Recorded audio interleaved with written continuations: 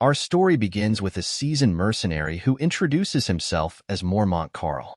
He steps forward and, in a commanding voice, asks if anyone has any idea where they are. This question hangs in the air, met with puzzled silence, until a man named Lyle decides to speak up. Lyle introduces himself and provides some background information, stating that he ran a woodshop in the Adora region. He looks around at the others and admits that, just like Carl, he has no idea why they have all been brought to this place. The next person to introduce himself is a man named Grit. Grit tells everyone that he works at an antique store in the Halsea region. His voice carries a hint of confusion as he explains that he is equally clueless about the reason for their presence in this mysterious location. Following Grit, a girl steps forward and introduces herself as Jenna. Jenna explains that she lives in a remote forest, far from any bustling towns or cities. She too expresses her lack of understanding about why they have been gathered here. Lastly, our protagonist steps forward to introduce himself. He is a humble farmer named Han Islet.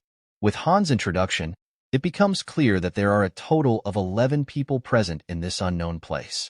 As they all exchange glances, it becomes evident that none of them know why they are here or how they got here. Some of the group members begin to wonder aloud if this situation could be a dream or an illusion. The speculation continues until someone nervously suggests that they might have been dragged here by some powerful magician or sorcerer. Carl, ever the pragmatic mercenary, dismisses this idea and tells the group to stop talking nonsense. He tries to ground the conversation in reality, urging everyone to focus on the facts. Lyle, trying to bring some clarity to the situation, points out that the only thing they can be certain of is that everyone present is from the same region, Taenir. They might be able to figure out an important clue if they continue to converse with one another. The group exchanges glances, each person trying to think of something useful to share. Then, suddenly, a fairy steps forward, her appearance dazzling and unexpected. She asks everyone what they're talking about in a voice that commands attention. Before anyone can respond, the fairy informs them that her master is about to open a space-time rift. She tells them that they should all get ready to fight, causing a ripple of shock and confusion among the group. People are taken aback, their eyes widening in surprise as they take in the sight of the fairy. She introduces herself as Isel, and she explains that she is the fairy who manages this place. Isel goes on to tell everyone present that they should stay in line if they don't want to get hurt. Her words carry an undeniable authority that silences any murmurs of dissent. Carl, ever the bold mercenary, steps forward and asks Isel if she is the one who brought them here. His voice is firm, demanding answers. Isel, with a calm yet mysterious demeanor, asks Carl why he wants to know this. Carl, growing impatient, tells Isel to stop talking nonsense and insists that she answer his question directly. Isel, unfazed by Carl's demeanor, warns him that if he doesn't want to be taken down, he should stop right now. Her tone is stern, a clear warning that Carl chooses to ignore. Angered by her response, Carl starts to emit his aura, a visible manifestation of his power and intent. He tells Isel that he will teach her a lesson, his voice filled with determination and anger. As Carl charges to attack Isel, the fairy responds with lightning speed. In an instant, Isel takes Carl down with a single, precise strike. The speed and efficiency of her move leave everyone in stunned silence. Then, Isel, with a serious expression, tells everyone that anyone who tries to hurt her will be taken down as an act of self-defense. Her stern tone leaves no room for argument. The group can't believe what's going on, their minds reeling from the sudden and dramatic turn of events. Murmurs of confusion ripple through the crowd as they try to process what Isel has just said. Desperate for clarity, someone steps forward and asks Isel what she wants. Isel, maintaining her serious demeanor, replies that her only desire is for everyone to listen to her orders, fight well, and win. That's all she wants from them. Suddenly, a glowing window appears in front of them, displaying a message that a party has been formed. The names Lyle, Lanto, Marlin, Kelcud, and Jackson appear, indicating that they have joined Party 1. This unexpected development causes a mix of surprise and curiosity among the group. Seeing this, Isel thinks to herself that her master has finally started operating. Isol then turns her attention to the newly formed Party 1 and tells them to get ready, as the space-time rift is opening now. The anticipation builds as a door to the space rift slowly materializes in front of them. The members of Party 1 exchange nervous glances, their surprise evident as they gaze at the mysterious doorway. Isol instructs them to enter the door in front of them if they don't want to be taken down, her tone leaving no room for hesitation. At that crucial moment, Han steps forward with a determined look on his face. He addresses Isol directly, stating that he is sure she also wants to climb the tower. His bold statement catches everyone's attention. Han then asks Isol to have her master summon a weapon for them, pointing out that everyone here is a one-star without even a basic weapon. His request is practical and urgent, highlighting the dire need for proper equipment. Hearing this, Jenna's curiosity is piqued. She wonders what Han is talking about. Han tells Isol that they have lost their precious two-star hero and asks if Isol can at least grant this request. He emphasizes the importance of having proper equipment for their survival and effectiveness in battle. Isol pauses, thinking about the situation, and realizes that Han's request is valid. She communicates silently with her master, and shortly after, summons the necessary equipment for the participants. The group watches in amazement, Lyle, curious and somewhat anxious, then asks Han if he knows anything about this place. Han replies that he doesn't know much either because he hasn't been here long. He shares the little information he has gathered, saying the only thing he knows for sure is that they can be taken down if they are too slow. His words carry a sense of urgency and caution. Hearing this, Jenna starts to think that Han might know more about this place than he is letting on. She wonders if he has some insight or experience that could help them understand their situation better. Han then advises everyone to go and grab a weapon from the assortment that Isol has summoned. He warns them that something is going to start soon, and they need to be prepared. People, confused but driven by a need for self-preservation, ask Han what he means by that. Han, already moving towards the room with the weapons, tells everyone that he is talking about the battle. The gravity of his statement sinks in, and a wave of realization washes over the group. As Han reaches the room, everyone else quickly follows, rushing to pick a weapon, and they each choose the weapon that suits them best. Party 1 members, now armed, look more confident and ready to face whatever challenges lie ahead. Isol then addresses Party 1 directly, instructing them to enter the rift. Her voice is firm and commanding, leaving no room for hesitation. Lyle, still adjusting to the rapid succession of events, is surprised to see the portal that has appeared before them. Its swirling, mystical energy is both fascinating and intimidating.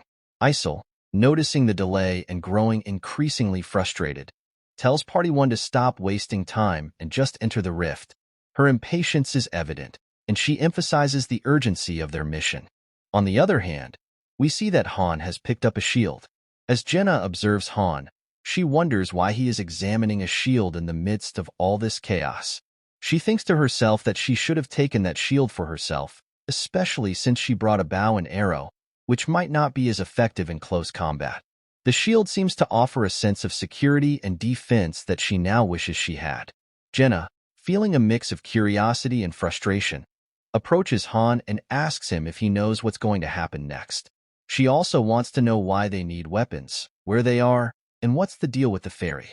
Han, somewhat exasperated by the barrage of questions, tells Jenna that she sure does have a lot of questions. He explains that their immediate task is to go to the battlefield and take down all the enemies. He tells her that as for the rest, she will have to figure it out herself. His answer, though not entirely satisfying, hints at the urgency and danger of their situation. Suddenly, a notification appears, stating that Party 1 has been taken down by the enemies. This news shocks both Han and Jenna. Jenna, now even more anxious, asks Han what is going on. Han, trying to maintain focus, tells her to keep quiet. In his mind, Han is troubled by the fact that one party has already been defeated. He understands the gravity of their predicament and the high stakes of their mission. Meanwhile, Isol, who has been monitoring the situation, becomes increasingly frustrated upon hearing that Party 1 has been taken down. Her disappointment is palpable, and she knows that they cannot afford more failures. Then, another notification appears, stating that Han, Gale, Grit, Dazzle, and Jenna have now joined Party 1. Then, Isol, with a commanding tone, instructs everyone remaining to prepare themselves for what lies ahead. Hearing this, Han, with a sense of determination, declares that their turn is next. Amidst the anticipation, an old man steps forward as he voices his inability to keep up due to his physical limitations. Despite his plea, Isol remains unmoved, emphasizing the urgency of the mission above individual concerns. With Jenna's help, the party readies themselves to enter the space rift, with Han leading the way. As they step into the rift, a whirlwind of energy envelopes them, transporting them to a new and unfamiliar location. The sudden change in surroundings prompts a collective gasp of surprise from the group. They find themselves standing in what appears to be a vast temple, its ancient walls adorned with cryptic symbols and writings. As they take in their surroundings, a window materializes before them, stating their purpose. It declares that they have entered the first floor of the main dungeon and that their mission is to ascend the tower to save the world. Sensing the impending challenge, Han rallies the party, urging them to prepare for what lies ahead. In a sudden flash of light, they find themselves transported to Dungeon Level 1, disoriented but determined. Surveying their new surroundings, the party is met with a daunting sight. A horde of Level 3 goblins advancing towards them. Han wastes no time in addressing the imminent threat, reminding the party that they stand on the battlefield. He emphasizes the importance of fighting back, warning them that failure to do so will result in being overrun by the goblins. But as Han turns, he sees that 3 of his party members start to run away, their panicked footsteps echoing through the chamber. Jenna, noticing their retreat, attempts to halt her fleeing comrades, but her efforts are in vain. The trio collides with an unseen barrier, their startled expressions mirrored by the realization that escape is impossible. Jenna, her resolve unbroken, turns to Han with a question. Can they leave this place if they defeat all those goblins? With a determined glint in her eye, she prepares to face the advancing horde. Han, recognizing Jenna's determination, inquires about her proficiency with a bow. Jenna, her voice tinged with memories of her upbringing, reveals that her father was a skilled hunter, imparting to her some knowledge of archery. Pleased with her response, Han outlines a battle strategy. He will engage the goblins up close while Jenna provides ranged support from behind. Jenna readily agrees to Han's plan, her trust in their teamwork unwavering. Before they charge into battle, Jenna seeks reassurance about the fate of their other party members. Han, his focus firmly fixed on the impending fight, dismisses her concerns, urging her to concentrate on the present challenge. With a shared nod of understanding, they prepare to face the approaching onslaught. As the goblins surge forward, Han's sword slashes through the air with practiced precision, while Jenna's arrows find their mark with deadly accuracy. Amidst the chaos of battle, Han's thoughts drift to a startling realization. He admits to himself that he has never wielded a sword or a shield before. In a moment of vulnerability, he discloses his true name, Islet, not Han, and his real identity, Seojin. And Han was ended up teleported into the game he was playing. Pick Me Up is a mobile game developed by the renowned game studio Mobius Unit, known for its innovative gameplay and immersive experiences. In this captivating game, players embark on a thrilling journey to raid the formidable 100-level tower, a daunting challenge that requires not only strategic prowess but also careful management of resources and hero development. The core objective of Pick Me Up revolves around supporting heroes by producing essential materials and constructing a formidable base camp. These heroes, with their diverse abilities and strengths, are the key to conquering the tower. However, achieving success in this perilous quest demands more than mere brute force. Players must employ cunning tactics and strategic planning to overcome each level's formidable obstacles. For Han, the protagonist of our story, life was ordinary until just yesterday. However, as he gazes into the screen of his smartphone, a sense of excitement courses through him as he anticipates the imminent opening of the Advent dungeon. Finally, after what seems like an eternity, Pick Me Up unveils a thrilling new event, adding an extra layer of depth and excitement to the gameplay experience. In Pick Me Up, hero ranks vary from humble 1-star adventurers to legendary 7-star champions, each with their unique abilities and attributes. Despite his dedication and countless attempts, Han finds himself plagued by misfortune, unable to summon a hero above 5 stars, despite the thousands of free pulls he has made. However, Han's determination remains unwavering as he sets his sights on obtaining the elusive Book of Fate Reversal, a rare item essential for creating a formidable 7-star hero. Despite the daunting odds, Han sees no reason to shy away from the challenge presented by the event. In Pick Me Up, participation is not merely an option. It is a necessity for those seeking to ascend to greatness. Unlike other games that offer character training, Pick Me Up stands out for its uncompromising adherence to hardcore rules. Here, no amount of care or investment can shield a character from the harsh consequences of defeat. The character couldn't be brought back. Han realizes that regardless of whether the character is 1 star or 6 star, it's all over when the character dies. Scouting out the dungeon using a disposable party is a must. As Han enters the Advent dungeon in the game with his characters, suddenly a warning notification appears, stating that Han's party stats are decreased by 30%. Han is surprised to see this and wonders what his characters are afraid of. However, he brushes it off, thinking that it doesn't matter as he just needs to see the boss patterns. Then, suddenly, Han's team is taken down in an instant. Han is shocked to see that the boss is level 999. He thinks that it's clearly a system error, as his team was taken down without even being able to see the boss patterns, and he couldn't get anything. Amidst the chaos, a chilling moment ensues as the boss, with a sinister smile, looks directly at Han and utters the words, "Found you." Han is frozen in shock, his mind racing with confusion. He wonders if this is simply another one of the boss's patterns. Despite the uncertainty, Han is determined to unravel the mystery that now confronts him. To his surprise, instead of the expected conclusion of the game, a new window suddenly appears, announcing that a new account is being created. And a window appears, stating that Han should choose a name. Then, a list of available names appears. Another window appears, welcoming Han into the game of Pick Me Up. A new window then appears, asking if Han would like to play the tutorial. Upon completion, Han will receive a set reward.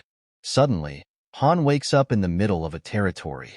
A system window appears, stating that he is in a small village in the Hyam territory. In this place resides a boy named Han Islet. The land is known for its harmony between humans and non-humans, known as Taenir. However, an unknown enemy has invaded this continent of peace. If Han wishes to save the world, he must climb the tower, accompanied by other heroes. Han receives a tutorial quest to defeat the goblins that have invaded the village. As he looks back, he sees a goblin. Shocked and surprised, Han wonders if this is a real place. It doesn't take long for him to realize that this is indeed reality. The goblin strikes at Han with full force, but Han blocks the attack using a sword.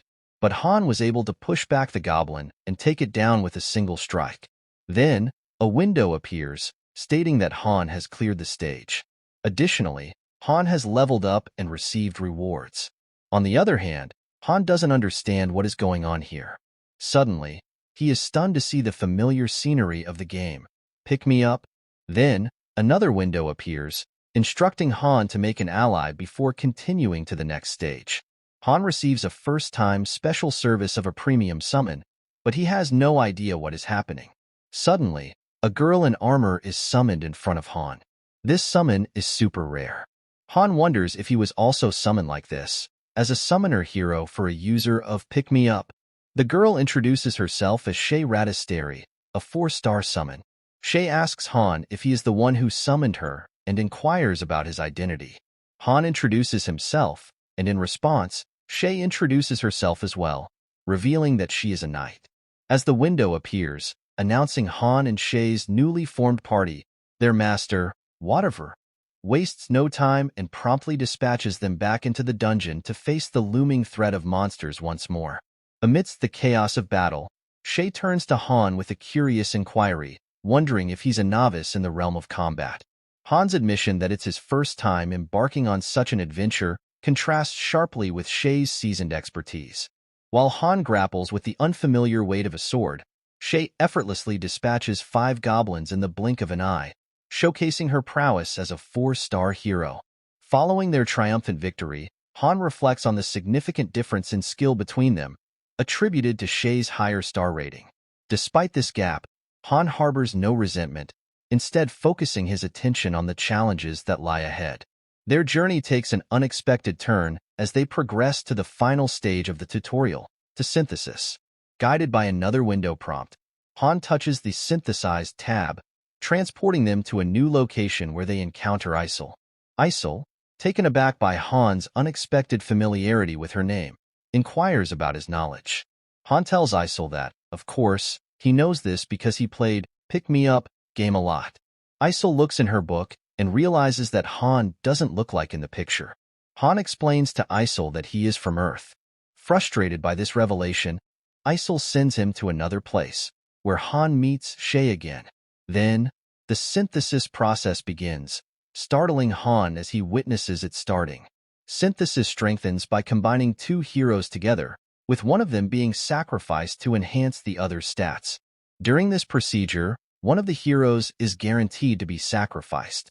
The issue arises as Han is only a 1-star hero, while Shay is a 4-star knight. A normal player would have no reason to choose Han. Closing his eyes, Han resigns himself to what he believes is the end. However, to his surprise, after the synthesis completes, he finds that he has survived. It is Shay who disappears. Confused, Han asks Shay why she is disappearing, arguing that it doesn't make sense as she is a 4-star and he is only a 1-star. Shay explains to Han that she wasn't chosen, and that's all there is to it. With a serene smile, Shay entrusts Han with the situation before gracefully vanishing, leaving Han in a state of bewildered astonishment. As the scene shifts back to the present, Grit falls victim to the relentless strikes of the goblins, while Jenna and Han valiantly engage in combat with the ferocious creatures, their allies opting for retreat. In the midst of the chaos, Han reflects on his survival and ponders the mechanics of hero synthesis, recognizing his stroke of luck and attributing Shay's sacrifice to a potential error by their master. Despite the turmoil, Han queries Jenna about the status of the remaining goblins, to which she reports her successful dispatch of one. Suddenly, an unexpected blow strikes Han from behind as a goblin lunges at him, testing his resolve. With determination etched on his face, Han swiftly retaliates, dispatching the assailant with precision. Frustration gnaws at him as he contemplates his mysterious summoning into the game, linking it to the ominous laughter of the level 999 monster. Concerned for Han's well-being, Jenna approaches him, inquiring about his injured arm. With steadfast assurance, Han reassures her that his injuries will heal upon their return. As the player has minimal control over the game's combat, most battles are automated, driven by the heroes themselves.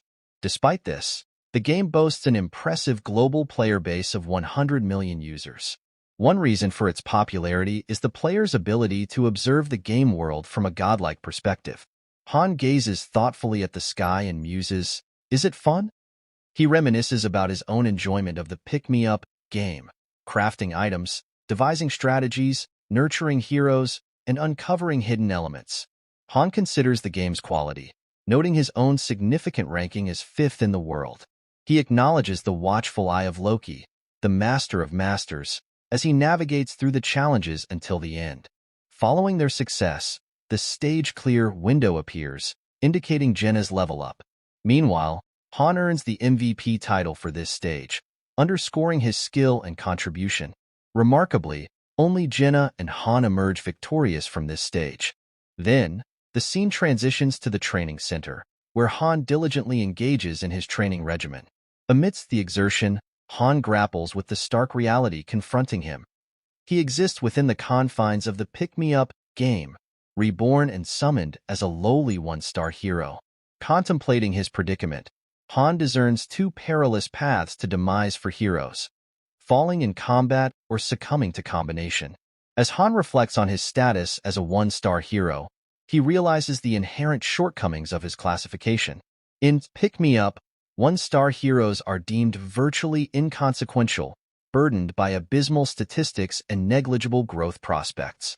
Han's thoughts are consumed by the looming threat of being rendered obsolete through combination, a fate he must strive to avoid at all costs. Despite these daunting challenges, Han finds solace in his gradual progress. Having ascended to level 5, Han's attributes, including intelligence and strength, have also seen marked improvement. Yet, Han remains acutely aware of the arduous journey ahead. Survival, vengeance, and liberation hinge on his ability to fortify himself, both physically and mentally. Navigating the uncertain landscape of the game, Han harbors a deep-seated conviction that adaptation is key to staving off defeat. Beyond physical prowess, Han recognizes the indispensable role of mental resilience. In the face of adversity, succumbing to nervousness could prove fatal. Thus, Han resolves to cultivate not only his physical strength, but also the unwavering fortitude of his mind, ensuring his endurance in the trials to come. Han reflects on his past, reminiscing about the times when he had to fend for himself during his youth, navigating life's challenges without the safety net of parental guidance or external support. Despite the adversity, Han persisted, relying on his own resilience to weather the storms that came his way. Engrossed in his rigorous training routine, Han remains steadfast in his commitment to honing his skills. It's a solitary pursuit, driven by his inner determination and a desire to overcome the obstacles presented by the game. In the midst of his training, Jenna approaches Han, her presence interrupting his focus. Curious about his activities, she questions him about his objectives. Han responds bluntly, informing her that he's training to combat the monsters that threaten their existence within the game. Jenna, taken aback by Han's curt demeanor, expresses her frustration, explaining that she went out of her way to find him. Despite her initial annoyance, she shifts the conversation to a more serious tone, contemplating their situation. She acknowledges the harsh reality that they cannot simply leave the confines of the game, realizing that they must confront the challenges it presents head-on. Drawing from her own background as the daughter of a hunter, Jenna shares her pastime of archery, a skill she's honed over the years. She reassures Han that she won't be a hindrance to his efforts and emphasizes the importance of taking proactive steps rather than succumbing to despair. Inquisitive about Han's experience and expertise, Jenna probes him about his knowledge of survival strategies within the game. Han reciprocates her curiosity, asking about her combat experience. Jenna admits that yesterday marked her first real encounter with combat, having spent most of her time indoors. Despite her lack of experience, she remains determined to adapt and learn. Continuing, Han reflects on Jenna's recent progress. Noting her advancement to level 4 and her beginner-level archery skill, he muses over the possibility of her stats increasing by 4 since yesterday. This prompts him to speculate about the relatively low growth value of Jenna's attributes. Despite this, he acknowledges Jenna's possession of a prerequisite skill, a noteworthy trait for a one-star hero. Despite her initial clumsiness in combat, Jenna's ability to shoot down a goblin stands as a testament to her potential. What impresses Han even more is Jenna's resilience. Rather than being shaken by the encounter with death, she remains resolute and focused on her goals. Han can't help but admire Jenna's determination, seeing her as a valuable ally in their shared struggle within the game. Encouraged by Jenna's commitment, Han offers his assistance. Jenna recalls her father's sage advice about the importance of choosing trustworthy companions for survival. With a gesture of agreement, she extends her hand to Han, symbolizing their mutual commitment to support each other through the challenges ahead. A notification promptly appears, indicating the establishment of a friendship bonus between them. Following this exchange, Han decides to summon Isol, despite her apparent frustration with the interruption. He remarks on the speed of her response, considering her purportedly busy schedule. Isol firmly informs Han that regardless of how many times he repeats the question, she won't divulge any information. Instead, she suggests that if Han is truly curious about scaling the tower, he should seek enlightenment within its walls. Han then points out to Isol that he's the sole observer of a status screen hovering above her head.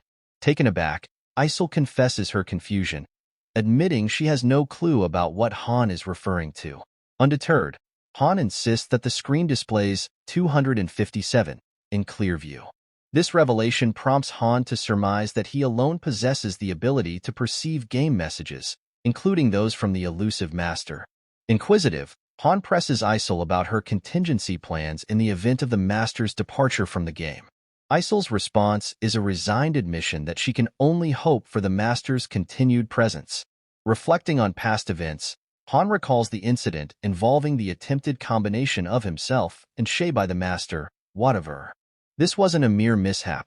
Rather, it underscored the rarity of a 4-star hero like Shay being merged with a 1-star hero like himself. Han bemoans the missed opportunity, lamenting how their 1 in 100 chance of success was squandered due to a simple input error. Han reflects on the intricacies of Pick Me Up, realizing that it's intricately linked to the phone, making it immune to simple resets by the master. Since they began playing, an entire week has elapsed, prompting Han's curiosity about the passage of time in this digital realm compared to Earth. However, Isol remains tight-lipped, refusing to provide any answers to Han's inquiries, frustrating him.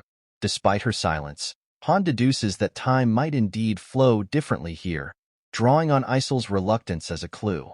He expresses his gratitude to Isol for inadvertently shedding light on this mystery, further exacerbating her frustration. In the midst of this revelation, Han also ponders the limits of Isol's influence, realizing that she can only intervene in specific circumstances, either in self-defense or when a hero refuses the master's commands. Understanding the importance of adapting to these rules, Han acknowledges that failure to do so could result in defeat, highlighting it as the fundamental law of this unfamiliar world. Meanwhile, Jenna, intrigued by Han's interaction with Isol, seeks clarification. Han elucidates their mission: to conquer a towering structure spanning 100 floors. He explains the role of the master, who issues directives through Isol, guiding them through their missions and quests. Once they reach the 100th floor, they should be able to get released.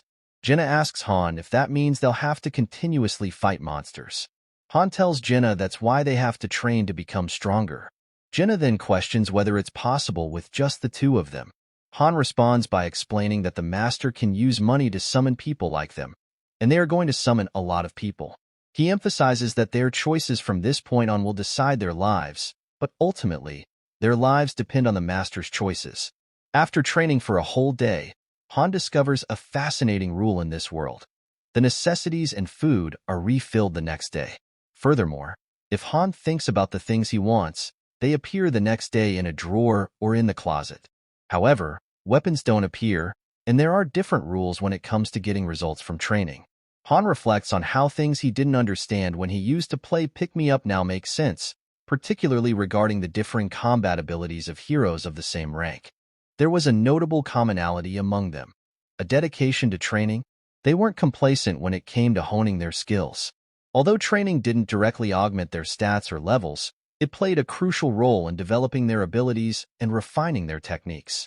A discerning master would swiftly categorize their main heroes into 3 distinct groups. Firstly, mental fortitude. Heroes prone to panic wouldn't garner the master's attention. Secondly, skills. While high-rank heroes arrived with pre-existing skills, the majority of low-rank heroes concealed their talents, awaiting discovery by the master. Thirdly, physique. This was presently Han's focal point. As he diligently pursued his training regimen, 3 days had elapsed since he commenced. Suddenly, a notification popped up, signaling the master's connection to the game. Han realized he had acquired 2 new skills through his rigorous training. Promptly, he alerted Jenna to prepare, as the master's presence indicated a new hero summoning session. Given the fixed party size of 5, the master would pull 3 times.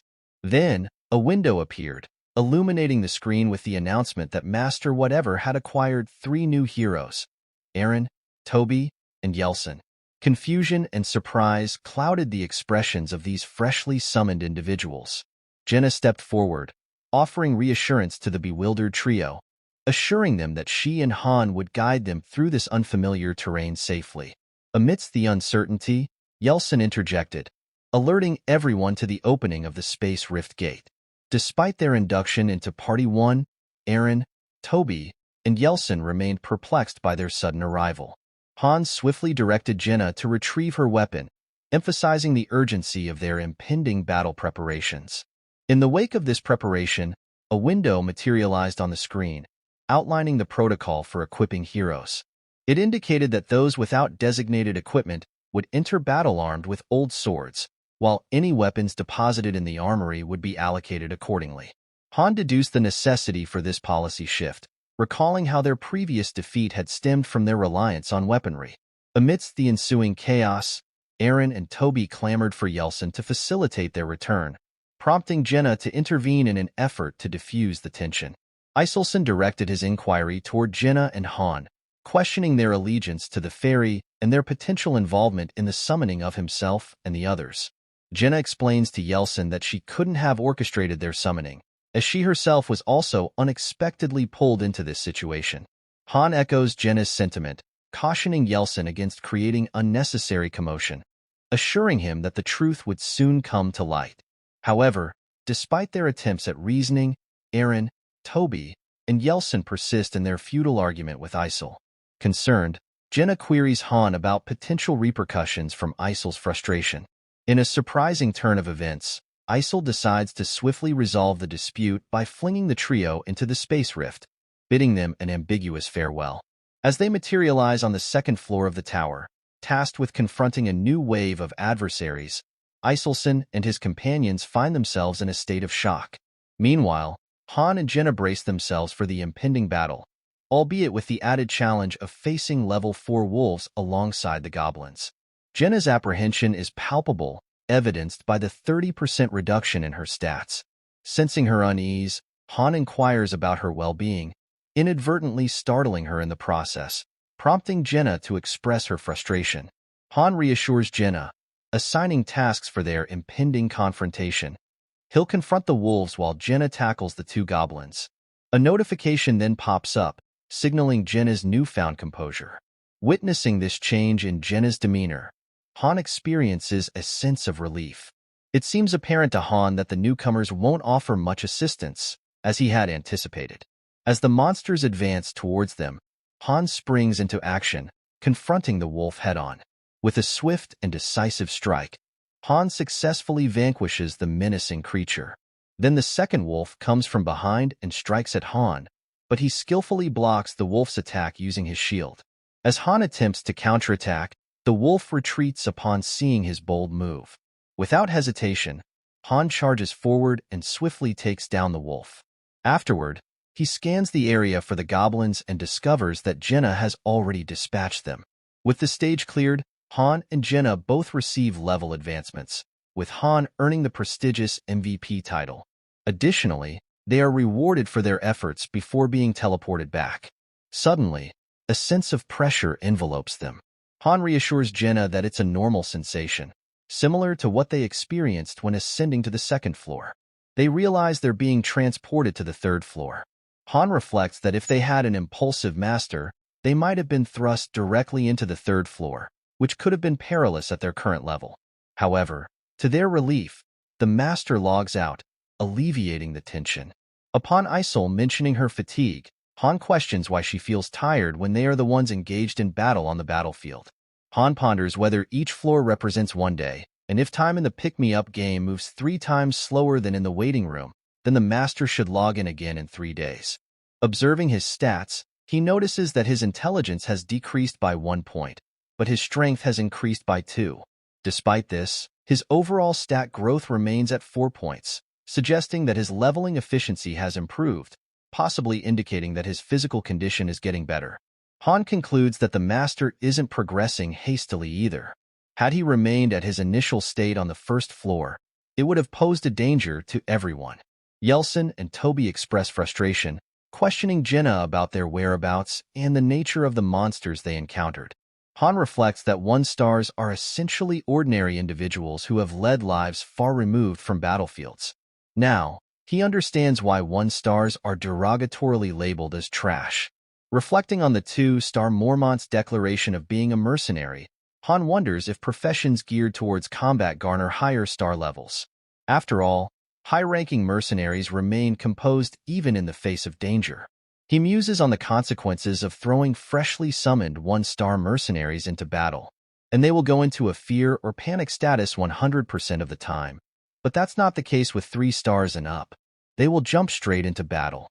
Were they summoned with prior knowledge, or do they know their objective and why they need to fight? Han thinks that Shay knew. Considering her attitude, Han is sure of it. Jenna tells Han that he can't help her out a little. Han tells Jenna that why would they bother with them. Jenna tells Han that they should coax them forward and make them their teammates, as it's better than nothing. Han tells Jenna that they will disappear soon, and it's not that they will be taken down in battle. Rather, if they stay like that, they will disappear. Han tells Jenna that Jenna and Han will be fighting together again in the next battle, and they should forget about these guys. Then Eren steps forward and tells Han there is something Eren wants to ask Han. Han tells Eren to keep it to himself. Angered, Eren grabs Han by his shirt, but then Han punches Eren, and Eren falls to the ground. Now, Han feels conflicted about the situation. Han, feeling the weight of responsibility, turns to Eren, explaining how he and the others had positioned themselves at the rear while he and Jenna bravely confronted the monsters head-on. Reflecting on the previous day's events, Han reassures Jenna that he acted in accordance with her wishes. The following morning heralded the continuation of their rigorous training regimen. Following the completion of basic exercises, Han and Jenna delved into the intricacies of weapons training. Amidst the flurry of activity, Han focused on honing his swordsmanship skills, while Jenna unleashed volleys of arrows with precision from her bow. Notably, Han's proficiency with the sword and shield surged to level 2, a testament to his dedication. Meanwhile, the absence of the three others from the training grounds did not escape notice. Instead, they embarked on a futile quest to locate an exit, expressing their desire to depart from their current predicament. Despite their efforts, the elusive exit remained elusive, leaving them resigned to their circumstances. In a subsequent scene, tension mounts as Jenna takes aim at Han with her arrows, prompting him to summon all his skill to deflect them. Unfortunately, one arrow finds its mark, piercing Han's leg. Concerned, Jenna rushes to his side, inquiring about his well-being. Han, displaying stoic resolve, reassures her, urging her to understand the fundamental differences in natural laws in their current environment, where wounds heal rapidly. Moreover, he reveals a newfound ability named pain resistance. As Han persisted in his training, he found solace in the discomfort it brought, recognizing pain as a vital indicator of his existence. With Jenna as his steadfast training partner, they navigated the challenges together. When the master finally made an appearance, Isil's call to assemble in the main hall stirred excitement among the group. Jenna, in particular, welcomed the break from the routine, eager for the opportunity it presented. Noticing Jenna's apparent knack for adaptation, Han couldn't help but marvel at her resilience, prompting a discussion between them about their differing paces of growth. Jenna attributed her ability to endure to her inherent toughness, a quality that seemed to serve her well in their current predicament. Meanwhile, the persistent pleas of the other three members of their party to return home grated on Isil's patience, ultimately resulting in a stern lesson administered by her. Following the resolution of the conflict, Party 1 ascended to the 3rd floor, where their encounter with goblins awaited. Han observed the goblins' enhanced gear and tactics with a discerning eye, yet remained confident in their ability to prevail, a confidence born out of their dedicated training. Together, he and Jenna dispatched the goblins with ease, their synchronized efforts a testament to their growing prowess. Reflecting on their victory, Jenna remarked on her increasing familiarity with the challenges they faced, prompting Han to ponder whether the current level was a bit easy. Jenna shares with Han her observation that the remaining 3 members still seem reluctant to engage in combat. Han acknowledges this, emphasizing that their reluctance doesn't concern him, as he has no desire to share experience points with those who don't actively contribute to battles. He points out that if they continue to abstain from fighting, they'll miss out on valuable experience points altogether. In a sudden turn of events, a window pops up, suggesting a strategy for dealing with disobedient heroes. The master should try spinning the wheel of fortune to encourage better behavior.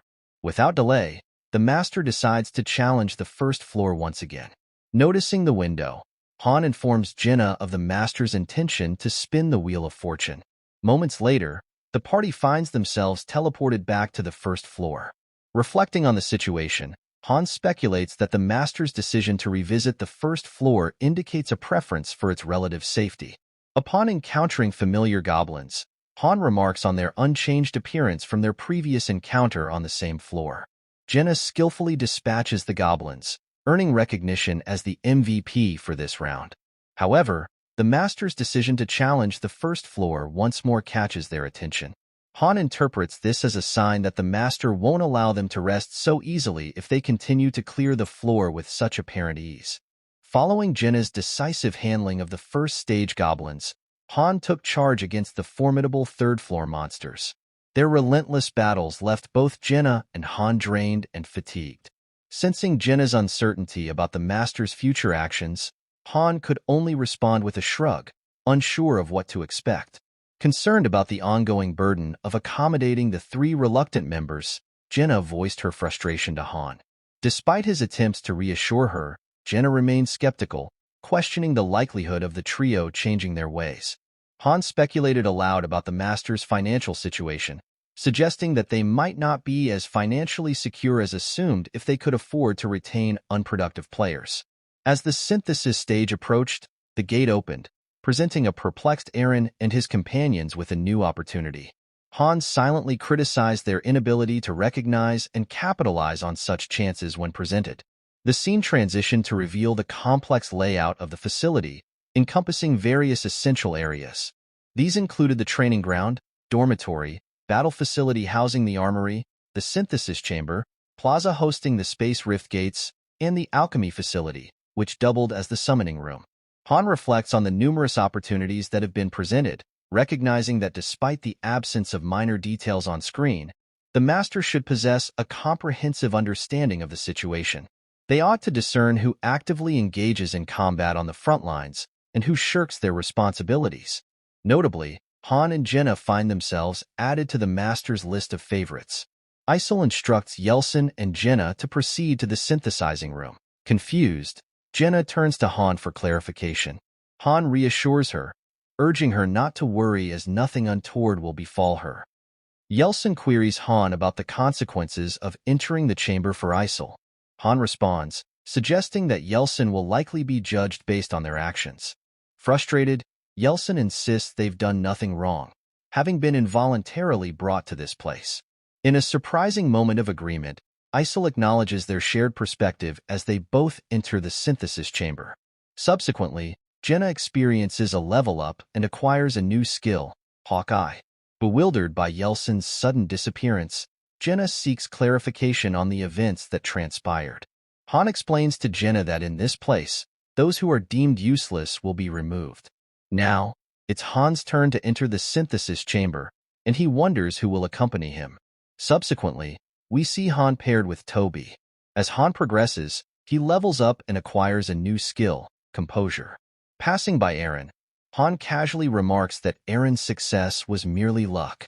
Jenna mentions that those deemed useless by the master tend to vanish in the synthesis chamber.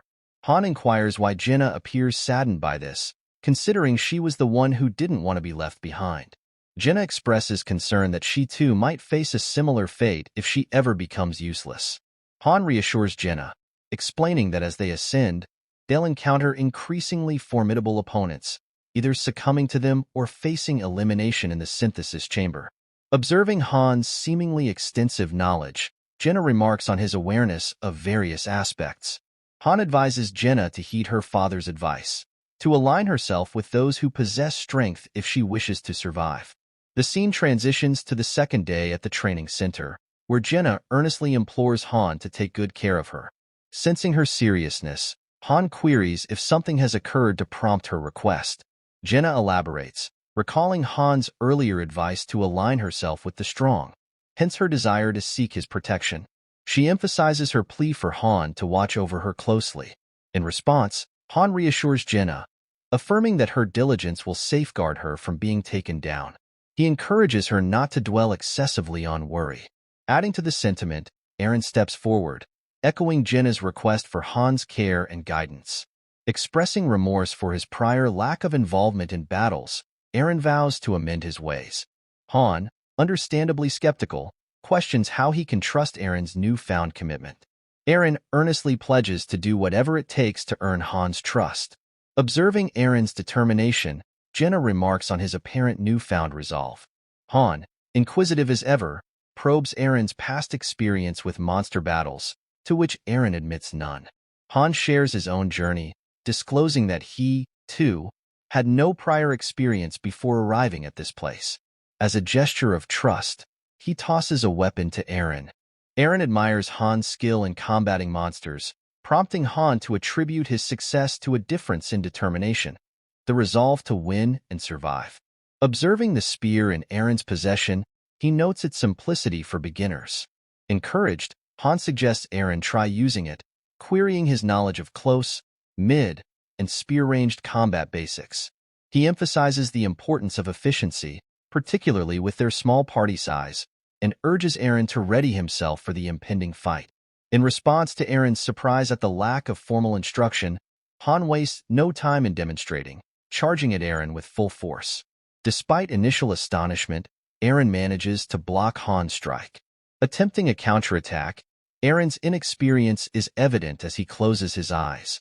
Han seizes the opportunity, swiftly delivering a kick to Eren's stomach, illustrating the potential consequences of such a mistake if facing a real monster. Jenna, observing the exchange, questions Han's severity towards Eren, especially considering it's Eren's first time attempting combat. Han expresses to Jenna his reluctance to take on the responsibility of caring for someone else, preferring to leave behind those who cannot keep up with him. Then, he turns his attention to Eren, inquiring about Eren's family. Eren reveals that he has a younger sister. Han reflects on Eren's fortune to have family, contrasting it with his own solitude. Pointing his sword at Eren, Han poses a hypothetical scenario, questioning how Eren would cope if he couldn't return home, highlighting the agony of defeat by a monster, a pain more profound than that of synthesis. He advises Eren to consider giving up if he finds himself unable to continue. In response, Eren meets Han's gaze with a serious expression, prompting Han to smile at the newfound determination reflected in Eren's eyes. Suddenly, a window appears, indicating that a forge has been selected, the annex of the armory. Han realizes that he has unlocked free roam, and that the forge is now open. He calls for Isol, who responds with frustration, questioning Han's entitlement to summon her whenever he pleases. Han expresses his growing frustration to Isol, stating that he's becoming bored with the repetitive tips she provides. Sensing his irritation, Isol reacts with anger, her frustration evident. Han points out that she's the one responsible for sending tips to their master, suggesting she explore the internet for fresh insights. He proposes that if she can access the internet and manipulate the system, her tips might carry more significance. Acknowledging her ability to influence the system, Isol admits to her hobby of browsing the web. Han deduces that the tips she sends are likely inspired by her online discoveries. He elaborates that after summoning equipment 10 times, one unlocks level 1 of the training facility, followed by access to the forge.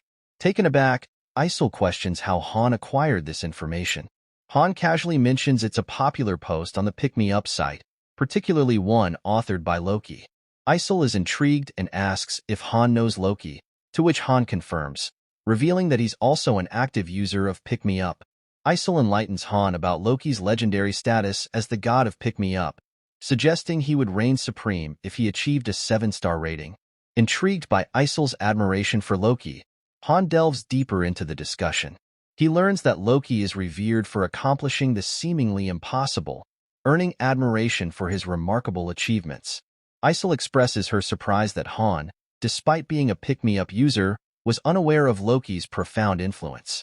Han apologizes for the oversight but stuns Isol by revealing his true identity. He is Loki. Isol's reaction is one of surprise upon hearing this revelation. Han proceeds to provide Isol with his account number, which is 46631913. He elaborates that due to the risk of hackers, the pick-me-up account number is kept confidential, known only to the master himself and the server officials.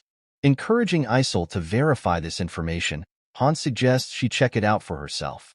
Isol follows Han's advice and conducts a search online. Upon confirming that Han is indeed Loki, she excitedly requests his autograph. She explains that with his signature, she can become a VIP member of Ragna Loki. Curious, Han inquires about Ragna Loki as he signs the autograph for her. Isol explains that it's a fan cafe dedicated to the Master of Masters, Loki, and a signature from him is a prerequisite for VIP membership. She expresses her astonishment at realizing she had been conversing with Loki all along. Han reassures Isol, downplaying his current one-star status, suggesting it's of little consequence. However, Isol raises an intriguing question about Niflheim, the name of the waiting room in Han's account. She elaborates on its extensive layout, mentioning the 13 floors solely dedicated to waiting rooms, accommodating up to 20,000 people. Despite this, she notes that the facilities boast top-notch infrastructure, providing comfort and convenience to the occupants. Even with all that, Han ponders the futility of it all, considering himself the true master of the situation. Shocked, Isol questions Han about the fate of the 20,000 troops. Han responds by suggesting that if she's concerned, she should send him back. Isol admits she can't do that. Han acknowledges this, recognizing Isol as an intermediary manager.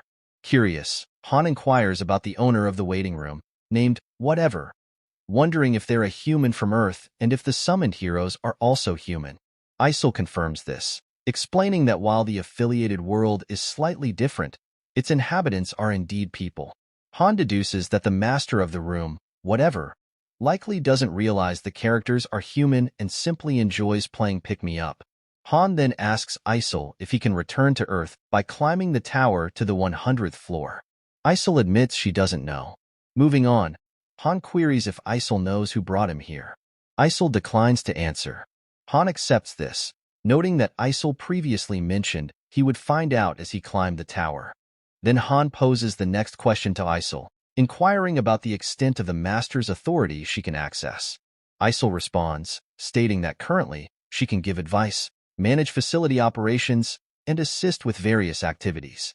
Curious, Han asks if the waiting rooms for other masters are similar to theirs. Isol explains that while each one may have slight differences, they are fundamentally the same.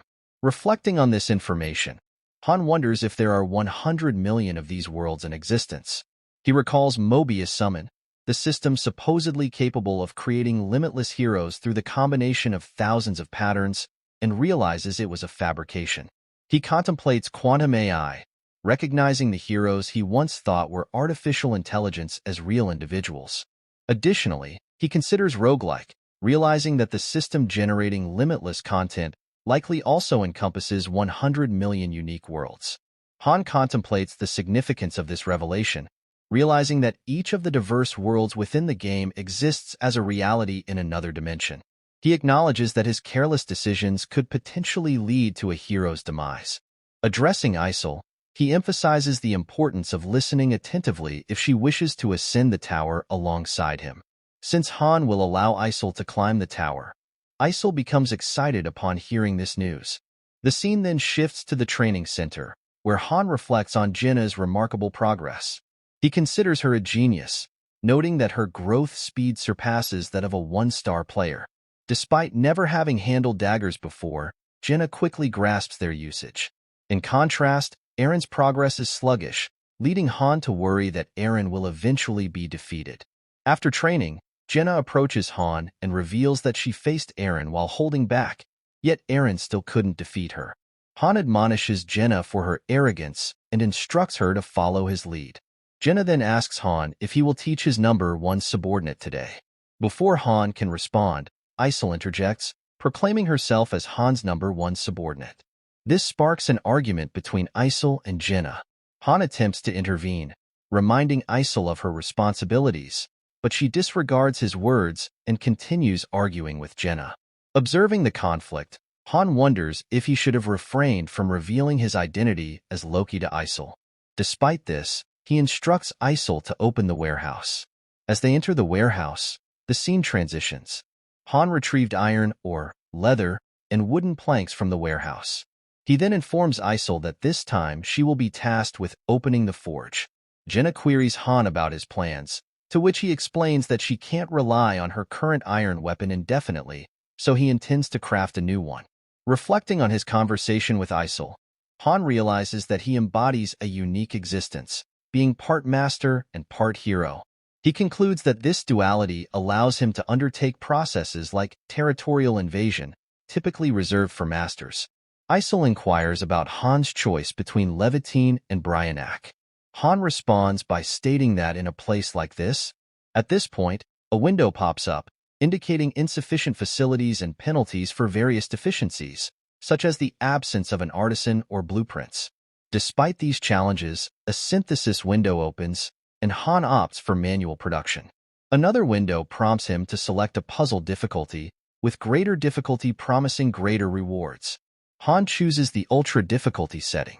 Isol, surprised, informs Han that completing the puzzle on ultra difficulty will be impossible, especially with the triple penalty.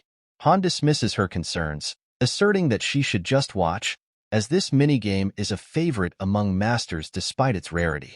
He explains that while most masters don't engage in it, the rewards are worthwhile. With a 3-minute time limit, Han tackles the puzzle confidently. Isol, struggling to comprehend the puzzle, expresses her confusion. However, Han remains unperturbed, reassuring her that it's not a problem. Isol is delighted by his confidence, anticipating witnessing the legendary Thousand Hands technique in action. With incredible speed, Han swiftly solves the puzzle and successfully forges a C-rank longsword. Isol is impressed by the sword's appearance as it materializes before Han. A window then appears, stating that the sword is remarkably strong, lightweight, and sharp. Despite the crude materials used, the craftsmanship compensates with exceptional skill. Han diligently worked on solving the puzzle and managed to create 3 C-rank weapons: a sharp long spear, a solid steel shield, and a balanced short bow. Despite their C-rank status, Han noted that the limitations were due to the materials available.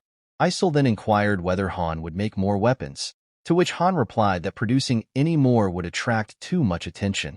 Han didn't want the master to develop any unnecessary misunderstandings. The scene then shifts outside, where Jenna is testing the bow that Han had crafted for her. As she tries it out, Jenna is impressed by the weapon's quality. The trio has now advanced to the 4th floor. Jenna remarks to Han that the bow's elasticity is exceptional, predicting that others who come later might attempt to steal it. Han reassures Jenna that using the personal weapon option will prevent such thefts. He also comments that the master is being overly demanding by having them face these monsters with just 3 people. Han ordered Jenna to take care of the harpy while Eren was tasked with protecting her. Han himself would handle the other monsters. As the monsters charged at the trio, Eren began swinging his swords wildly in fear. Suddenly, a window popped up, indicating that Eren was frightened and that all his stats had decreased by 30%. Han thought Eren needed to calm down. At that moment, Jenna stepped forward and slapped Eren, telling him to get his act together. She warned that if he failed again, he would be taken down and asked if he was fine with that.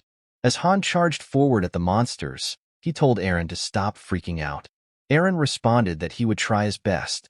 The trio faced the monsters together and successfully cleared the 4th level. Han became the MVP, and they received their rewards. Later, an exhausted Eren asked Han what would happen to him since he hadn't performed well. A window then appeared, indicating that Eren had been registered under favorites. Han informed Eren that, as a favorite of the master, it looked like he would be fine. Eren was excited and happy to hear this.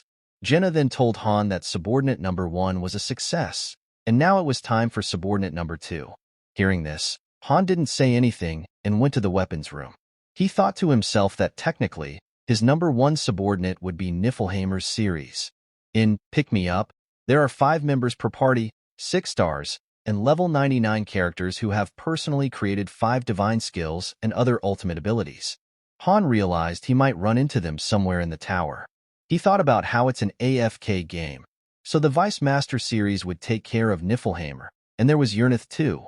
Both Ceres and Yurnith are wise and smart, which made Han wonder if they were really AI. The scene then shifts outside, where Yurnith asked Ceres if she was really going to go. Ceres replied that Yurnith should know that every minute counts. Yurnith told Ceres that she wouldn't be seeing her off and would leave the investigation to Ceres. Ceres informed Yurnith that she would leave the rest to her, including the master's whereabouts, and then left. The scene shifts back to Han, where a window appeared stating that the lodging had leveled up to level 2 and the limits on heroes had increased. Another window appeared, stating that the restaurant in the lodging had finished construction and would provide good quality food for the heroes. Additionally, the training center had leveled up to level 2, increasing the heroes' training efficiency. The weapon storage's three-piece accessory buildings, the smithy, woodworking shop, and metal processing shop, would be combined into an equipment workshop. The square had also evolved to level 2. Jenna was surprised to see all these changes and didn't understand what had happened. Aaron wondered aloud if their master was a great mage, given how extraordinary the developments were. Han explained that the master had invested money into their facilities, which made sense considering how entertaining things were becoming. The various reactions of the heroes and the lively battles likely made it feel to the master like playing with real people instead of just a bunch of zeros and ones. Han reminded them that the waiting rooms improved as they progressed higher in the tower and speculated that the master was probably an office worker, given the set online times. He also noted that it seemed the master was doing research and could afford to spend money on the game. Isol was really excited and told Han that this was much better than having a broke student as a master. As the master is rich enough to buy a new package for 65,000 won, Han thought to himself that Pick Me Up isn't a game that gives users gems for completing missions like other games. There are barely any events that reward players with a bunch of gems either. Han informed Isol that there are only a few ways to get gems for free, so having a user who spends money is advantageous. A notification then appeared, stating that the master was beginning 10 summonings. The master was excited to see what heroes would appear. Jenna and Aaron were surprised to see that there were more summons. Han told Aaron that now that they were finished decorating the house, it was time to invite guests for a housewarming. He explained that there are two ways to summon: regular summoning, which uses gold, and advanced summoning, which uses gems. The latter is, of course, better, tempting users to spend money.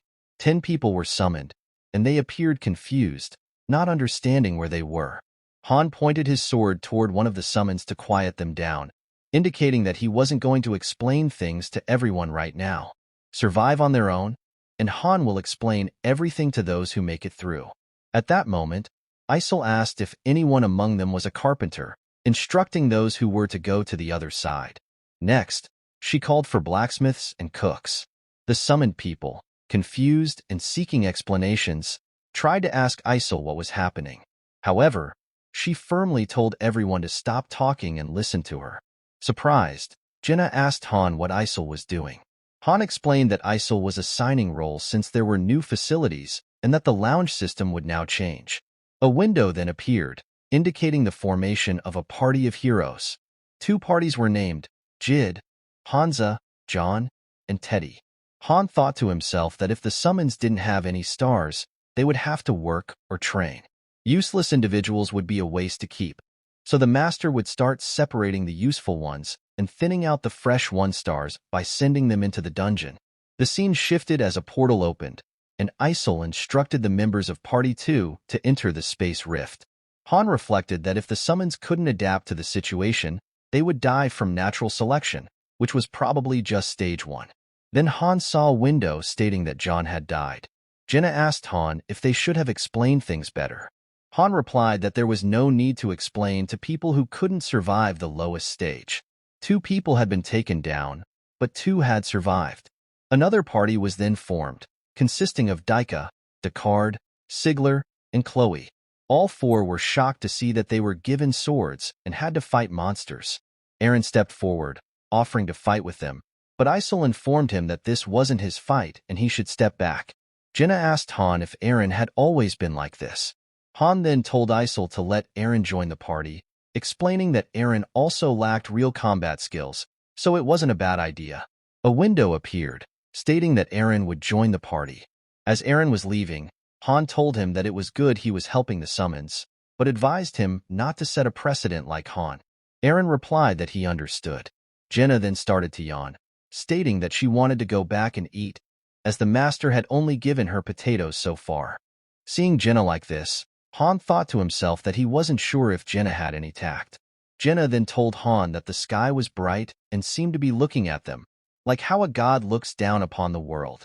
Han reassured her, saying that gods aren't free enough to listen to every single person's voice as their voices are heard only through a filter. The second party successfully completed the stage without any casualties.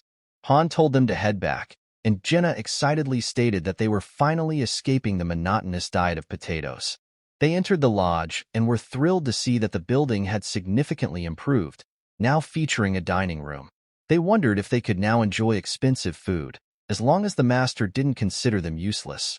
Jenna became excited at the thought of having the highest grade of lamb steaks, while Aaron mentioned he would be fine with turkey. Han asked them if they remembered what he had just said, but Jenna grew frustrated upon seeing potatoes again. An old man informed them that while there were condiments available, these were the only ingredients. Han thought to himself that this man claimed to be a cook. Then a window appeared, stating, "Old man Dolph does not possess any skills." Seeing this, Han thought to himself that Dolph didn't even have cooking skills and wondered if anyone else did. Han then told Chloe that she would be responsible for cooking from now on. Dolph protested, saying he would make something better next time. Han informed Dolph that while he appreciated him reading the situation, lying about his skills was unacceptable. Han warned Dolph that this was the last time he would overlook such behavior. Dolph had no choice but to comply. Chloe then prepared numerous delicious-looking dishes. Jenna, surprised, remarked on how many different ways potatoes could be cooked. Chloe explained that the variety was due to the many condiments available. Han told everyone to eat while they listened, emphasizing that he wouldn't repeat himself and that the same information should be relayed to any new arrivals if they wanted to avoid dying. Jenna explained this to everyone, who were all surprised to hear it. Han then informed Anak that he was a carpenter and reiterated that Chloe was the cook. Han informed everyone that both Anak and Chloe could help in other ways as well. Then Dolph claimed to be a carpenter too.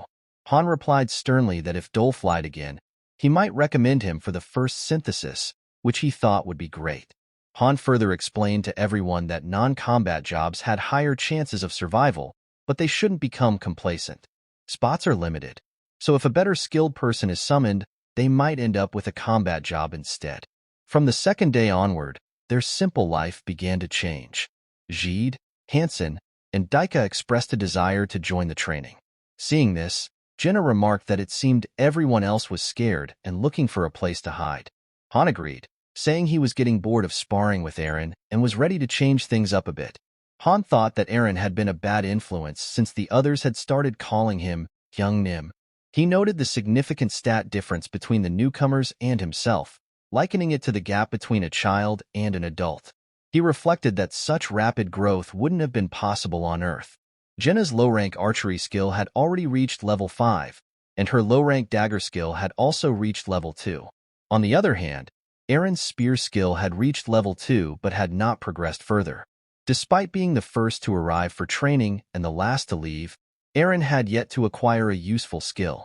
The 3 new trainees all had level 1 swordsmanship, possibly due to their similar age and harmonious spirits, yet they still outperformed others who chose to hide away. A few days later, the free 10 pull event occurred again, and this time, Aaron and the other 3 handled it without Han's intervention. Only 1 person died during the thinning process. Jenna observed that more people were arriving, to which Han responded that there would only be more. Jenna then asked Han why the master was not advancing to the 5th stage, considering it had been a long time since Han had cleared the 4th stage. Han thought to himself that, of course, the master wasn't advancing because the 5th stage was on a completely different level. Han told Jenna that the members of Party 1 hadn't been selected yet. He explained that every 5 stages, the difficulty spikes, akin to facing a boss floor. There was even a chance that Han himself might not survive. The master was aware of how many would perish despite culling and training, but Han saw no reason to reveal to Jenna just how devilish the difficulty would become later on. The combatants included Jenna, Han, Aaron, Zid, Hansen, and Daika, with Anak and Chloe in supporting roles. The scene shifted to the 4th level, where Hansen, Zid, and the others were about to face the monsters. Han instructed the newcomers that they didn't need to attack unnecessarily, as the sword and bow were right behind them.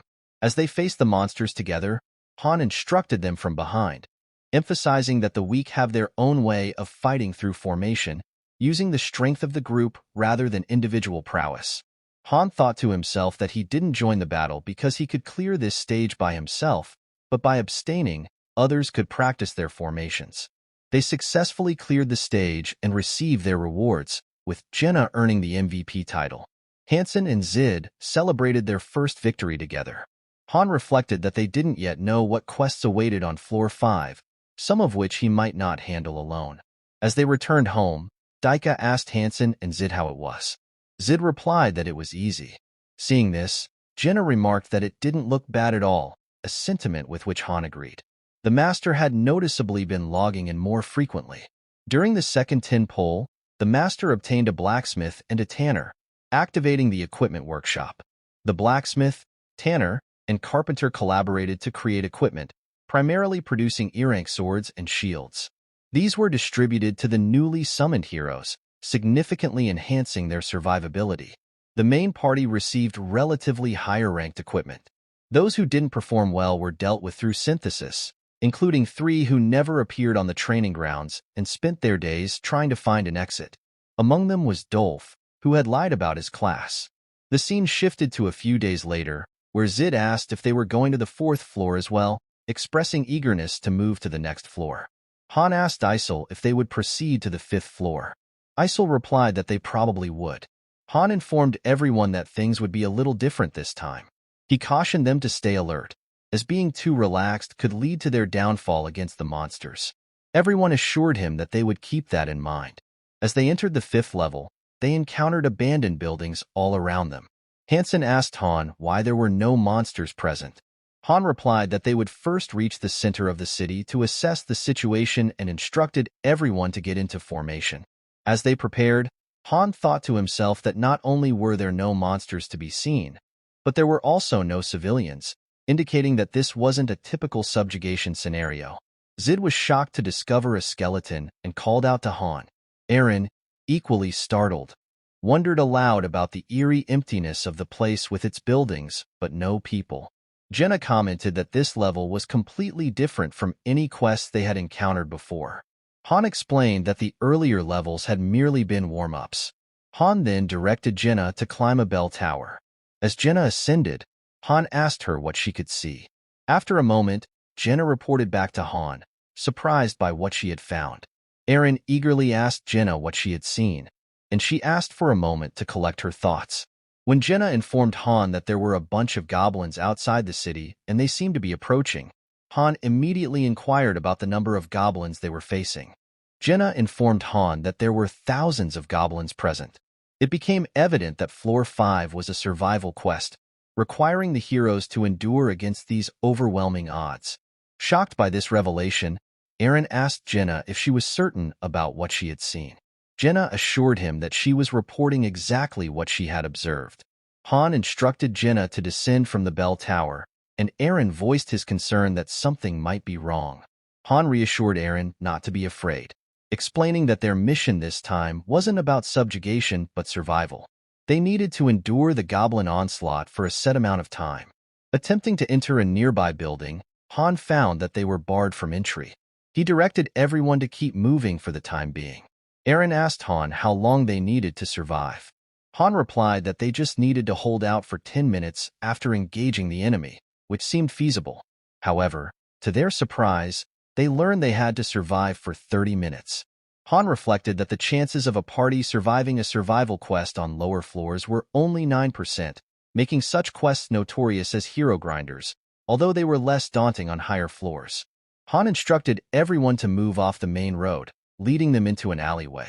Zid asked if there might be a better location, to which Han replied that all the buildings showed signs of damage, providing openings they could exploit, and they didn't have time to search further.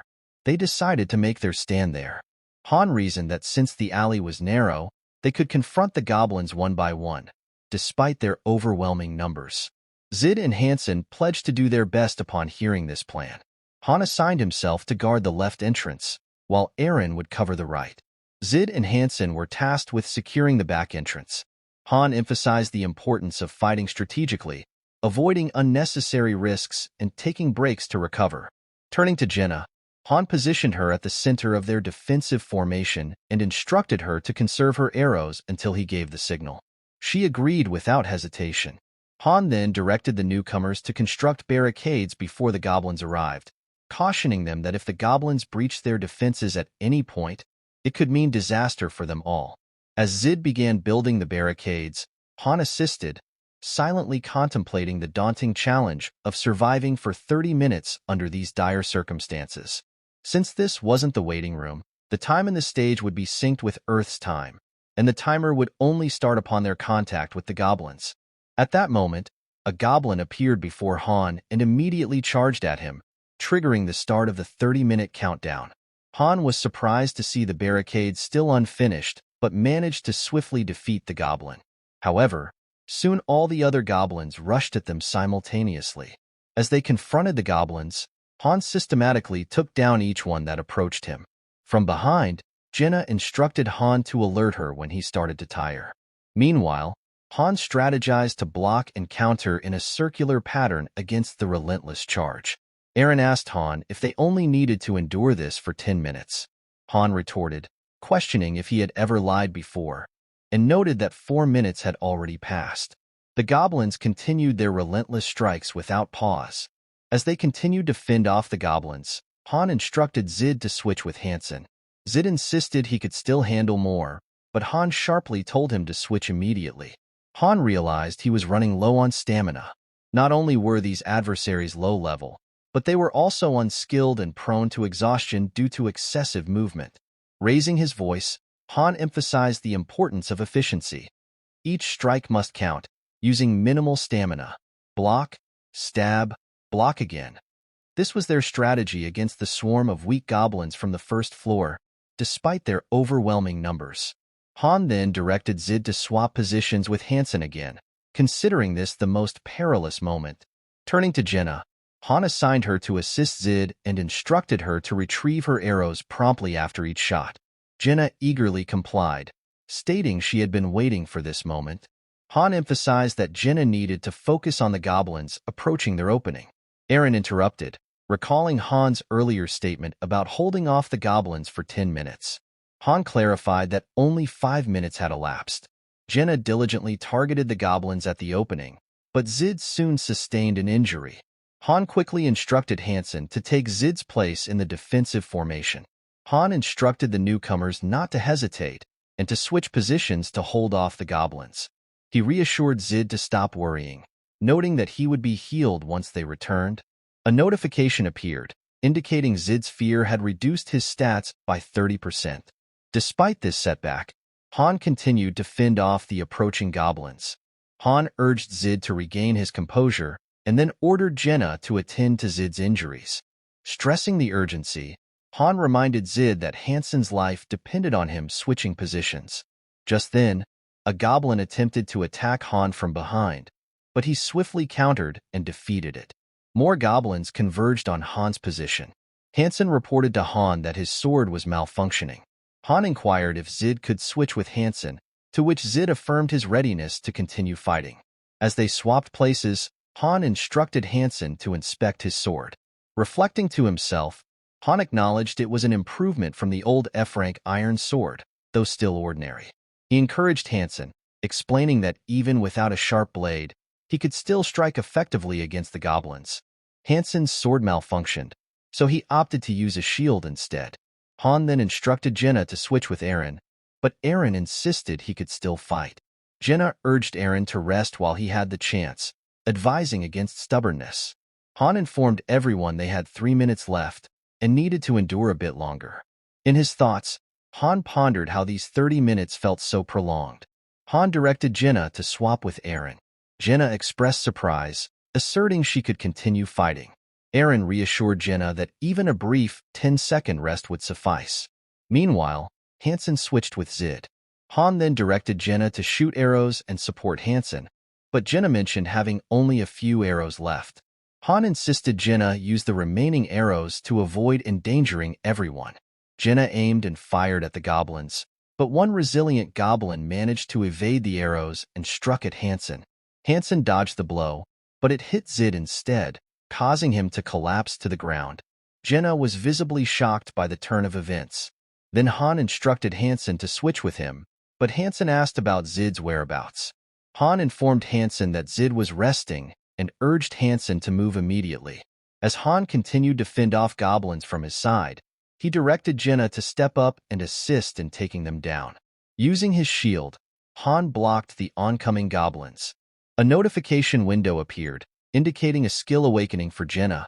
Her short sword skill had increased to level 3. Jenna queried Han about how much longer they had to endure. Han replied that he didn't have time to check the clock. They needed to focus on defeating the goblins. Meanwhile, Han's own skills had also improved. Shield proficiency increased to level 5, pain resistance to level 2, and composure to level 3. Despite these advancements, Han emphasized that their skill upgrades would be meaningless if they didn't survive this ordeal. Suddenly, Han sustained an injury. Hansen struggled to keep up with the onslaught of goblins and was eventually overwhelmed. Han swiftly ordered Jenna and Eren to stay close and move with him. Jenna, still concerned about Zid and Hansen, hesitated. Han sternly advised Jenna that if she wanted to mourn their comrades, she should do so after they survived. As they reached another alley, Han ordered Jenna to climb the building behind them. Jenna hesitated, saying she couldn't run away alone. Han dismissed her concerns, insisting he would follow her up. As the goblins closed in, Han instructed Eren and Jenna to focus on taking down one goblin at a time. Jenna reported that she had successfully climbed the building. Han then directed Eren to follow suit, while Jenna urged Eren to hurry and grab her hand. As they were about to reach safety, a goblin struck Eren's leg. Han swiftly dispatched the goblin, but Eren was injured and unable to continue fighting.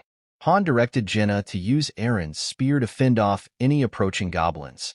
Facing the relentless onslaught, Han emphasized the need to prevent the goblins from climbing up. Failure here meant they had nowhere else to escape. In the midst of the struggle, Jenna accidentally dropped the spear and turned to Han for guidance. Han instructed her to kick the goblins away. Concerned about the time remaining, Jenna asked Han how much longer they had. Han reassured her they only needed to endure for another 30 seconds, though Jenna felt as if an hour had passed. Han urged Jenna to trust him and hold on a bit longer, emphasizing they truly had only 30 seconds left. Suddenly, a goblin grabbed Han's dagger. Han attempted to retaliate with his sword, but the goblin struck him first, critically injuring him. On the other hand, Jenna also got injured. Han was shocked, thinking it might be over for him. He wondered if he would die here, on merely the 5th floor. Han found it unfair, not understanding why he was struggling like this. Such a situation would never have happened on Earth. Suddenly, Han entered berserk mode and swiftly took down the goblins in front of him. He declared that it wasn't over, as they were only on the 5th floor, and there was no way he would be defeated here. Han single-handedly dealt with the goblins in front of him, his face serious and surrounded by an intense aura. He challenged the goblins to keep coming. A window appeared, stating that Han had awakened berserk skill. In this berserk state, breathing was difficult, and his whole body was in pain. Despite this, Han continued fighting the goblins, determined not to fall until every last one was defeated. However, as Han struck at the goblins with his sword, it broke. Undeterred, he charged at them with his half-broken sword. Then, as the timer hit 0, all the goblins stopped moving, and we see that the goblin was about to strike at Han. Jenna was stunned to see this unfold. Then the stage-clear window appeared, declaring Han as the MVP, and they received their rewards. Shortly after, they were teleported back. Another window appeared, stating that the Master had cleared the 5th floor and unlocked the daily dungeon. The Master was advised to gather materials and strengthen heroes in the waiting room. Han, Jenna, and Eren felt relieved that they had successfully cleared the 5th floor. Jenna started to cry in relief. She asked Han for a hand, and he helped her up. Jenna questioned whether they had survived, and Han reassured her that they did. Han observed that the waiting room indicator was rising, indicating they had cleared the 5th floor. Jenna remarked on how difficult it had been on the 5th floor already. Han explained that this time was unique. It was systematized so that if one of them failed to fulfill their role, they would all perish. He regretted not having trained Zid and Hansen more, realizing it wouldn't have been as difficult to survive if the party had been better prepared. They were unlucky to face such a challenge at their weakest state. Jenna looked saddened upon hearing this. As they returned, Dyke greeted them and mentioned that Big Sister Chloe had prepared some delicious food. Dyke then asked if Zid and Hansen were still in the portal. Han informed Dyke that both had died. Dyke was shocked to hear this news. Then the scene shifts to Han's room, where he lies on his bed. Han reflects that he has no intention of being sentimental over someone's demise, considering it a common occurrence for those on the front line climbing this tower. Now thinking about it, Han realizes he has acquired the berserk skill. He knows that composure and berserk cannot coexist. It's a 100% error. Composure helps him hold onto his sanity, while berserk sacrifices sanity for increased power. Han suspects it may be related to being both a master and a hero, but he pushes these thoughts aside for today. Tomorrow will bring busy tasks, so today he should rest. The scene then shifts to the next day at the training ground, where Jenna is training diligently. Han asks Jenna why she's always later than him, suggesting she sleeps late. Han inquires if something happened. Jenna confides that she doesn't want to be taken down. Han privately notes that Jenna gained some skills through combat yesterday and acknowledges her talent and effort. Compared to Jenna, Eren went through all that trouble and wasn't able to gain a single skill. Han's growth is limited to 5, which is expected for a 3-star. Now at level 9, Han considers that reaching level 10 soon, the maximum for a 1-star, means it's time to aim for advancement to 2-star. Jenna, impressed by Han's abs, teasingly tells him to move away. Sulking, Jenna comments that his abs won't disappear. Han calmly puts his shirt back on, inwardly noting that the more he sees Jenna, the less he believes her. He finds it hard to believe Jenna is acting like this after their recent experiences.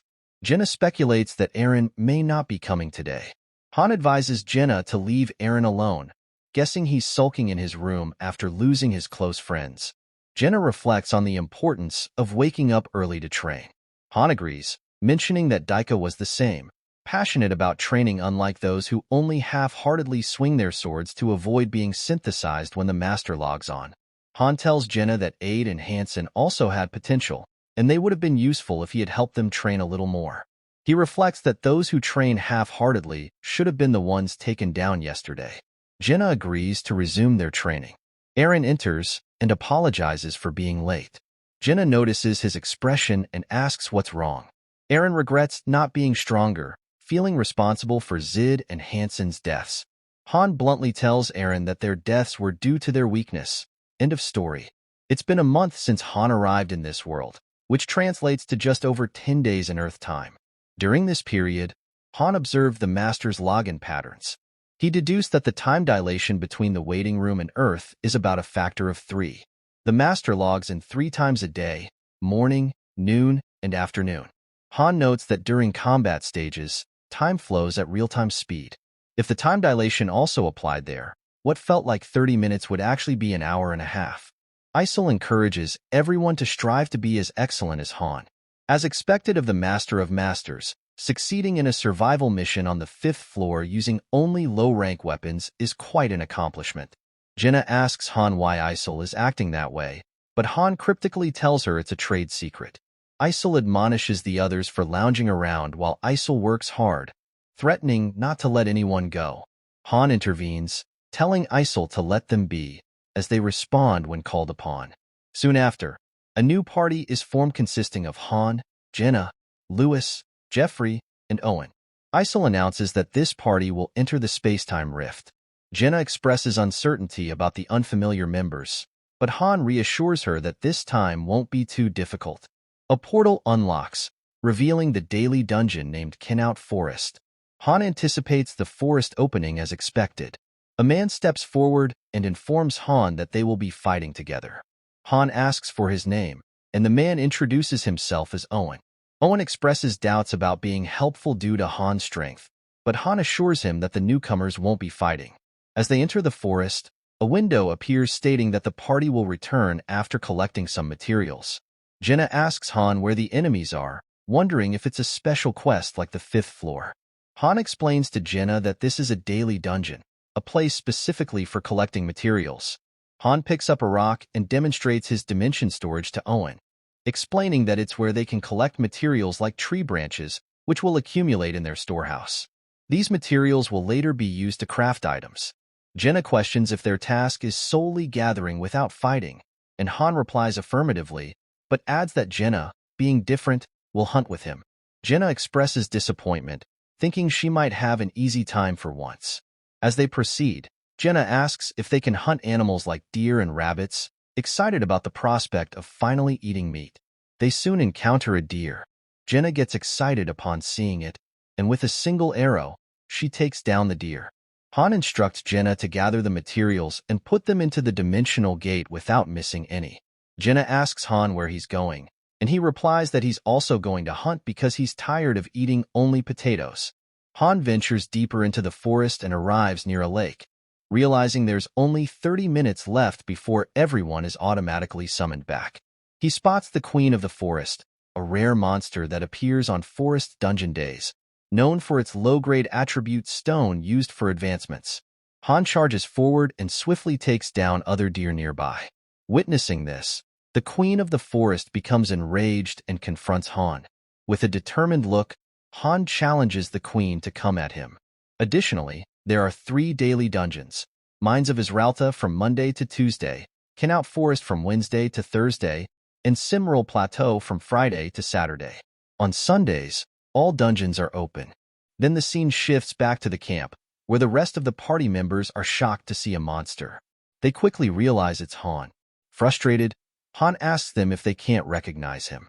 Jenna, surprised to see a deer so large, exclaims, and Han, exhausted, asks her for help. He then inquires how many animals Jenna has caught.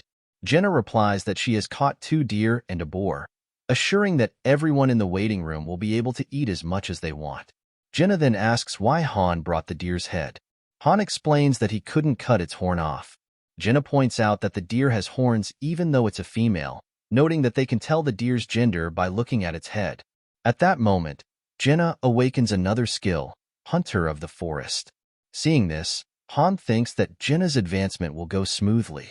Han has also acquired a low-grade wind attribute stone, rank D, which is filled with the aura of the forest and is used in crafting various items and advancing heroes.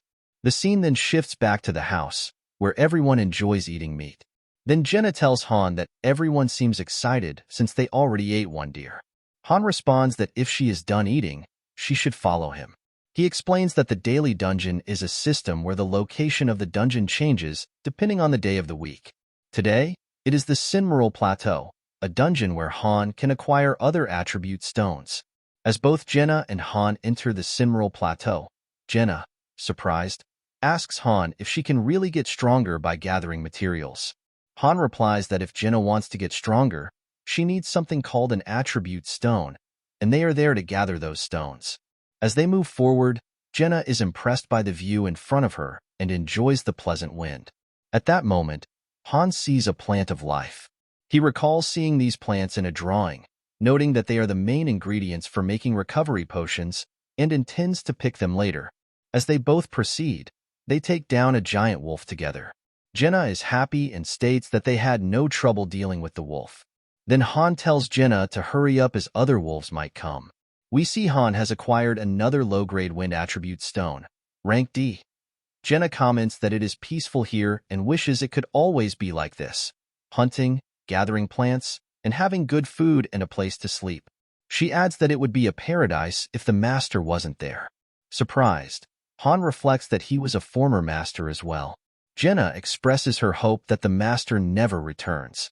Hearing this, Han wonders if the guys in Niflheim also thought it would be better if the master didn't come. He then asks Jenna if she doesn't want to fight, reminding her that fighting on the front line isn't everything, and she doesn't need to worry about being synthesized. Jenna then asks if Han is going to give her another place. Han replies that if the situation improves, there is nothing he can't do. Jenna then asks Han why he is not taking on other roles, and hearing this, Han couldn't help but smile. Then the scene shifts to a few days later. The party has reached Floor 6, and the quest type is Exploration. Their objective is to investigate an unknown location, and Daika has also joined Party 1. Daika states that he is looking forward to working with Han and the others. Aaron notes that it seems they are not doing a daily dungeon today. Han explains that it's another quest that rarely appears. Aaron informs Han that he doesn't see any enemies and wonders if it could be the same as the 5th floor. Han tells Aaron not to raise his voice and orders everyone to keep their heads down and stay low. Hearing this, the trio lies on the ground. Frustrated, Han states that he told them to stay low, not lie down. Han then tells everyone that it seems clear, and they will succeed if they just fulfill the conditions.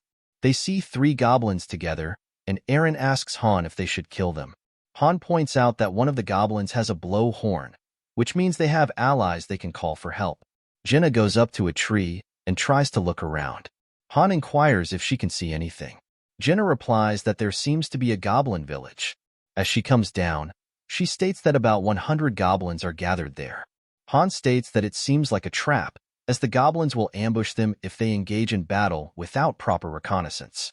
He then tells Jenna to shoot the goblin on the right, and Eren to take down the goblin with his spear that Han will lure in. Daika will help them if anything happens. Jenna takes down one goblin with her arrow, and Eren takes down the second one with his spear. As the third goblin is about to blow the horn, Han steps forward and kills the goblin with a single strike. A window appeared stating that the stage is clear and Han is the MVP. Daika asks Han if the stage is over. Han replies, "Not yet." He then states that he will go take a look around and runs toward the other side.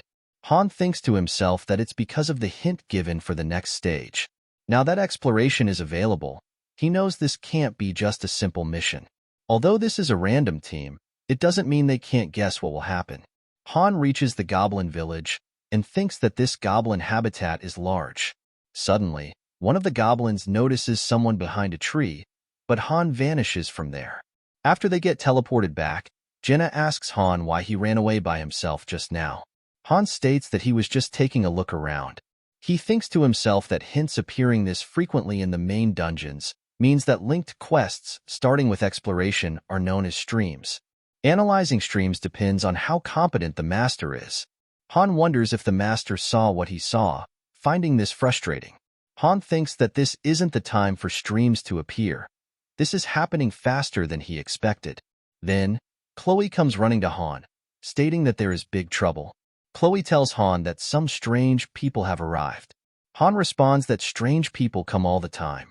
Chloe further explains that these people feel different, they have weapons, and something about them is off. Han realizes they must be high-ranking heroes. A window appears stating that the pulverizing wolves mercenaries have arrived, and a strong link can be sensed between the 5 summons. Han asks Isol if the master used money.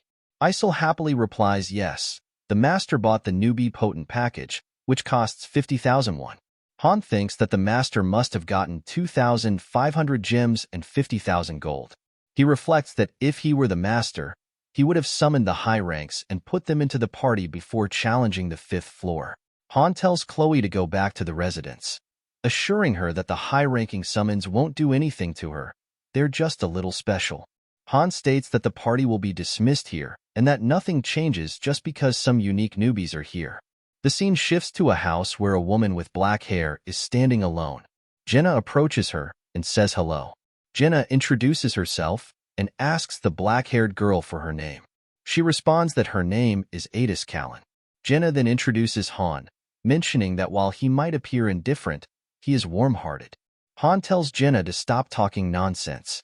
Han sees Adis's status window, which shows that Adis is a 3-star, and her class is Thief. Noting her stats, Han thinks that, as expected of a 3-star, Adis already has a class. She has typical Thief attributes, low strength and HP but high agility, and she is more suited to daggers than bows. Han tells Adis that he would like to talk with her if she has time.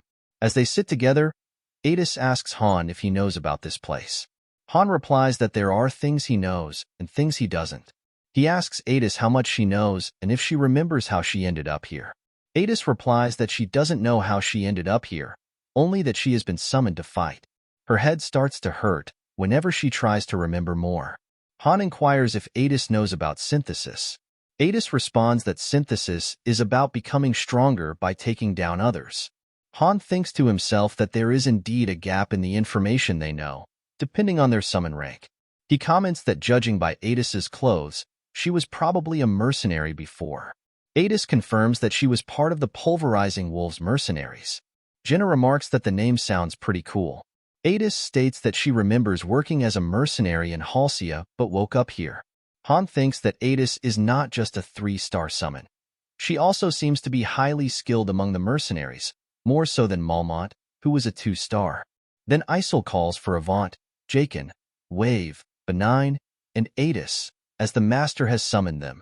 Han tells Adis that the plaza is calling for her and her friends. One of Adis's team members, a yellow-haired guy, comes out, asking who called for him.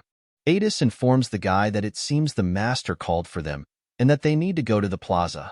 The yellow-haired guy grabs some meat and goes outside. Seeing this, Chloe comments that the guy took a whole drumstick and that if she and the others had used it for cooking, they could have fed 5 people with it. Frustrated, Jenna tells Han to ask the guy to give it back, but Han tells Jenna that they should head to the plaza instead.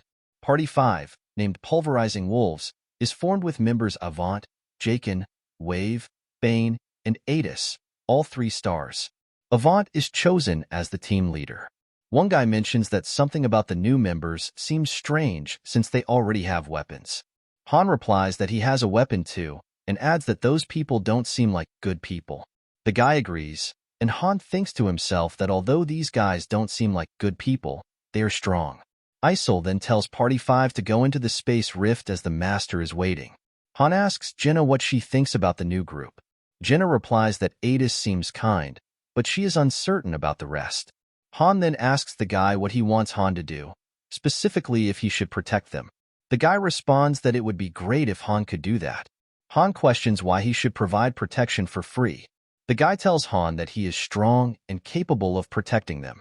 Han retorts that it was the guy himself who slacked off during training, so why is he asking for help now? He notes that none of these people are even close to Daika's level. All they did was act like they were training and eat the meat that Jenna hunted, even though they could have used their free time to learn skills from Chloe or the artisans. With a serious expression, Han tells the guy to leave before he gets angry. The scene then shifts to the Pulverizing Wolves party members, Avant, the leader, Jakin, the yellow-haired guy, Adis, and the last 2, Wave and Bane. As the others leave, Han notices Aaron's expression and informs him that while Aaron was injured and on the front lines, these others were slacking and sleeping. Thus, Aaron shouldn't pity them. Han then sees that Daika's face is injured and asks if he had just fought. Daika inquires how Han knew, to which Han replies that it's obvious given the cuts and bruises on Daika's face. Aaron adds that it was just a simple duel, as there was a request for it. Hearing this, Han tells both Daika and Aaron to go and rest. Han then asks Jenna why she isn't going in. Meanwhile, Party 5 has cleared the stage. Jakin confidently states that the monsters were just weaklings, and Wave comments that he can't believe it was only goblins, which wasn't even enough to excite him. As they move forward, Avant, with a serious expression, asks about Han's identity. Han responds that it is none of Avant's business. Angered, Jakin asks who Han thinks he is to speak so arrogantly. Jenna replies that it was Party 5 who first spoke casually to them. Avant then introduces himself as the captain of Party 5. Han introduces himself as well. Avant remarks that Han has a weapon too, and asks if he is a mercenary. Han replies that he is not. He is a farmer. Avant then inquires if the people gathered here are everyone present. Han confirms that they are. At that moment, a window appears stating that the master has started 10 consecutive summons. Han wonders about the sudden influx of 10 summons. We see that the master has begun synthesizing. Han reflects that there must be a reason for the summons.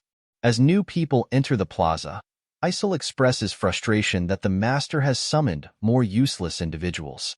Isol then states that the master has ordered Jakin, Diamond, and Lexigil to go into the synthesis center.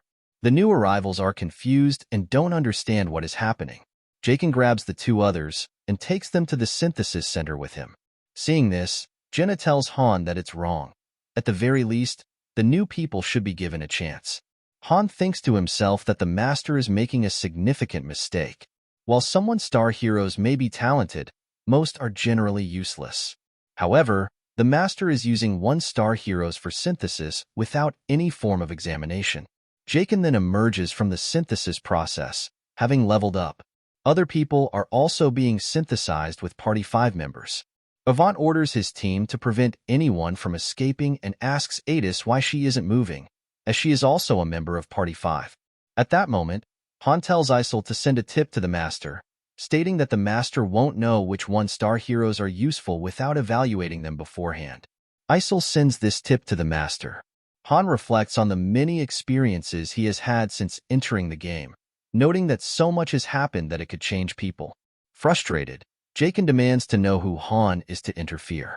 Han replies that he was merely giving advice to the master. He then asks Jaken why he is unhappy. Jaken attempts to strike Han, but Jenna shoots an arrow that narrowly misses Jaken. Jenna claims she missed on purpose.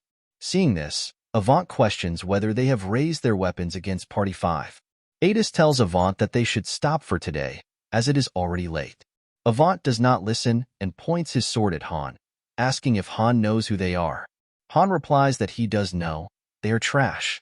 Enraged, Avant hears a window appear, stating that Party 4 members, except Adis, have shown hostility towards Han. Party 5 takes note of the relationships between heroes.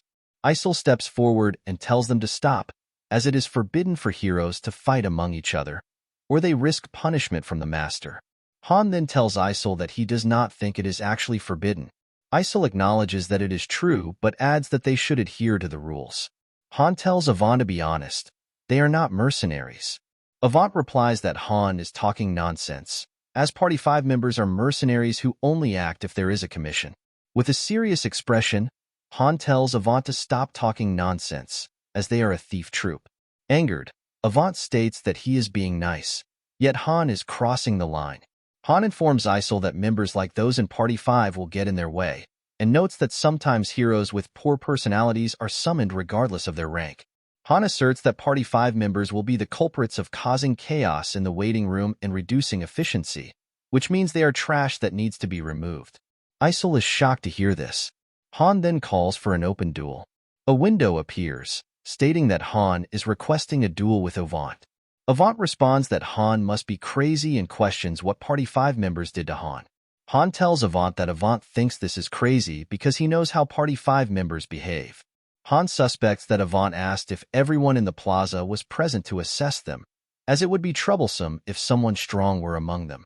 Han explains that Party 5 decided no one here was strong enough, and even if they synthesized with a new 1-star, it wouldn't be sufficient. Avant then asks if Han is suggesting that everyone here will be synthesized. Shocked, Jenna asks Han what he is saying. Han replies that if he wins, he will synthesize with Avant, and if Avant wins, he will synthesize with Han. Avant agrees to the duel and the condition for synthesizing, and he draws his sword, stating that this is interesting. Han orders Jenna to take the others and go to the residence. Jenna asks if Han will be okay alone. Han replies, questioning whether Jenna thinks he will lose. Jenna smiles and agrees that Han is right. Before the duel begins, Han informs Avant that the duel will end when one of them surrenders. Avant agrees with this condition. Han then instructs Isol to conceal their presence so that the other members of Party 5 do not interfere. Isol, worried, asks Han if he will really be all right. Meanwhile, Avant wastes no time and charges at Han with full force. Han reflects that focusing on Avant might not have been a bad idea, considering Avant's stats, level 2, with strength close to 20, and beginner swordsmanship already at its 3rd stage. At that moment, Han enters Berserk mode, causing all his stats to increase. As Avant swings his sword, Han dodges and grabs Avant's hand, driving him into the ground. Han then draws his sword and declares that it is perfect for someone who doesn't know their place. He strikes Avant with his sword and demands that Avant surrender. Han cannot hear Avant clearly and tells him to speak properly. Wave steps forward and tells Han to release Avant, as Han has already won. Han questions Wave, asking if they were planning to let people go after synthesizing them.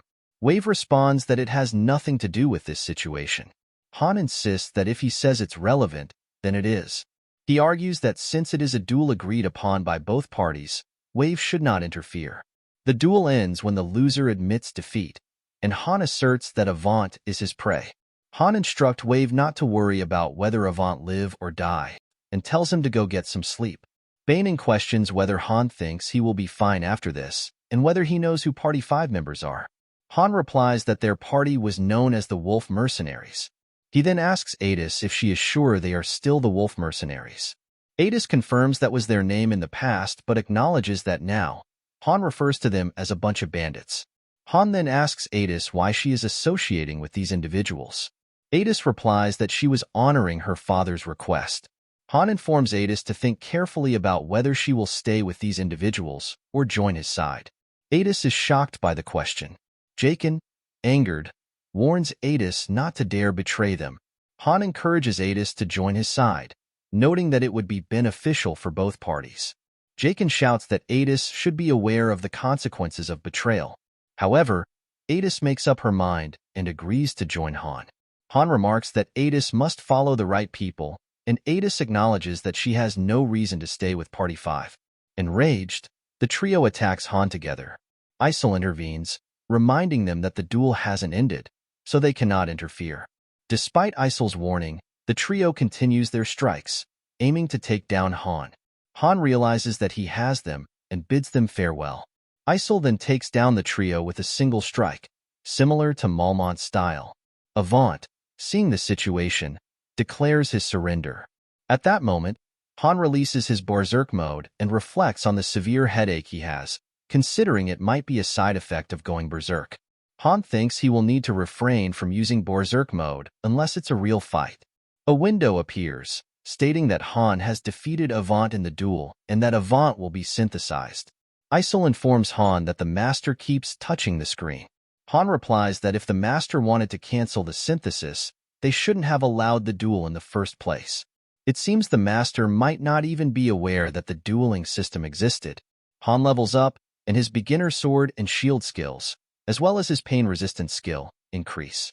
Han notes that it's not a bad feeling. Isol, worried, asks what they should do, given that the Master might fold after losing the first summoned premium heroes without properly assessing them. Han responds that if the Master did that, it would be like folding to Han. After Han synthesizes with a 4-star hero, a window appears stating that the hero has reached the level limit, and if the Master wishes to continue leveling up, they should raise the hero's rank. Han reflects that it's unfortunate, considering how the Master summoned 10 free heroes merely for the purpose of synthesis. The Master must have been greatly looking forward to this, but everything went sideways. Han thinks that if these types of individuals keep appearing, the waiting room will struggle to operate efficiently, and the Master will eventually appreciate Han's actions. Han is now at level 10 and is approaching 3-star status through synthesizing. Han has earned MVP in almost every battle. Han reflects that if the Master is foolish enough to continue challenging him in this scenario, climbing the tower would become impossible. Han wonders what the Master will do next and feels that if the Master is going to confront him, he should bring his best effort. The scene shifts to the next day, where everyone has gathered to thank Han. Daika happily states that Han is amazing. Han, frustrated, asks Jenna if she was responsible for this and tells her not to say anything unnecessary. However, the crowd and others express their gratitude, stating that they heard Han was the one who took down those who threatened them. They are pleased that Han dealt with the situation for them. Han tells them that they might be misunderstanding something. The crowd replies that they already know but still want to thank Han, as they survived thanks to him. Han explains that the people he saved were just newcomers and had no relation to those who were already here. The crowd asks what Han means, and Han replies that the Master is completely enraged. At that moment, Isol calls out Lewis, Jeffrey, Owen, Andio, Arnold, and even Duncan. These 6 people come out into the plaza. Han notes that this person is quick to read the situation, which is why he was able to act so promptly. The guy tells everyone to calm down, explaining that they will be hunting goblins as usual. Jenna points out that if it were the standard party formation, the Master would only call 5 people, but 6 have been summoned. She wonders what this is for. Han replies that it must be for synthesis. The crowd is shocked to hear this, and the leader of the group asks Han what he means, insisting they did their utmost best. Han asks Eren and Daika if, from their perspective, these people really worked that hard. Both Eren and Daika, who spent all day at the training grounds working diligently, question what these individuals did. Han then asks Jenna if they ever provided proper assistance during her hunts. Jenna replies that the group only carried the meat and leather from her hunts. At that moment, a bald man steps forward to confront Han, but Han quickly takes him down with a single kick. Isol then arrives and tells everyone whose names were called to step forward, reminding them that just because Isol forgave them once doesn't mean they are exempt from the consequences. They stopped responding to Isil's commands, leaving everyone stunned. Jenna asks Han who the master will be synthesizing these people with. Han replies that it will probably be Adis, as Adis was just summoned and is at a low level, making it the right choice. Han's assessment proves accurate when these people are synthesized with Adis, increasing her level and granting her a new skill called Disarm Trap. Han tells the crowd that it doesn't matter who they were before coming to this place. He emphasizes that people shouldn't expect to rely on others and that no one will protect them. To survive, they must prove their worth. Everyone is shocked by this statement. Han then orders Chloe, Enoch, Walter, and Patrick to teach anyone who is interested in their craft. Walter notes that blacksmithing is not something easily learned. Han responds that if they have the will, they will be able to learn on their own. He adds that if they engage in a fight with Walter, they should come to him. Han instructs that if anyone wants to learn hunting, they should train with Jenna, and if they wish to learn woodworking, they should go to Enoch. There are always paths to survival, and these new individuals have yet to contribute meaningfully. Jenna comments on Han's politeness, noting that he has taught everyone a method of survival. Han reflects that Jenna's assessment is correct. If these people follow his guidance, they won't be synthesized, but even if it weren't today, they would have eventually been dealt with. As the 10th floor approaches, a second party will become necessary, one that is powerful enough to rival the main party, rather than just a nominal subgroup. The scene shifts to the next morning, where Chloe greets Han. Han inquires about the item in Chloe's hand, and Chloe explains that it is bread. A new woman, who claimed to be a baker, made it. Han remarks that he doesn't recall bread being a readily available item in the cafeteria. Chloe replies that she made it by grinding potatoes into powder. Han acknowledges that increasing food options will help reduce the stress in the waiting room. He suggests that there should be wheat in the daily dungeon, the Sinmeral Plateau, so they can obtain it themselves. Han then goes to Adis's room and instructs her to follow him to the training grounds. Upon arriving, Han orders Jenna to spar with Adis using daggers. Jenna protests, noting that her primary weapon is a bow, but Han tells her to stop complaining. Without further delay, Jenna charges at Adis with her dagger at incredible speed. Adis struggles to dodge Jenna's strikes and is surprised by the strength of someone so young. Jenna responds that she is not a child but is old enough, and she almost hits Adis. Adis then becomes serious, and the sparring continues. After a few moments, Adis is defeated. Adis asks Jenna if she and Han were mercenaries or if Jenna was part of a famous martial arts clan. Jenna replies that she is neither. She is just the average daughter of an average hunter. Initially, both Han and Jenna were not as strong as they are now. They were probably much weaker than Adis. However, through rigorous training here, they have become significantly stronger. Han remarks that if the party 5 members had worked as diligently as they should have, he might also be in trouble. Although Adis may be weaker than both Han and Jenna at present, her superior skills and growth rate, compared to other one-star heroes, will enable her to rapidly close the gap as she levels up. On the other hand, Eren exclaims that it is unfair. Despite his hard work, he cannot catch up to Jenna and Han. Regardless, Han advises Adis that she can grow stronger based on her effort and should not slack off in her training, irrespective of her past. Adis acknowledges this and assures Han that she will keep his advice in mind. The scene shifts to the following day, where more people have begun training with Eren. Han reflects that this increase in activity might be a result of the mass synthesizing that occurred the previous day. Although there are more people present, the numbers are still relatively modest. Han notes that if individuals wish to avoid being synthesized, they must enhance their own value. However, the number of slots available at each facility is limited to 2 supporters, meaning the rest will likely face synthesis. Han observes a man training and approaches him to inquire about his name. The man introduces himself as Erzher and mentions that he has heard about the Master and the purpose of their summoning. He also recalls Han's comments from the previous day. Han compliments Erzher's form and asks what he did before arriving here. Erzher explains that he was a porter for a mercenary group, handling tasks such as carrying luggage, standing guard, and setting up camp. Han notes that Erzher seems capable of fighting, to which Erzher responds that he aspires to be a mercenary. Han instructs Erzher to raise his sword. Han wanted to determine if Erzher had the potential to become a mercenary. That night marked the beginning of thinning out the newcomers. The master showed no regard for their preference for supporter roles. Aaron volunteered to participate but was not accepted. Consequently, 2 individuals died, and 2 others were synthesized. Ershur underwent synthesis and advanced to level 3. As usual, the remaining individuals proceeded to the daily dungeon. The mine, where the fire attribute stone could be obtained, remained closed. At dawn the next day, Han summoned everyone to the training grounds. Jenna asked Han why they were called so early, noting that she was still sleepy. Han inquired if anyone knew the reason for the early meeting.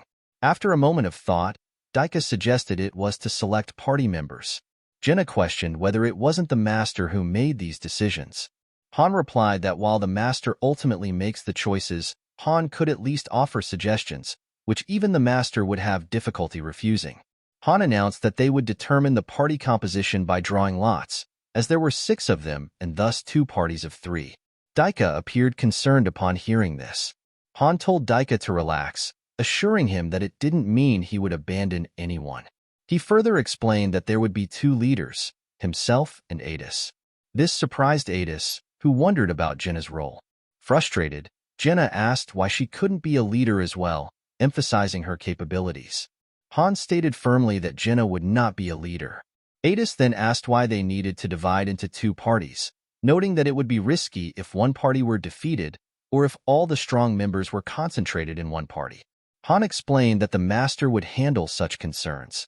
He pointed out that the situation on the 5th floor demonstrated how significant skill gaps could endanger an entire party. Zid and Hansen had struggled, putting the whole team at risk. If they could clear a floor with a single party, they wouldn't need to split up, but for quests and special missions, they would likely need larger teams, sometimes numbering 10 or even hundreds. It would be problematic if they didn't ensure that everyone in the party was adequately leveled. Additionally, a sub-party needs to be established as a contingency in case the main party is taken down. Han reflected that he had previously selected members randomly, but there are rules regarding paid summoning. He hoped the master would understand this soon. Han then took out 2 pieces of colored paper, explaining that red would go with him and blue would go with Adis. He emphasized that there was no need to be either happy or disappointed, as whether they were with him or Adis would make no difference.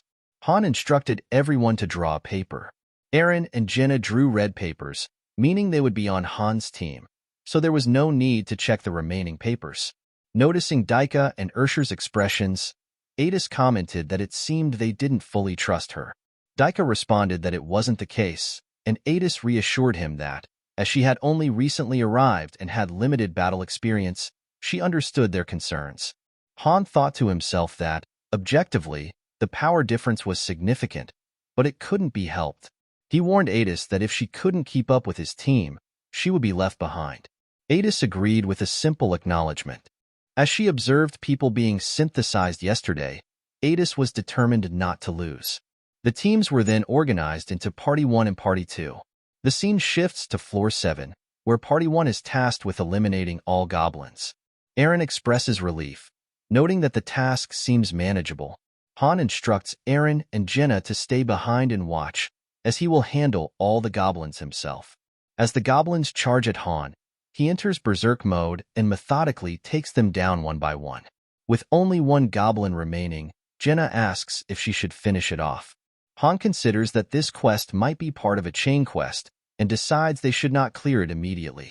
He tells Jenna to leave the last goblin, as it poses no threat with only 1 remaining, and they should start their search. The unique features they encounter are rain, a river, and a collapsed dam. Party 1 successfully clears the stage, with Han being named MVP.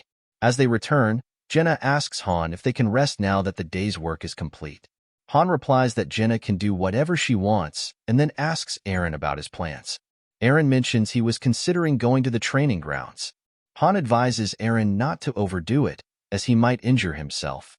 At that moment, Han senses something and instructs Aaron to stay put. A window then appears, announcing that a newbie potent package has been selected. Han tells Jenna to retrieve the drawing papers from his room, as they should be on the table. He also asks Aaron to bring Adis here, as new arrivals are expected due to the master starting a premium summoning. Han thought to himself that he anticipated the master would make such a move. Although some players never pay to win, it is rare for anyone to pay just once. When players first start the game, they tend to stay and enjoy it, captivated by watching high-level AI grant heroes autonomy and fascinated by their reactions during stage clears or synthesis. New players find it interesting to see heroes' responses, the fun of supporting them, giving orders, developing strategies, and engaging in PvP. As players climb the tower and upgrade the waiting room, the content increases and heroes' behavior evolves. 2 premium summons then appear through the door. Both are rare 3-star heroes, Ivalka and Roderick. Roderick inquires about the presence of the other people, while Ivalka, confused and unfamiliar with her surroundings, trips on her dress and falls to the ground. At that moment, Jenna enters, bringing the drawing papers. Seeing Ivalka on the ground, Jenna asks Han what she is doing there. Han tells Jenna not to worry about it, as Ivalka will get up when she needs to. Han notes that he doesn't quite understand Ivalka's outfit. Adis informs Han that Ivalka is a noble. Adis adds that, after spending a long time as a mercenary, she finds Ivalka to be an immature lady and is uncertain how Ivalka ended up here. Ivalka, hearing this, becomes embarrassed. Han reflects that Roderick has already grasped the core concepts of summoning and synthesis, much like the Master, but lacks knowledge about levels and skills. Roderick, who is a guard in a large city, feels a strange sense of duty but has no other notable characteristics. Roderick mentions that it feels as though he is under hypnosis and questions whether he must stay here and fight against unknown enemies. Han confirms that he does and adds that he will provide more details after the draw. Adis and Han will draw lots for recruitment. If Adis pulls the blue, she will take Roderick. If she pulls the red, she will take Ivalka. Han considers the decision between a veteran guard with extensive experience and an immature noble lady. It's obvious who the better choice is. Han tells Jenna to bring the drawing paper. As Jenna brings the paper, Han realizes that if the right side is red, then the left side must be blue. Frustrated, Han wonders if Adis has already seen this. Jenna then instructs everyone to pick a paper. Han quickly grabs one from the left side. At that moment, Ivalka uses fire magic, which surprises Han. It turns out that both Adis and Han have picked blue papers. Han tells Adis to let go, and Adis reciprocates. Han asks Ivalka if she is a magician, and it is confirmed that Ivalka is indeed a magician with an intermediate flame magic skill. Adis suggests that Han should be a nice guy and yield, as having a magician in her party would perfect their balance. Han replies that it's unfortunate, as he doesn't know what being nice means. Meanwhile, Jenna is impressed by the display of magic.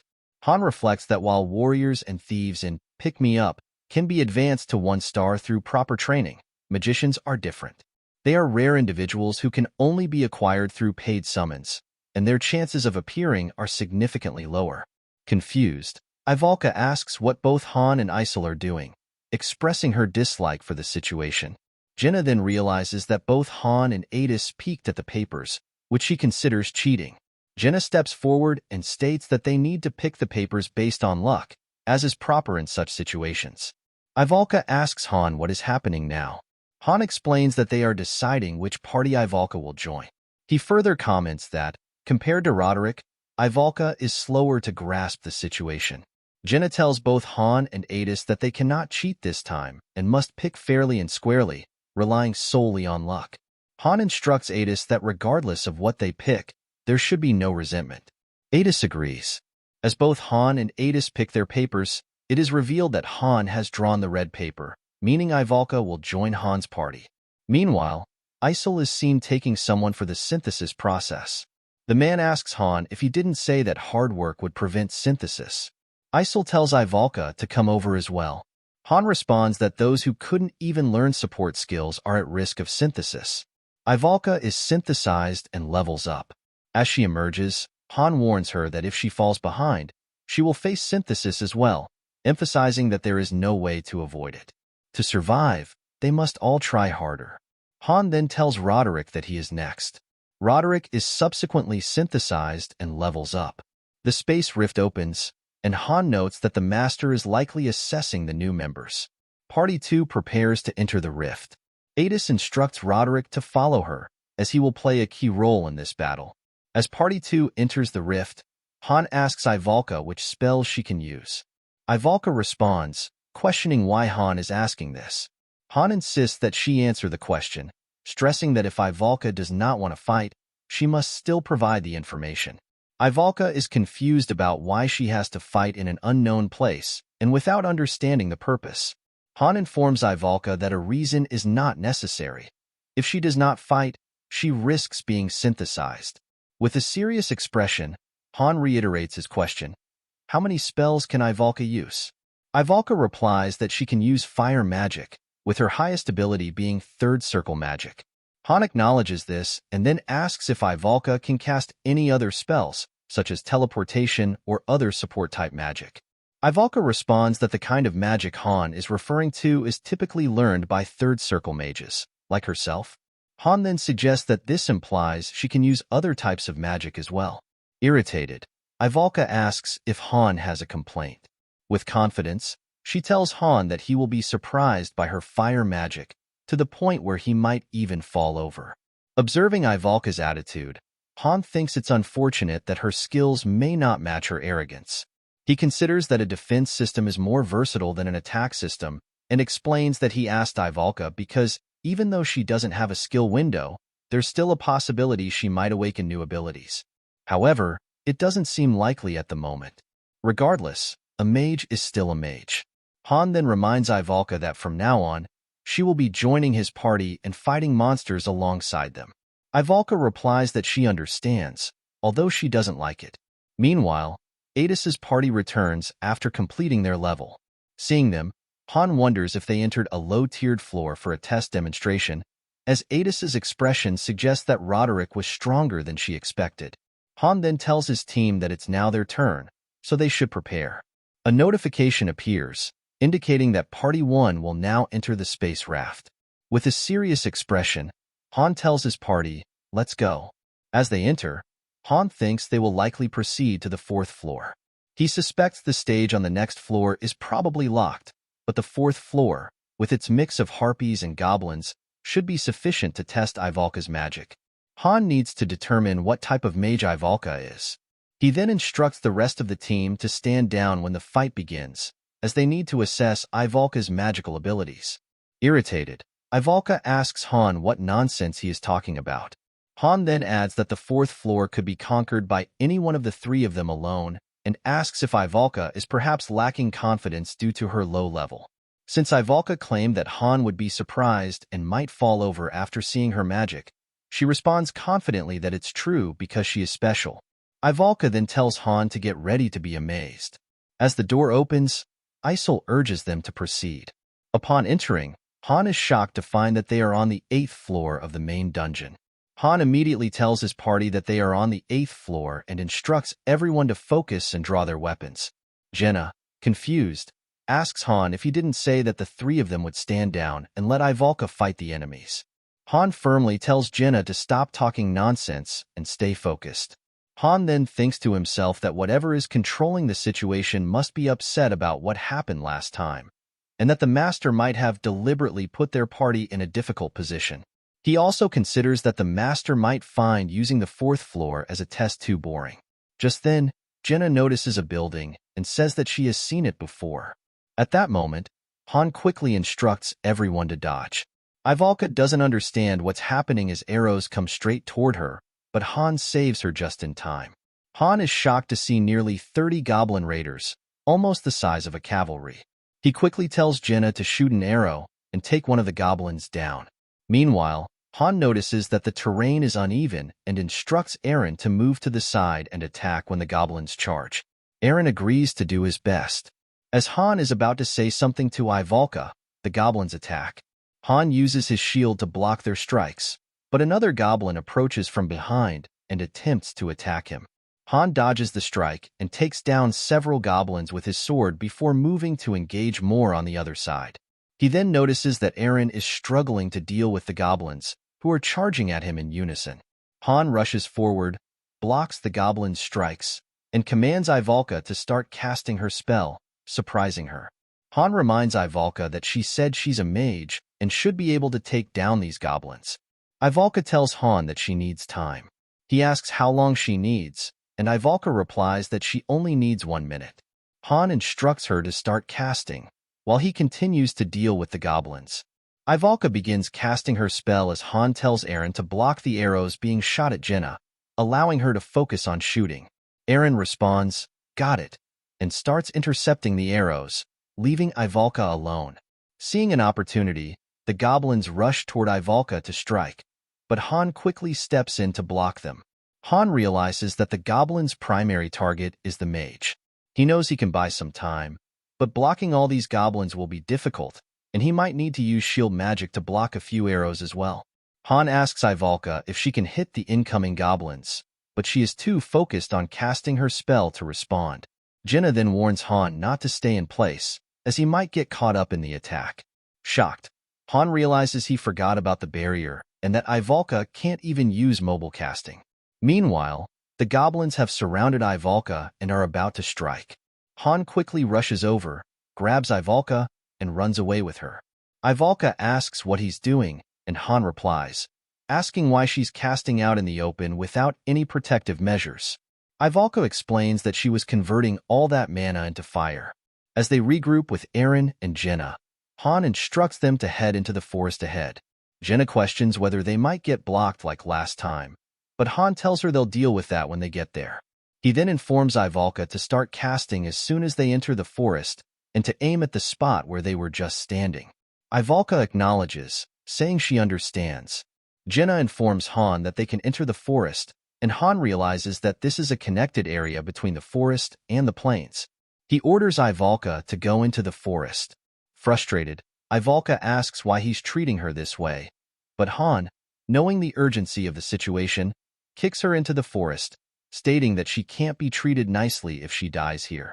Eren then urges Han to come quickly, warning that it's dangerous. Han tells them to wait in the forest and assures them he'll join them soon. He then enters berserk mode, thinking that this is the second time today he's had to use it, even though it's detrimental to his stamina. However, Han knows he needs to buy some time. He charges forward and blocks an incoming goblin strike with his shield. To his surprise, another goblin quickly closes the distance and strikes at him, but Han barely manages to dodge the attack. Realizing that another goblin is approaching, Han pushes his berserk mode to its full capacity and takes on the goblins together. More goblins then surge forward, and Han is struck from behind, causing him to lose his berserk mode and return to normal. Eren is stunned to witness this. As the goblin is about to deliver the final strike, Han swiftly uses his dagger to take down the wolf the goblin is riding, causing the goblin to miss his target. However, Han is now surrounded by goblins and wolves. Eren declares that he's coming to help Han. Han tells Eren not to leave the forest, assuring him that he'll hold back the goblins and bring them all at once. Eren should only fight the ones that cross over to his side. Han then wonders if Ivalka has finished casting her spell. Jenna informs him that Ivalka's casting is complete. With that, Han rushes toward the forest, the goblins in pursuit. He leaps into the air, dodging the goblins' strikes, and uses his full speed to sprint toward the forest. As he approaches, Han lunges downward just as Ivalka releases her spell, Ignite. Ivalka's spell hits the goblins directly, and Han uses his shield to protect himself. He is impressed by the strength of Ivalka's spell, and Eren and Jenna are equally surprised, as it's their first time witnessing magic. Han then points out that some goblins remain and orders Eren and Jenna to assist Ivalka in finishing them off. Both Jenna and Eren reply that they were waiting for his command. As Han faces the goblins' strikes head-on, he feels the weight of their attacks and realizes he's too tired, which is causing him to be pushed back. Han thinks that if he can't overpower the goblin with strength, he'll rely on his skills instead. He uses his shield to hit the goblin, and Jenna quickly shoots an arrow, taking the goblin down, proudly stating that she's getting really good. On the other side, Eren takes down a wolf, saying that if Han is tired, he'll protect him. Seeing this, Han smiles and remarks that Eren can act confident now. Just then, the remaining goblins charge at them together. Jenna jumps forward, dodges the goblin's strike, and uses her dagger to take it down.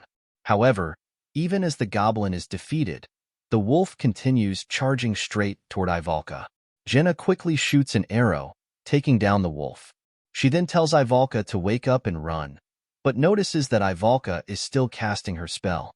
Realizing the danger, Jenna informs both Eren and Han to run away, as Ivalka's spell isn't finished yet.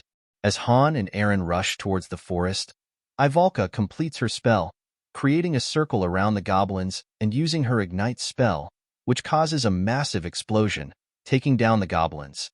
Han, shocked and shielding himself, thinks he might be in trouble. After the dust settles, Han looks around to see if it's over, but to his surprise, a few goblins come running toward him. Ivalka then casts her spell once more, causing another huge explosion that takes down all the goblins and leaves a massive crater in the ground. Han is stunned by the scene. A window appears, stating that the stage is clear and that Ivalka is the MVP of this stage. Both Ivalka and Eren have leveled up. As they return to the fortress, Eren is amazed to learn that Ivalka managed to take down more than 20 goblins with a single strike. He now understands the true power of magic. Jenna happily exclaims that it was incredible. Ivalka begins to laugh, noting that she had warned them they would all be amazed by her magic, as she is a witch of the rival countship. Suddenly, Ivalka collapses to the ground. Shocked, Jenna asks if Ivalka is all right. Han explains that Ivalka is simply lacking mana and cannot do anything while she is casting for 1 minute. The nearby party members need to continually focus on protecting her. Additionally, Ivalka is unable to use protective spells, and her strength, vitality, and dexterity are lower than those of a 1-star mage. Han recalls pulling many magicians back when he was a master. Han has worked with many mages, but Ivalka's type is practically unheard of. Such cases are extremely rare, and this isn't the first instance of encountering such a unique mage. Comparing Ivalka to a tank, it would be like removing the tread and armor while foolishly enhancing only the cannon. Despite this, Ivalka is undeniably powerful. The scene shifts to the next day, where Ivalka is arguing with Han.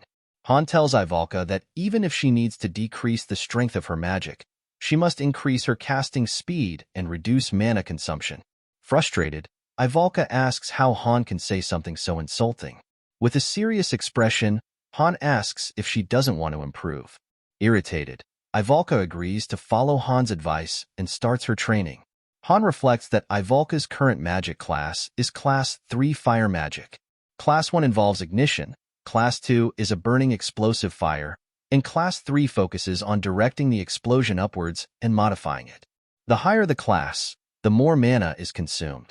While Ivalka's magic is powerful, Han knows that to manage her effectively, he needs to increase her efficiency. Han then tells Jenna to get started, thinking that they are slowly approaching the 10th floor. From morning till night, they need to exponentially increase the difficulty of their training. The usual training involves shooting arrows at Han.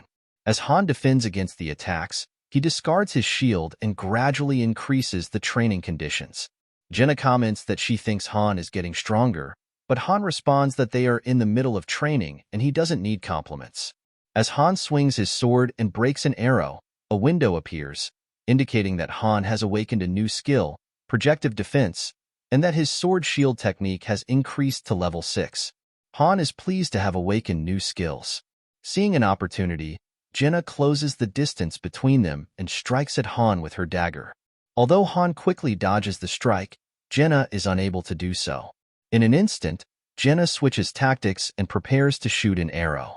However, Han is also able to point his sword at her, ending the duel. Han reflects that Jenna's origin is 1 star, but her potential and rapid learning are extraordinary. Without external support, Jenna would have been seriously underdeveloped. Han then tells Jenna that she did a good job. With a smile, Jenna reminds Han that he said there was no need for compliments during training.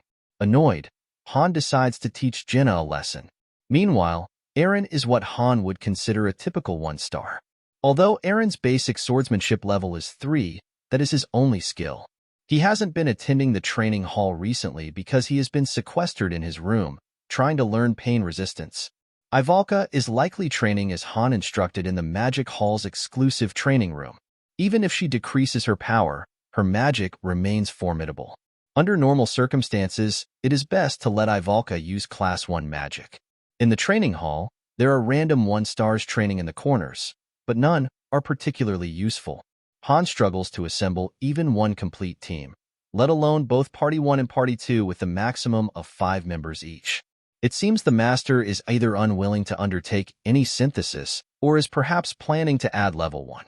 The scene then shifts to the next day, where Adis's party returns after entering the 9th floor. Upon seeing Adis and his party, Han notes that they appear to be seriously injured. He then asks Adis about the mission. Adis replies that it was to subjugate a goblin village, which contained around 50 goblins.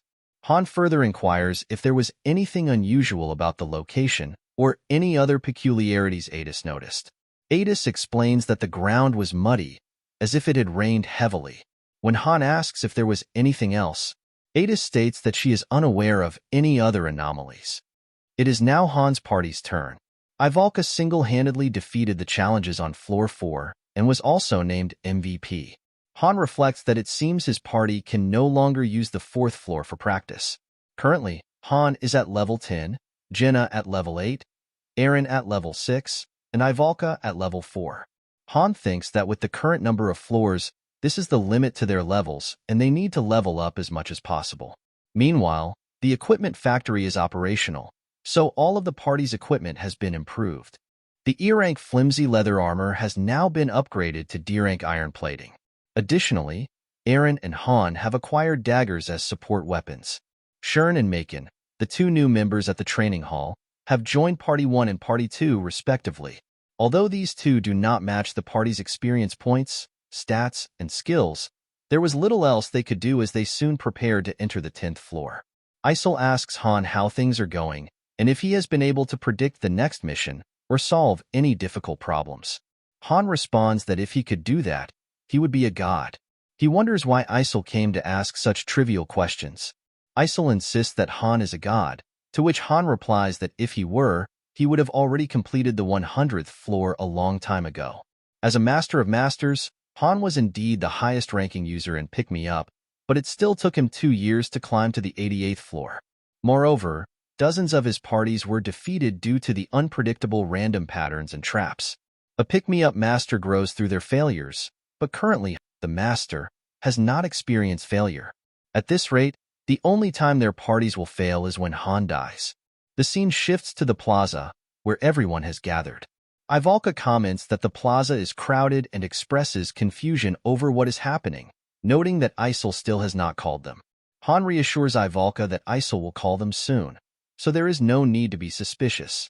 Han reflects that it has been 30 minutes since the Master logged in, and the Master's silence suggests he is contemplating whether to challenge the 10th floor or wait a bit longer. The last party members to join have not yet adjusted, and Han has not been promoted despite reaching his level 10 limit as a 1-star.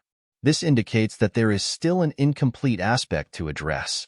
If the Master had left them alone for another week, Han could have upgraded his skills to the maximum level for a 1-star, allowing him and the others to challenge the 10th floor more comfortably. Judging by the Master's actions so far, it seems unlikely he will delay, as he has just opened the gate to the 10th floor. As Isol opens the gate, Han reflects that while this is a reality for the players, to the Master it is merely a game. If Han and the others are defeated, the Master can simply summon more heroes. Han instructs Shern to find a place to hide when the fighting begins. Shern responds that he is capable of fighting as well. Han thinks to himself that Shern's level 1 basic swordsmanship at level 3 will only hinder him in this situation. Had Shern joined the party a week earlier, he might have been more effective. A warning window then appears, stating that this is an important mission requiring 2 parties. If a party is not full, the Master can summon heroes as reinforcements for free. The tip for this mission is to use tactical situations, as they can provide tactical guidelines to the participating heroes. Han muses that a tactical station is probably unfamiliar to the Master, as it is quite a complicated system for a beginner. Han instructs Isol to ask the Master to retrieve some items from the storeroom. As Isol conveys this message, a suggestion window appears for the Master, noting that there are unused consumables. It advises that carrying the appropriate consumables allows heroes to use them in critical situations. The tip for the Master is that consumables can be crafted in the Alchemy Lab or the Magic Hall, and materials can be gathered in weekly dungeons. Consumables are essential for a hero's survival and victory, as well as for becoming a pick-me-up pro. Han then considers that there are a total of 6 health potions, with each party able to hold 3. He asks Adis about the preparations, to which Adis responds that everything is ready, noting that mana potions are exclusively for Ivalka. Han further instructs Adis that if their parties are separated into different locations, they must regroup quickly. Adis inquires how this will be achieved, and Han advises her to travel to the center or, if she cannot locate it, to find a high vantage point to survey the area. Angered, Isel instructs Adis and her party members to avoid getting in Han's way, emphasizing that she will be observing. Han tells Isel to stop and reassures her not to worry, promising that he will ensure their success in climbing the tower. Shortly after, everyone is teleported to level 10. There, they encounter a man who, appearing scared and confused, exclaims that he is going to die. Han kicks the man, but to his surprise, the man seems unable to see him. Jenna observes that the man appears to be blind to them. Han speculates that the man might be an NPC, noting that NPCs sometimes appear in missions, though he finds the situation unusual. As Han surveys the surroundings, he remarks that the city looks familiar. Eren agrees, stating that, upon reflection, he has seen this place before. It looks different, but retains a sense of familiarity. Han then realizes that this is the ruined city from the 5th floor, with the only notable difference being that it has not yet fallen. Jenna comments to Han that the timeline seems a bit strange, questioning whether they are going the wrong way. Han responds that it's not the first time the timeline has been unusual and advises Jenna to consider such matters later. The immediate concern is that they have been summoned here and must complete their quest to survive. Han adds that the quest has not yet begun, providing them with some leeway to gather information. He instructs everyone to take 5 minutes to scout the area and report back. They must return within this time frame and regroup, as any late members will be left behind. As everyone disperses, Han finds a building and considers it the best vantage point to assess the battle situation. Accompanied by Macon, who appears frightened, Han surveys the area and notes that the soldiers' morale is already at rock bottom, especially with thousands of goblins located in the forest to the north. Han wonders if those are siege towers, but thankfully, they don't appear to be siege engines. To the east, there are hundreds of goblins and the river they saw on the 7th floor. The goblins are not equipped with any siege equipment. In contrast, the forces gathered outside the castle seem to be all that remain, and the disparity in manpower is at least 10 to 1, if not greater. At a glance, it appears to be a hopeless situation. However, the quest description has not yet been provided. If it turns out to be a survival quest, Han's party's survival chances will improve. Should a survival quest requiring Han to endure for a set amount of time be activated again, they would be able to clear it much more easily than they did on the 5th floor, given the abundance of NPCs that can be used as bait. Additionally, Han's party now includes a magician proficient in area defense. As the Wheel of Fate is about to turn, Han notices that Party 2 has also joined. Suddenly, to Han's shock, a warning appears, indicating a high difficulty level with a 3-ring alert. The quest type for Floor 10 is Defense, requiring the team to prevent the city from falling. Han is frustrated to find that it is not a survival quest but a defense mission. With a total of 10 people, including Party 1 and Party 2, and approximately 350 NPCs, their combined force totals around 360, tasked with defending against thousands of goblins. Han instructs everyone to pay close attention. After sharing the information they have gathered, they will discuss the details of the quest objectives and individual roles. Jenna reports that she attempted to communicate with the city's inhabitants but received no response, indicating that while Jenna and the others can see and touch the people, the inhabitants cannot see or hear them. Eren adds that evacuees are congregating at the center of the city. The northern and eastern gates are under attack by goblins, and there are no gates to the south or west, suggesting that there is no escape route. If the outer castle falls to the goblins, the people here will be in grave danger. Adis then asks Han what their specific tasks will be. Han explains that their quest is a defense mission, requiring them to protect the city from enemy invasion. This means they must eliminate the enemies. Adis is shocked by this news, and Roderick suggests retreating to assess the situation and then attacking the enemies from the rear using guerrilla tactics. Han rejects this idea, stating that the criteria for success is to eliminate all the enemies. The failure condition is indicated by the glowing boss statue in front of the bell tower. Han believes this is the twin goddess statue, an object typically featured in special quests. He clarifies that this statue is not related to the elimination of goblins. If the statue is destroyed, Han and the others will fail the quest. Roderick, incredulous, remarks that they must both defeat the enemies and defend the statue. Han adds that if they fail the quest, everyone present will perish. Roderick asks Han if escaping the city would change their situation. Han replies that escaping would not help, as failure to complete the quest means death for everyone, without exception. Han reflects that although the condition is indeed outrageous, even seemingly impossible quests can be cleared within the game. He informs everyone that, despite the goblins' large numbers, they only have siege towers and limited forces attacking from the north. If Han and the others can hold off the ladders from the northern front, they should be able to buy enough time. Han further instructs Ada's party to move to the outer walls in the north to assist the defenders by breaking or pushing off the ladders leaning against the castle walls. Adis agrees to take on this role but expresses dissatisfaction. Han notices this and asks Adis to share her concerns. Adis responds that, given they only have 5 members, she is unsure if their efforts will be sufficient. Adis expresses doubt, saying that adding her 5 members to the existing 300 defenders won't significantly enhance the city's defense. Han considers this a reasonable point, recognizing that Party 2's combat capability is roughly equivalent to that of 50 human soldiers. He explains to Adis that, as long as the goblins lack siege engines like battering rams, their only means of breaching the walls is by using ladders. If Adis's team can manage the most dangerous sections of the castle walls, it will significantly improve the overall defense effectiveness. Adis clarifies that her concern isn't about managing the ladders, but about whether her party alone can effectively combat the goblins. Han acknowledges this, but thinks that even if both parties combine their efforts, it might not make a substantial difference. He further explains that while they might be able to hold out a bit longer, the defenses will eventually be breached due to the disparity in fighting power between their forces and the goblins. Even if Han's party joins Adis's, it would still be a 10-2 mismatch. Given the events on the 5th floor, the goblins are unlikely to consider retreating. Logically, this battle seems nearly impossible to win, but there might be a clue. Han points out to Jenna that there is a river to the east of the city, as seen on the 7th floor. Back then, it was raining heavily, and the dam had broken, causing fierce and rapid currents.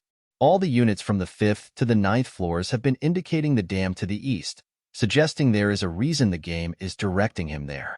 Han wonders how breaking a dam far from the city could impact the defense. Frustrated by the lack of information, at that moment Jenna suddenly remembers something and mentions she heard the sound of horses from across the river. Realizing the significance, Han scolds Jenna for not bringing up this crucial detail sooner. Han instructs Adis to buy as much time as possible. If the outer wall falls, Adis's party should retreat to the inner wall. Adis can use the soldiers and evacuees as bait if necessary, and if the situation becomes dire, she should lock the castle gates and hold on until Han's team returns. Adis responds that she cannot appear weak, as it would make Han's team's situation more difficult, and agrees that her team will hold on as long as possible. Jenna asks Han if that concludes their strategy meeting, expressing concern that it seems too harsh and questioning what they are supposed to do. Han replies that, unlike Jenna, Adis is smart and understood immediately. Han then tells everyone to pack their weapons, as they will be heading to the eastern gate. Aaron asks why they are leaving with thousands of goblins outside, stating that it is too dangerous. Han acknowledges the danger but explains that staying would only result in their defeat. Since the dam they saw on the 7th floor has already been destroyed, the sound of horses Jenna heard may signal reinforcements. The reason the city was destroyed on the 5th floor could be that the reinforcements were unable to cross the raging river created by the broken dam. This means that Party 1's objectives are to exit through the eastern gate, break through the goblins, and prevent the dam from being destroyed. Jenna is surprised by this. Han confirms that, yes, Jenna, their mission will be to even the odds. As Party 1 rushes through the inner gate, they encounter numerous NPCs.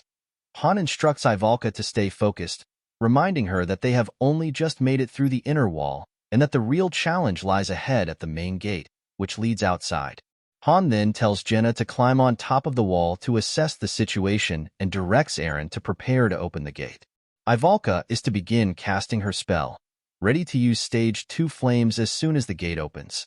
Han notices that the new recruit, Shern, is still with them. As Eren operates the pulley to open the gate, the NPC soldiers are stunned to see it opening on its own and are confused by the situation. Meanwhile, Jenna reports that a large number of goblins are already gathered right outside the gate, and they will all try to enter simultaneously once the gate opens.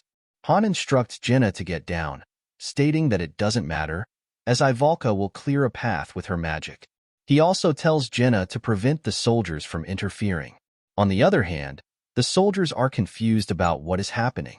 Jenna ensures that the soldiers do not interfere, while Ivalka completes her spell. As the door begins to open, an arrow flies toward Ivalka, but Han intercepts it and shoots it back at the goblins. Heavy rain starts to fall, and Han wonders if it will extinguish Ivalka's flames. As Eren opens the gates, goblins rush in, and Ivalka unleashes her spell, clearing out the goblins at the front and creating a path. Jenna and Eren also begin to advance.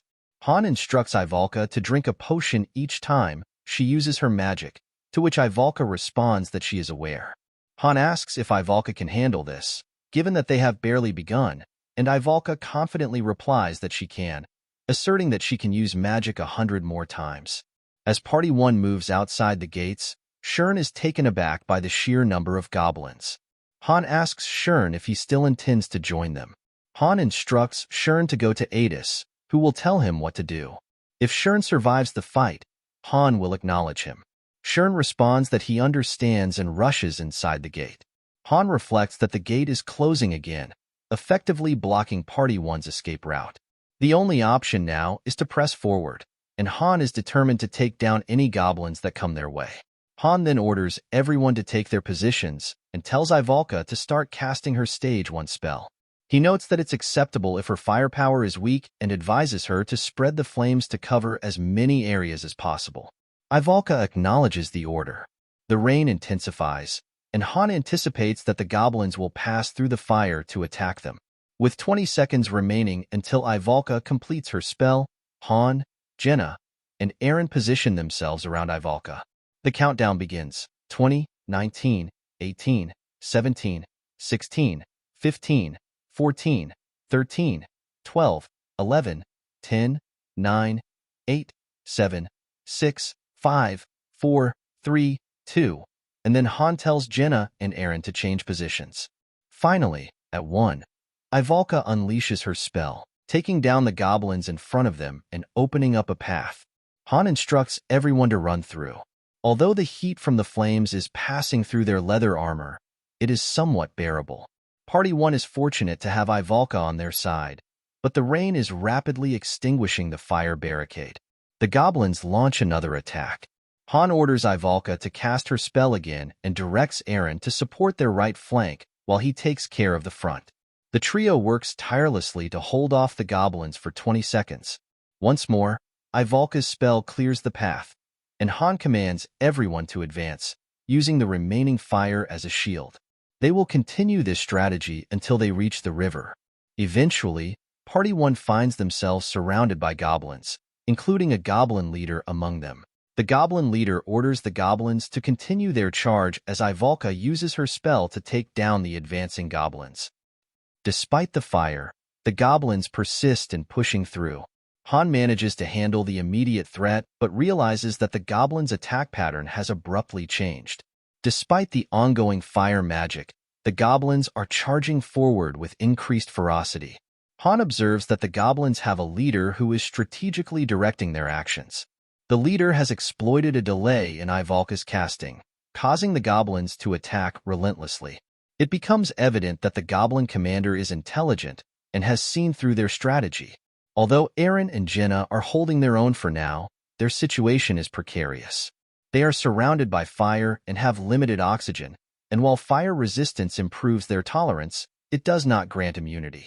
As Han continued to fend off the goblins at the front, He instructed everyone to gather around and listen carefully. He emphasized that he would only explain his plan once, as they had no room for failure and only one chance to succeed. Surprised, Aaron asked what Han was referring to. Han clarified that the opportunity he spoke of was to take down the goblin commander. While Ivalka began casting her spell again, the commander ordered the goblins to press their attack. As the goblins closed in on Ivalka, Han intervened, blocking their advance. Ivalka completed her casting and unleashed her spell, clearing a path through the goblins. Han considered that one use of magic might not be sufficient, but Ivalka was capable of multiple spells. She then employed her level 2 spell, creating an opening for Party 1 to target the commander. With Aaron covering Jenna, she took her shot and struck down the goblin commander with a single arrow. Meanwhile, Ivalka, now exhausted and on the verge of collapsing, was caught by Han. Han told Ivalka to remain silent and rest. He reflected that, while Ivalka's magic was powerful, it alone could not eliminate all the goblins. If the goblins continued to charge Party 1 without giving them time to regroup, they would be overwhelmed. However, the goblins' ultimate goal was not to confront Party 1 but to attack the fortress. Party 2 was merely an obstacle. With their commander defeated, Han wondered whether the goblins would return to their original objective, the fortress, or if they would focus on removing the remaining obstacle. As Party 1 reached the river, everyone was exhausted and barely managed to advance. Han realized that their survival hinged on the defeat of the goblin commander. Had the commander still been alive, Han's plan would have failed, and Party 1 would have been annihilated. He instructed everyone to take a moment to rest and use their health potions, applying them to their injuries. Each member was allowed only one potion. Han noted that the health potions could not be used all at once. He observed that the northern wall was still under siege, and the outer wall remained intact. Han wondered if Adis's party was still pushing through. He also glanced at the dam, realizing that this was just the beginning for his party. At that moment, a large number of goblins appeared, prompting Han to instruct everyone to prepare for battle. Despite the brief rest, Party 1 was surprised to see that the goblins had a new ally, a level 23 ogre. After dividing the roles, Han orders Ivalka to extend a flame wall to block the goblins, with Aaron assigned to protect her. Ivalka expresses concern, noting that while she can block the goblins, the ogre is too large to be stopped by the flame wall. Han instructs Ivalka to focus on dealing with the goblins, assuring her that he will handle the ogre himself.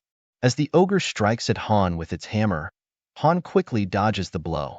Observing the ogre's immense power, Han realizes that a single hit could be fatal and that his shield would be ineffective due to the overwhelming difference in strength. He concludes that his only option is to take his time and wear the ogre down gradually. Meanwhile, Ivalka uses her fire spell to block the goblins, allowing Han to engage the ogre. Jenna then joins the battle, shooting arrows at the ogre from behind. Noticing the effectiveness of Jenna's strikes, Han comments on their impact. Jenna replies that the ogre's large size makes it easier to hit than the goblins, and since it cannot dodge, she can continue damaging the monster this way. To Jenna's surprise, the ogre hadn't slowed down at all. She suggests facing the goblins instead, but Han points out that the ogre isn't dodging because it doesn't need to. He explains that her attacks won't be effective unless she targets the ogre's vital points, advising her to stop wasting her arrows. Jenna then asks Han if the ogre even has any weak points.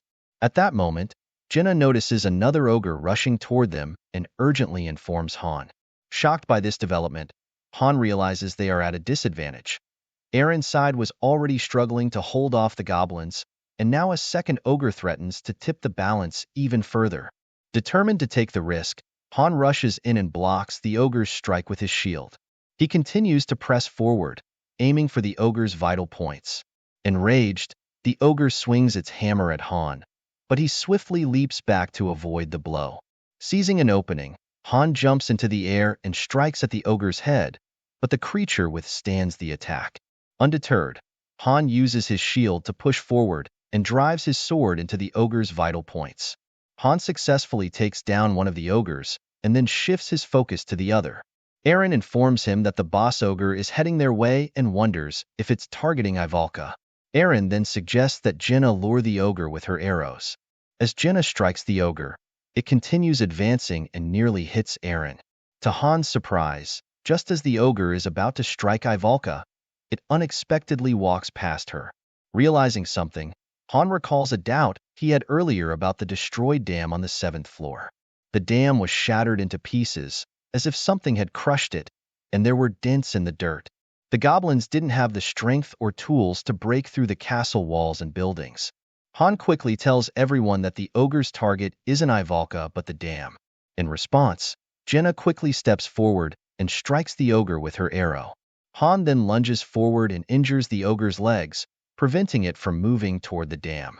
The ogre falls into the river, and Han briefly thinks they narrowly avoided disaster. However, to his surprise, the ogre emerges from the river and breaks the dam, causing water to surge downstream. Eren, having dealt with the goblins, asks Han what they should do next. Shocked, Han realizes that their party has failed. If their previous information and assumptions were correct, reinforcements are expected to arrive through the forest on the other side of the dam. However, with the river's current now stronger due to the broken dam, the reinforcements will be unable to cross. At this rate, the 10 members of Party 1 and Party 2, along with the 360 soldiers currently defending against the siege, will have to face over 3,000 goblins on their own. Stunned, Han struggles to determine their next course of action as Eren continues to press him for guidance. As Han regains his composure, he tells Eren that they should head back to formulate a second plan. In his mind, Han wonders if a second plan even exists. Just then, Ivalka asks Han to wait. Han, curious, asks Ivalka what she has in mind. Ivalka uses the Dresut move spell to lift a massive rock from the ground and pushes it toward the damaged section of the dam, successfully repairing it and blocking the water. Han is shocked by what he sees. Ivalka then explains that telekinesis is one of the most basic spells, and there's no way she wouldn't know it. Angered, Han tells Ivalka that she should have informed him if she could do something like this. Confused, Ivalka asks why Han is upset, pointing out that the mission would have failed without her intervention. Han sternly reprimands Ivalka, stating that he specifically told her to share all the spells she knows. Ivalka responds that telekinesis was such a basic spell that she didn't think it was necessary to mention. As Han calms down, he tells Ivalka that it's thanks to her they will survive, acknowledging that the operation would have failed without her intervention. Just then, Jenna informs Han that the goblins are coming back. They all prepare to face the massive horde. As the goblins charge, Han rushes forward and takes down a goblin, and everyone else joins the battle as well. Han reflects that it's been a while since the stage began, yet there are still no signs of reinforcements. He starts feeling increasingly anxious, wondering if his prediction was wrong and if the reinforcements even exist. Han then instructs Ivalka to drink the remaining potions and use her second layer magic. Just as one of the goblins slips through and targets Ivalka, a figure on horseback suddenly appears and takes down the goblin. It's a soldier. Seeing this, Han realizes that reinforcements have arrived. As the goblins continue to charge, the soldier shouts, "Iron Lion Cavalry, cross the river and take down these goblins." Han stands stunned as the remaining Iron Lion Cavalry rush in and cross the river. A notification appears, stating that the allied NPCs, the Iron Lion Cavalry, have joined the battle.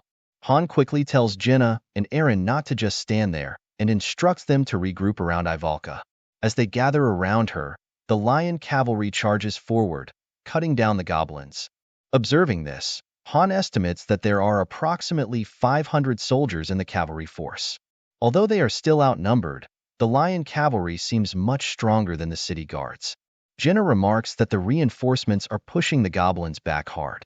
Han agrees, commenting that the situation is intense, but noting that Party 1's role here seems to be done, allowing them to rest and spectate. However, Han wishes that Party 1 could do more. Han then asks if anyone knows how to ride a horse. Jenna responds confidently that she does, and then asks Han if he knows how to ride. Han admits that he'll have to learn right now, which surprises Jenna. Han thought to himself that, normally, the master can't interfere in battle directly, but they can still influence the outcome. For example, by requesting a skill book, Beginner Equestrianism.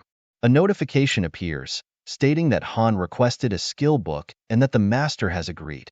A book materializes in front of Han, revealing it to be Equestrianism, one of the skill books available for purchase at the combat shop. Although Han can't learn skills directly related to combat, he can acquire supplementary skills that help him progress in other ways. With this, Han awakens a new skill, enabling him to ride a horse. Seeing Han on horseback, Jenna remarks that Han had told her he didn't know how to ride a horse. Han simply replies that he does now. He then states that they've evened the odds a little and that it's time to launch their counterattack. As Han and the others move forward, Han considers that the goblins on the east side won't pose much of a threat until the castle gates fall. Their primary concern should be the ones with siege ladders on the north side. The cavalry is heading north with this in mind, and if Party 1 follows them, it could lead to success. However, Han knows it won't be that simple. There's no way the game would end so easily.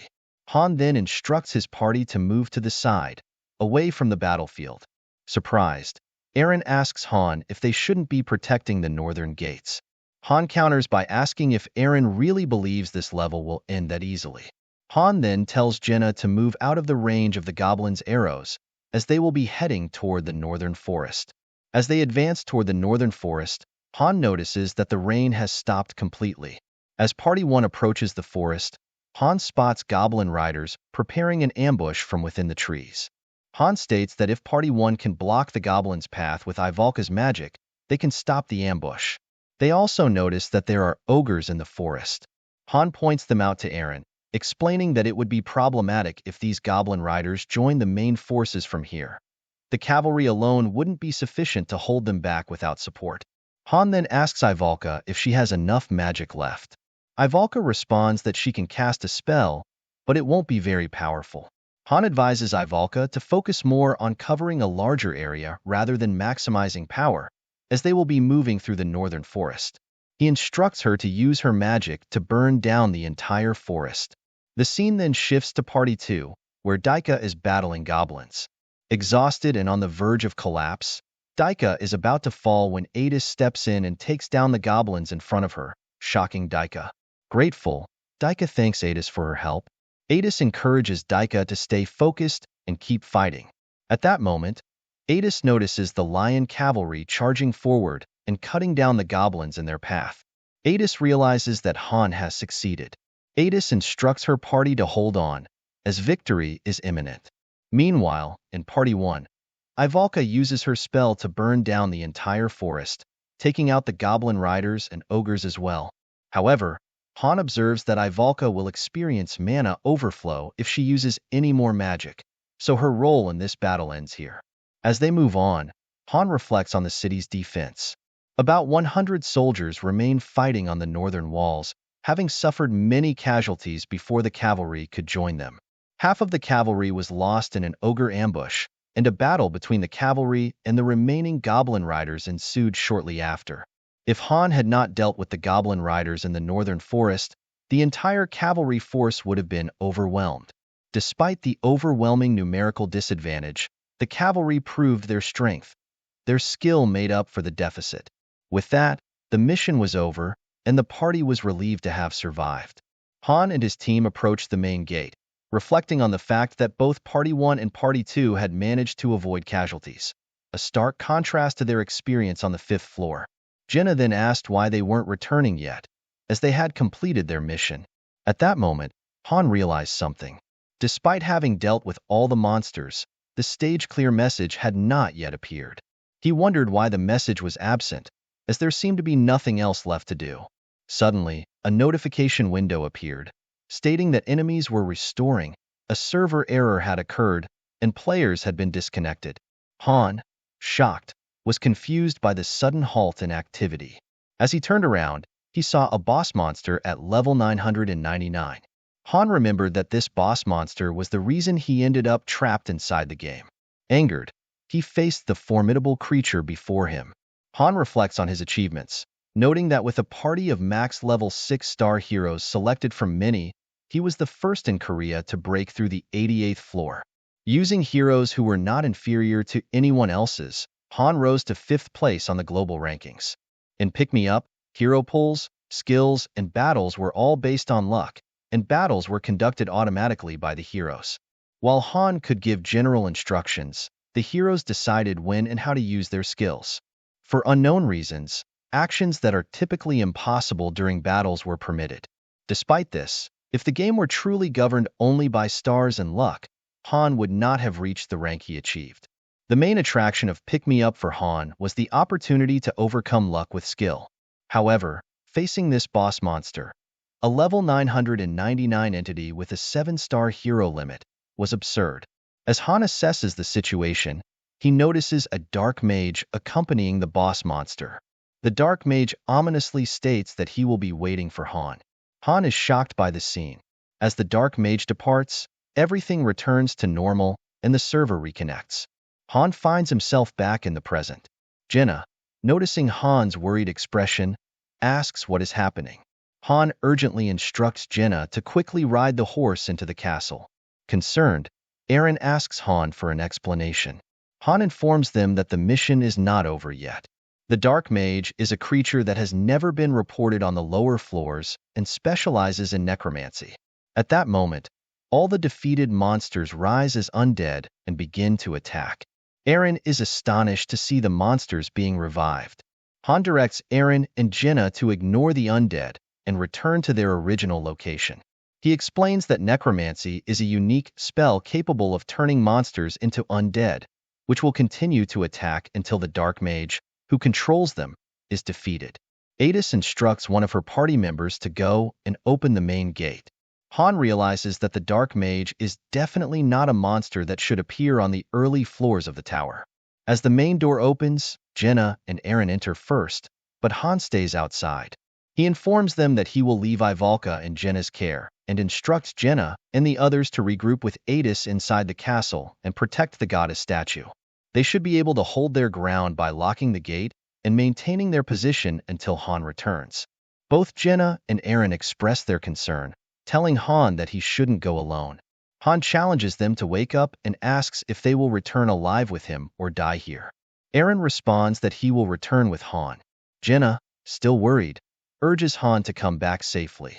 As the door starts to close, Han smirks and retorts that it's not even a question. Before the door closes completely, Ivalka calls out to Han to ensure he doesn't die. Han acknowledges her with a simple, "Yes, of course," as the door shuts. Han faces the swarm of undead monsters and charges forward, swiftly taking down the first undead creature that confronts him. Han realizes that confronting all the monsters at once would be his end. The only viable strategy is to locate the Dark Mage.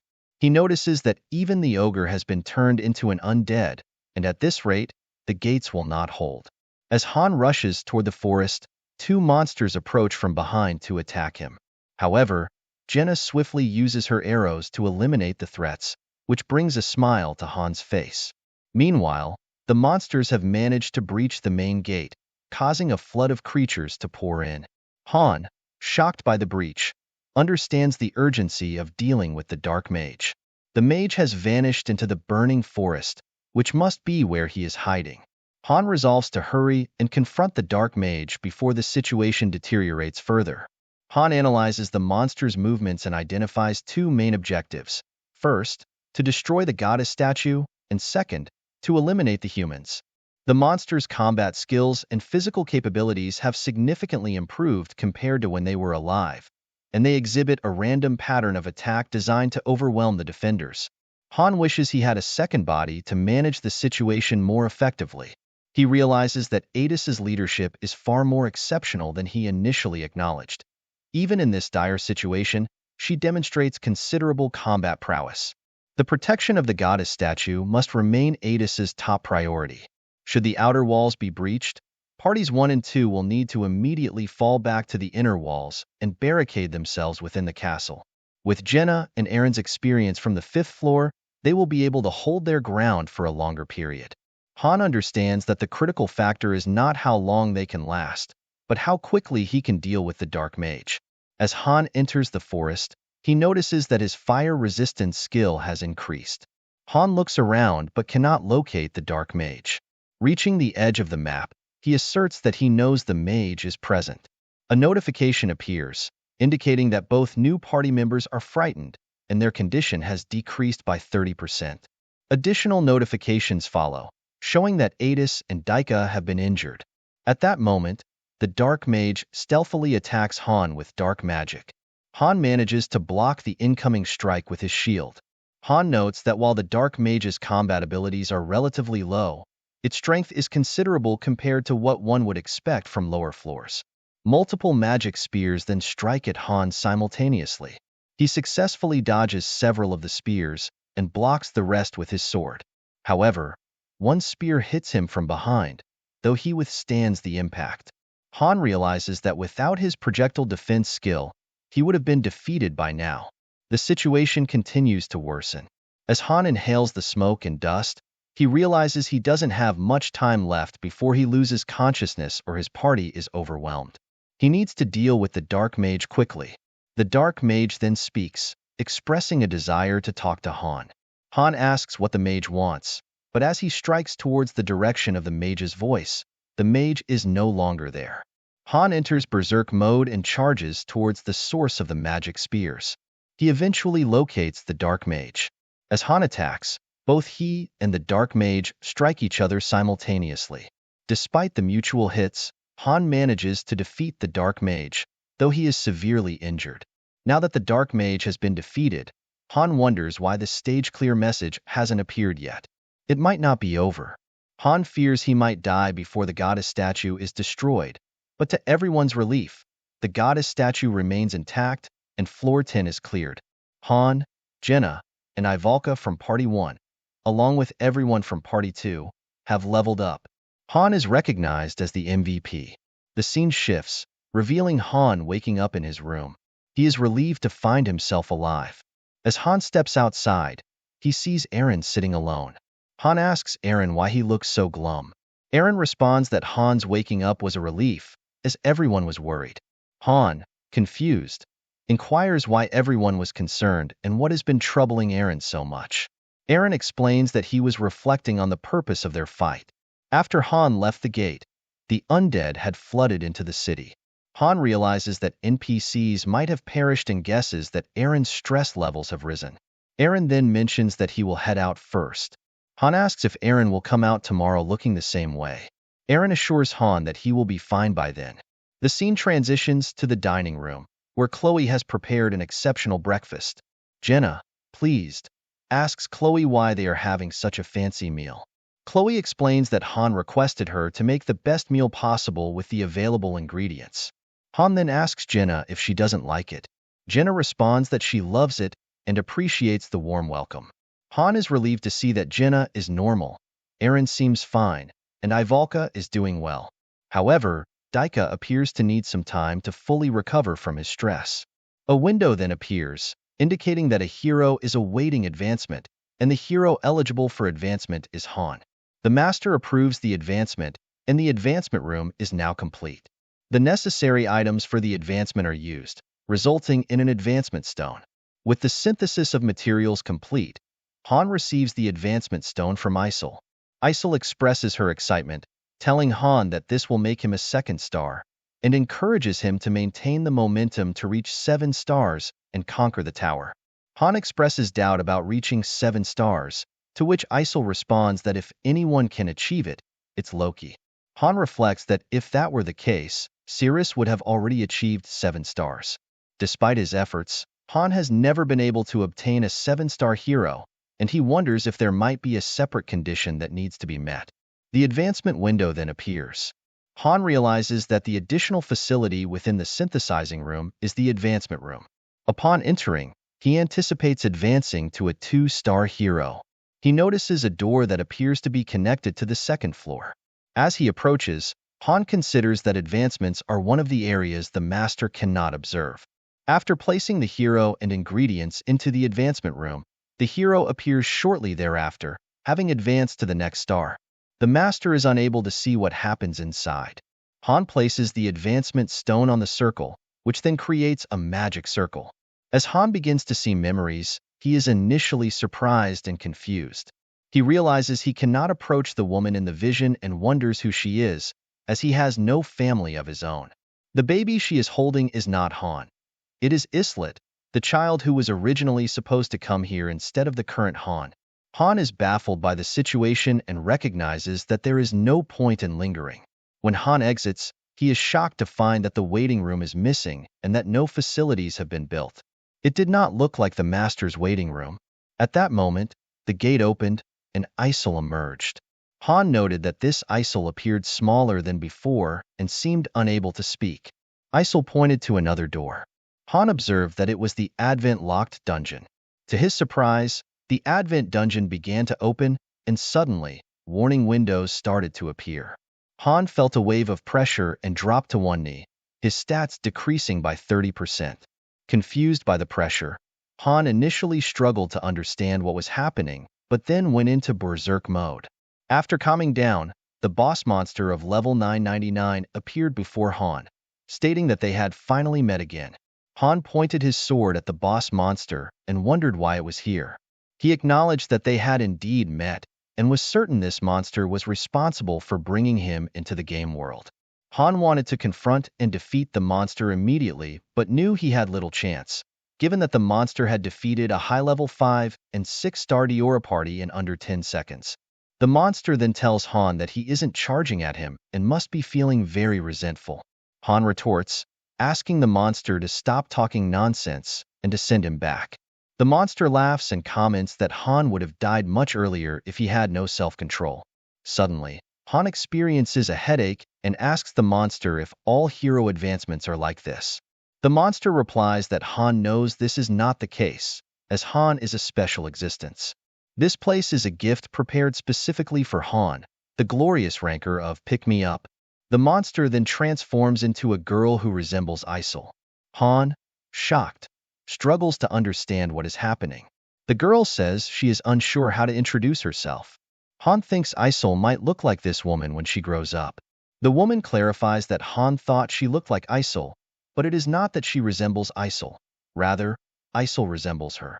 Isel, whom Han knows, is a duplicate of this woman, designated as the 100,497th, a number similar to the download count of Pick Me Up. The woman then throws a card towards Han. Han reads the card, which mentions the president of Mobius Corporation. He asks the girl if she is speaking nonsense. The girl responds that she has more than one name, depending on the circumstances. Angered, Han demands to know if she brought him to this place. The girl tells him not to hate her too much, explaining that it was unexpected for Han to be summoned to Mobius. It was outside her expectations and more like an accident. Han retorts that he does not care about her situation and insists that she send him back to his world. He warns her that if she doesn't comply, he will take her down. The girl, with a serious expression, states that a mere one-star hero threatening her is dreaming too big. Han counters that things will change over time. The girl then declares that if that is the case, eliminating Han here is the best solution. She then uses her dark spear to strike at Han with full force. Han does not attempt to dodge and takes the hit head-on. The girl remarks that Han did not even flinch when the spear hit him. The girl tells Han that he has guts. Han then asks her what she wants. He reflects that, given the numerous opportunities she must have had to eliminate him, her summoning him here likely indicates she has another goal. The girl stands up and explains that she does not want much. She merely wanted to have a conversation with Han, the indomitable and invincible Master Loki, who is renowned throughout the world. She admits to being a fan of Han and reveals that she has been impressed by him numerous times while monitoring his progress. Niflheim is also a top priority observation target for the company, and she feels it would be inappropriate to meet Han without acknowledging his significance. The girl further explains that she came to reveal the truth about this world and asks Han what he, as the great Master Loki, thinks about the story of this mobile game. She informs Han that the story is often overlooked by users in the game, Pick Me Up, as people are usually more focused on the content. The situation is the same for her. The girl states that the story of Pick Me Up is quite outdated and reveals little about the world. Even with some progress, most masters remain unaware that other worlds exist. She then asks Han if he knows where he is. Han replies that he really does not care. The girl informs him that he is on the Taenir continent, in the Heim Peninsula, specifically the city of Nelsa. Although this is the city Han encountered on the 10th floor, It is now completely destroyed. The girl shows Han various locations: Silkia, Kaya, Edora, Peonia, Madian, Acardia, Lilgia, Halsey, Arantia, Cisnea, and even Bardia. These represent the current conditions across all areas of Taenir. She asks Han if he thinks Nilfheim is any different, noting that all continents connected to Mobius have suffered similar fates, with over 100 million worlds being destroyed simultaneously. The girl explains that this is a book whose end has already been decided, a tragic ending. All the characters within the book hope for a different conclusion, and what they need to do is quite simple. They need to pull someone from outside the book into it and fix and rewrite the story. Even if the setting and probabilities change, and even if space and time collapse, a higher dimensional being can alter causality through observation. This was the reason for the creation of the Pick-Me-Up game. Hearing this, Han smiles and remarks that he was curious about the grand story she intended to share. He then asks the girl what the purpose of telling him all this is. The girl requests Han's cooperation to save the world together with her. Han refuses and tells her to stop talking nonsense. The girl urges him to consider her request carefully and decide whether to accept or reject it. Han, with a serious expression, tells the girl to stop talking. He thinks that after being pulled into this game and suffering so much, she now asks for his cooperation. Han doesn't understand what the girl is talking about and tells her he will not cooperate.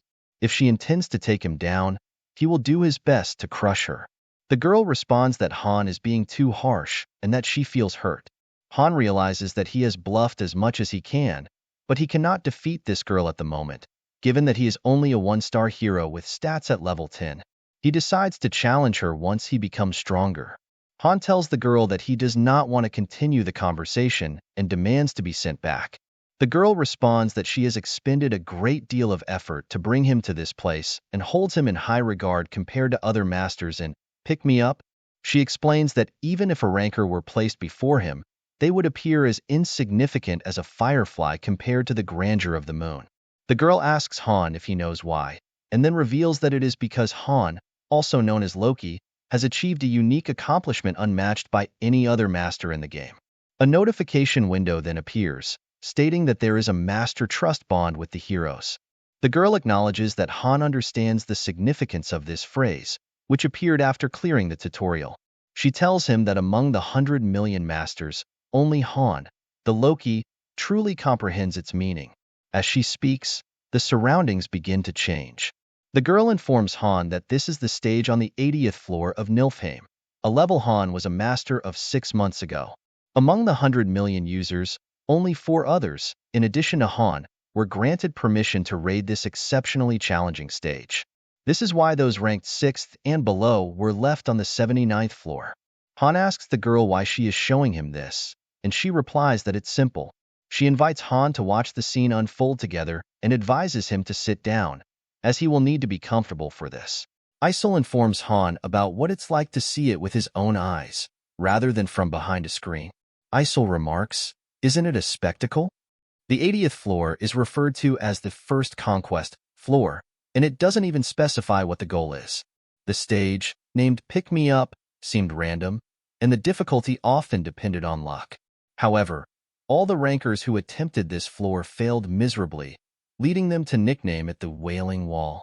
Han, like the others, had heard this before, but he tells Isol that he's not the same. Han then reveals that he already knows how to clear the 80th floor and questions why Isol is showing him the video of his successful raid on it. Isol responds nonchalantly, saying, "There isn't much to it. You can just watch and find out." Han reflects on how, after conquering the 79th floor, he confidently advanced to the 80th.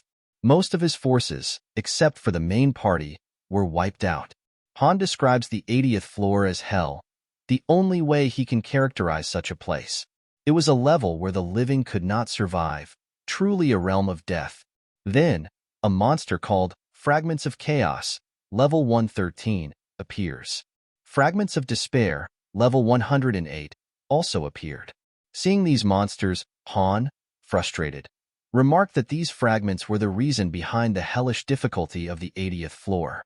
Isol responded, "That's right," and then asked Han if he knew that Pick Me Up had different difficulty levels depending on the account, and that summoning probabilities were also account-dependent.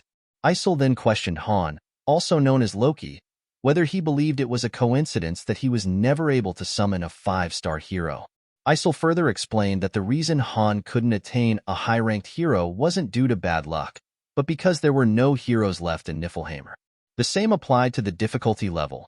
Niflheimr was one of the few S-ranked worlds as classified by the company, and it was the worst in all regards. Isol admitted it was still a mystery how Han managed to reach the 88th floor. Upon hearing this, Han confidently drank his juice. At that moment, something started to materialize in front of him. Shocked and confused, Han struggled to understand what was happening. Isol then informed him that the heroes considered the strongest in Niflheimr, including the top 5, had all gathered. As the heroes arrived on the floor, all the monsters charged at them instantly. A notification appeared, stating that the effects of tactical posts were being applied, and the facility was upgraded to max level.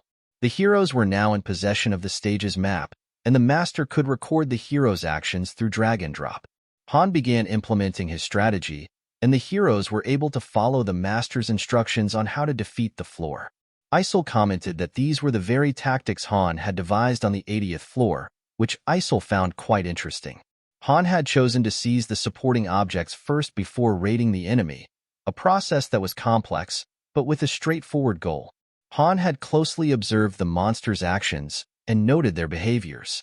Isol then encouraged Han to reflect on what kind of leader he was to his heroes, stating, "This is why you're the one and only Master Loki." The heroes began discussing their plans, agreeing that Master Loki's orders were, as always, flawless. The squad leader then addressed her team, reminding them that failure was not an option. A window appeared, announcing that the battle would begin soon, and the heroes started introducing themselves.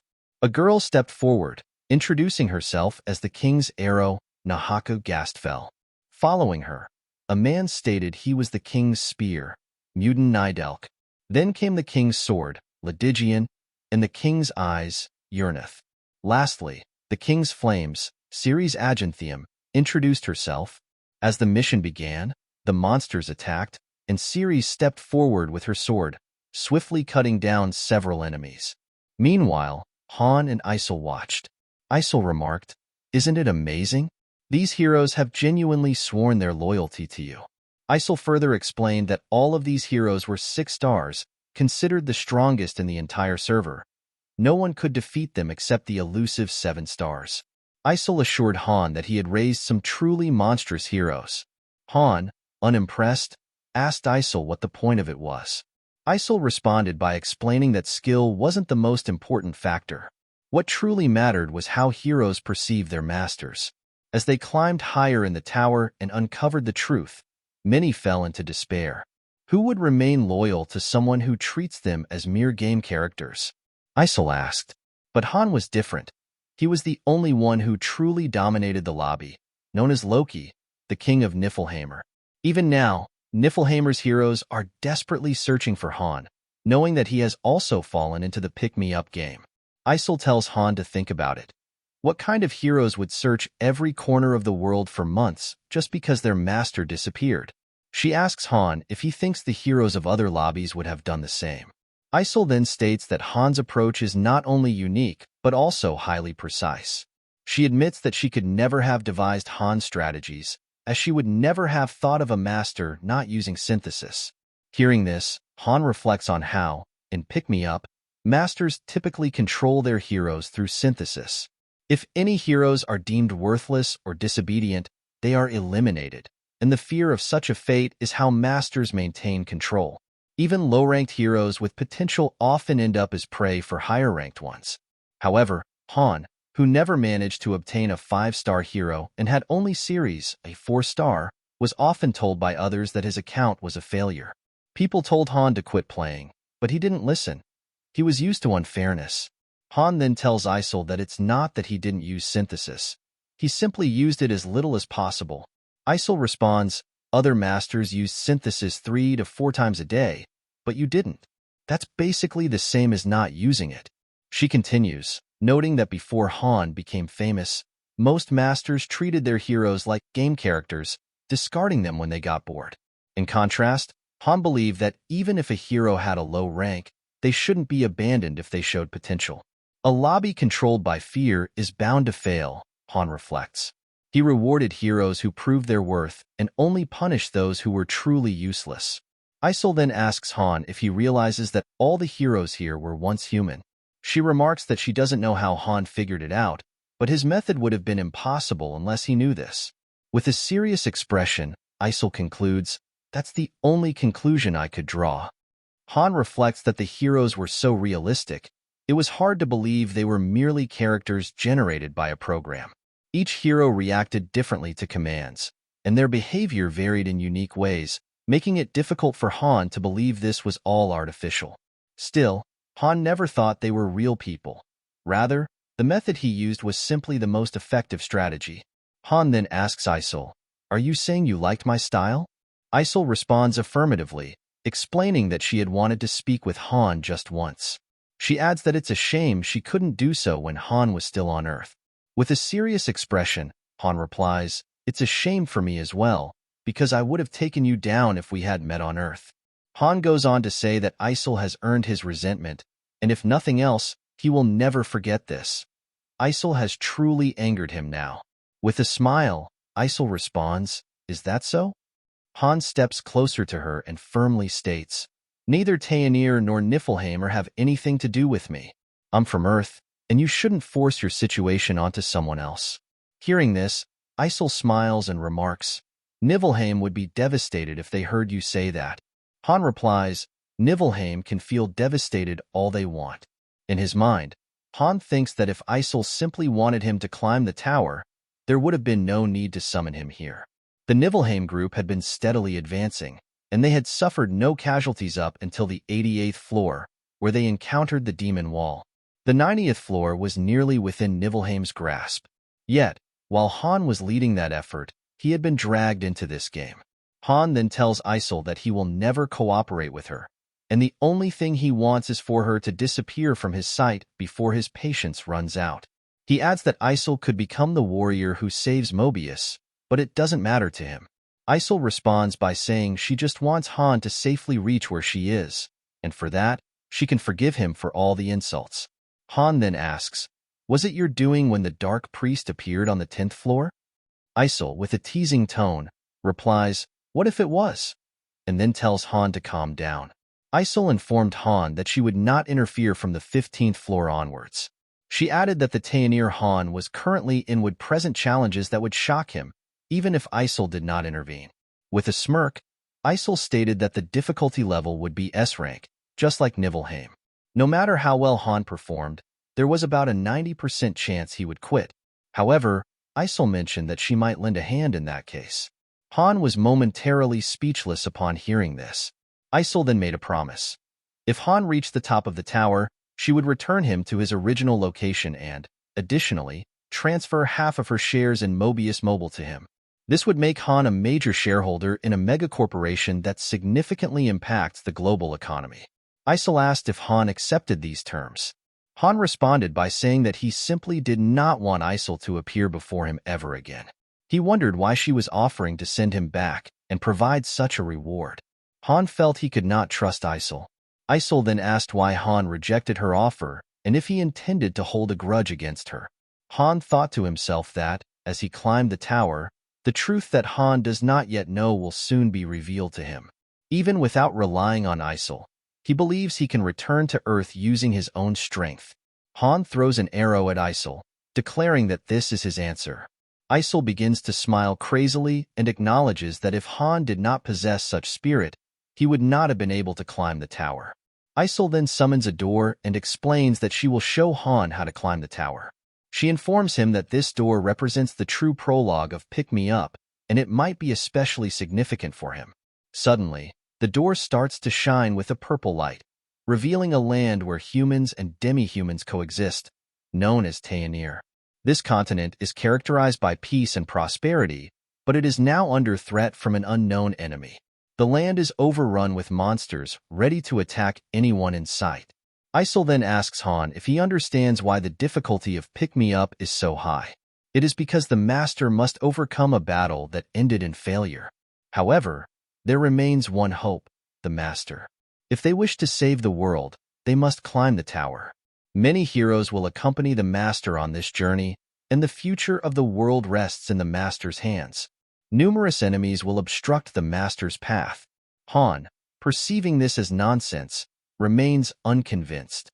Isol then tells Han to climb the tower, adding, "We will be waiting." Upon hearing this, Han tells Isol to get out of his sight. A notification appears, stating that the hero's forgotten memories have been awakened. Han's advancement is complete, and he is now a 2-star hero. As Han emerges from the upgrading room, Eren notices him and inquires about what he did alone. Han replies that it was for his advancement and assures Eren not to worry, as Eren will find out soon enough. Han then asks if anything happened while he was gone. Eren responds that nothing occurred and everything was normal. Seeing Eren, Han reflects on having a younger sister named Nina and the reason Eren needed to return. Han goes to his room, thinking that his goal remains unchanged, to climb the tower and return to Earth.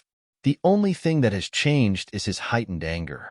No matter who is responsible for bringing him here, Han is determined to make them pay this debt. The scene shifts to the second day, where a window appears with a message about a server error apology. The system apologizes to all masters for the unplanned downtime that occurred a few days ago. Masters on the lower tower levels suffered a loss of connection, and an apology article detailing an unexpected server outage was released. Han surmises that this issue was related to the incident on the 10th floor, just before his party cleared the mission. Another window appears, announcing error compensation. All masters will receive a special compensation package consisting of 500 gems, 50,000 G, in-game currency, 1 gift ticket, and a day of restriction-free access to all daily dungeons, which will remain open for 3 days. Isol congratulates Han on advancing, but upon seeing his face, she remarks that he doesn't look happy and asks if something happened. Han responds that he met her main body. Isol, confused, does not understand what Han is referring to. Han then asks Isol if she is the co-CEO of Mobius Corporation. Isol is stunned by this question and asks Han how much he knows. Han tells Isol not to worry, as this does not change his plans. He will continue climbing the tower, and Isol just needs to help him with that.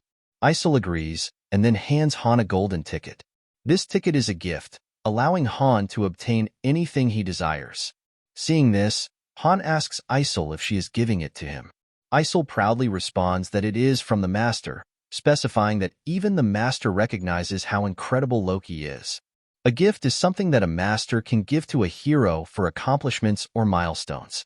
The value of the gift determines how much gold needs to be spent, and higher-level gifts may require gems and high-level ingredients, usually obtained with premium currency. However, a gift ticket, given through events, allows a hero to obtain a gift for free.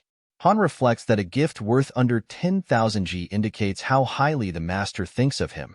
He thinks to himself that the Master would be surprised, as he hasn't done anything particularly special, yet the heroes have been diligently climbing the tower for him. Han then tells Isol that he does not need the ticket, and suggests she give it to someone else. Isol is stunned by this response.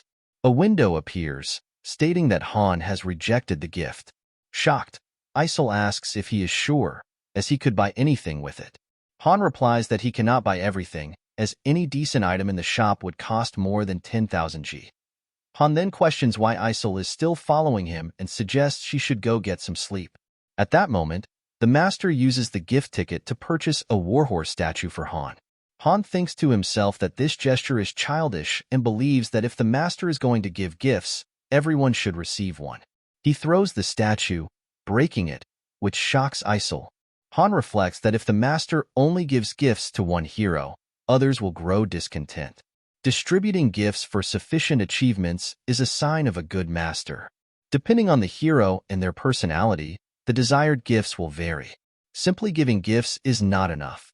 Proper use of them is crucial. Han lies on his bed, smiling, knowing that he has memorized the personalities and hobbies of the top 100 heroes of Niflheim. Reflecting on the gift from the Master, Han wonders what the Master was thinking. Did the Master panic, or was the gift simply poorly considered? As the space rift begins to open and Han's party prepares to enter, Han thinks that their current low level or rank is not the main issue. The real problem is the enemy within, specifically the enemy known as the Master. Han instructs his squad to quickly defeat their opponents and exit. He believes that, although their master is a beginner who needs to improve, Ivalka's stress level is at its peak due to repeated training and her experience on the 10th floor. A competent master would prioritize the well-being of their heroes. Ivalka asks Han where they are heading next. Han considers that climbing to the 11th floor under the current circumstances seems impossible, so they will likely go to the 8th or 9th floor. Han reflects that the master still has not grasped the true nature of pick-me-up. They find themselves in the main dungeon of the current highest floor, the 11th. Han wonders if the master is suffering from overconfidence. A window appears, indicating that the main dungeon is currently on the 11th floor. Han is shocked by this development and instructs his squad to prepare, as they will be proceeding to the 11th floor. Jenna, surprised by this decision, questions why they are moving to the next floor so soon. Han reflects on a term created among users, "I'm so good." This describes a condition where a master, having shifted all strategic responsibilities to the heroes, mistakenly believes that their own skills alone cleared the floor. Typically, a master should recognize the need to assess their heroes' capabilities on lower floors before attempting the 11th floor. By sending the main squad directly to the 11th floor, Han realizes that the master is fundamentally misunderstanding the situation and that he is not a player. Han wonders if he will be able to climb to the 100th floor with such an inadequate master. As the 11th floor window opens, it announces that the quest type is subjugation, and Han, along with his squad, must eliminate all enemies. They find themselves in a graveyard, where skeletons of level 11x14 emerge from the graves with weapons in hand. Han instructs his party heroes to position themselves, planning to deal with the skeletons first. He reflects on why the game Pick Me Up is a trash game, since luck determines the difficulties of earlier stages. Choosing a good hero makes the game easier, while choosing a bad one makes it much harder. While fighting and using his skill Combust, he blasts the skeletons and thinks further about whatever. His 4-star hero was synthesized into him, and all of his 5 characters were destroyed except for one, which means his luck is not good either. He had been active in early levels, developing facilities, training characters, and synthesizing various items. Jenna finds the skeletons annoying, but Han keeps thinking that whatever kept progressing using the same strategy he himself had used. However, things started to change from the 5th floor onwards. Han credited himself for clearing a mission that was supposed to end in failure. After this mission, whatever gradually chose a different path. He used 5 summons without the right conditions, sent his heroes to the 10th floor before the final members were even formed, and made several other mistakes. Among these mistakes was thinking his heroes' skills were his own. Masters who depend on their heroes are known as, "I am so good." Itis patience. Han's party clears the stage successfully by defeating all the skeletons. The party receives coins, iron ore, as rewards. Han, a 2-star, is the MVP. He wonders about his last level up. The game window shows his current level, which is 11, along with his stats. Back at the dormitory, Han calls out Isel. She appears instantly, and he remarks on her quick appearance. She takes it as a compliment and asks what the matter is. He wants to know something. Isel starts to reply, but he cuts her off and completes her response, as he already knows her answers are limited. He admits that he has come to know everything about that girl and demands Isel to give him more details. At first, she hesitates, but eventually shouts and gives in, making an exception. She agrees to answer him. His first question is about the girl's name. Isel does not understand at first, so he clarifies that he means her main body. She thinks deeply and explains that her director has many names, more than 100, which change when she is in different worlds. She gives him a specific name. In Taenir, she is known as Tail. After hearing this, Han concludes that she must have a different name in Niflheim. He keeps thinking further, realizing that after finishing the 10th floor, the name given to the waiting room shifts according to the master in charge. This one had Taenir. His account was Niflheim. Rank 4 was Raglansid. Rank 3 was Ezekiel. Then, according to Tail, each master was responsible for the fate of a single district world. There are around 100 million worlds at the moment, and the number continues to increase. Han then asks his next question about Mobius. Isel, Upon hearing this, wonders aloud if he is asking about their company. He denies it, so she explains that it is a spiral universe, connected side by side to other worlds. Han wonders if this is the reason why each account is assigned different missions, and why no repetition of heroes occurs among the users. He concludes that each master is placed in charge of a different world. Then he admits to himself that he is now starting to understand the girl's identity a bit better. Han then asks if whatever is a real human. Isol confirms that every master is a human from Earth. Han is not satisfied with that answer and asks whether Tail is interfering with whatever. Isol reacts with panic, repeats his question, and asks him to wait as she disappears to confirm it. Han lies down on his bed, deciding to ask more about Mobius later, and chooses not to think further at the moment. After a while, Isol comes back and says that whatever is purely human, just a regular user. Han asks if he can trust her. She assures him that she confirmed this from another director. She further explains that doing such a thing from the beginning requires exceptional requirements and carries risks. Han simply acknowledges this. While training on the grounds, Han thinks that whatever was just a regular master who was never interfered with by anyone. He concludes that he has only been following the gameplay progression established by whatever. Han thinks this cannot be a mistake. Whatever does indeed possess, I am so good. Itis. He will be in danger in the near future if the symptoms get worse. Han continues to shield and attack, now struggling in a tough spot by fighting 3 enemies at the same time, but he still keeps thinking about whatever and his first stage of I am so good, Itis. He believes that with good precautions, they can save him. Ivalka and Eren join the fight to back him up. Han explains that the solution to curing I am so good, Itis is getting rid of the hero on which the master relies the most, and that hero is Han himself. At the gate of the space and time rift, the system welcomes the heroes. Isol calls out Han, Jenna, Eren, and Ivalka, while Jenna and Eren discuss going into the 12th floor so early, since they have just cleared the 11th floor. Han thinks the same thing, that they only climbed the 11th floor a day ago, and according to Earth time, a full day has not even passed yet. He concludes that their master just wants to clear 2 floors in one day. Isol opens the rift. Jenna, while standing near the gate, asks her boss if he is coming. Han asks Isol about the floor whatever assigned them. She answers that it's the 12th. He remembers that heroes can go against their master's will and can occasionally reject their orders, so he simply refuses to participate this time. The game window shows the refusal of Han, a 2-star. Isol, unable to understand, asks him if he is serious. He simply says that he is not one to joke around. Jenna asks Ivalka if he can really do that, since she knows they usually have to follow orders. Han then tells them that they can refuse if they want to. Jenna argues that it's her first time hearing this, and recalls that people were still dragged in even when they did not want to fight. Han thinks that there are consequences, but clarifies that those people were not aware of the proper way to do it. Isol suggests that he reconsider, as it is dangerous. Han counters, asking if sending them in again and again isn't just as dangerous. Isol still does not back down, but Han knows what she is trying to say. He thinks that while they can refuse to participate, they cannot refuse to be synthesized. If whatever gets mad, he could end up as food for synthesize. Even so, he makes it clear he will not participate. Ivalka shouts at him, asking what will happen to them if they have to fight without him. Han simply says it's their choice and that he won't stop them. Eren clenches his spear and decides not to participate if his boss isn't going.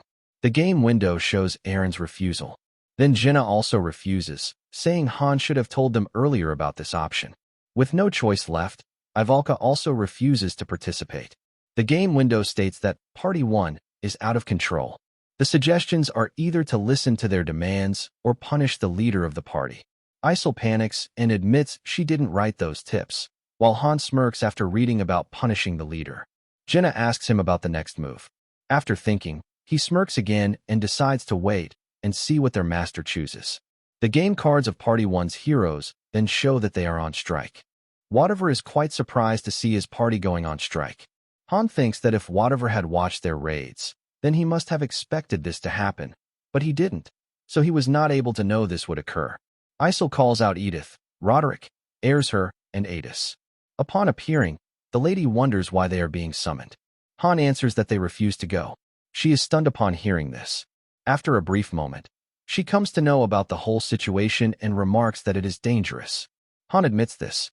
She adds that if they don't prove their worth to the master, he will, and Han completes her sentence by saying, die. She argues that their master will dislike this idea, but Han asks her if she can die just because the master tells her to. He reminds her that she was fighting to live. She cannot utter a single word in reply and goes back to her team to discuss. Han thinks and admits that no hero here is truly loyal. They only fight to survive. The lady decides to go because they need experience, and she says she doesn't want to be synthesized. Her team enters the rift. Jenna asks Han what will happen next. Han admits he is unaware too.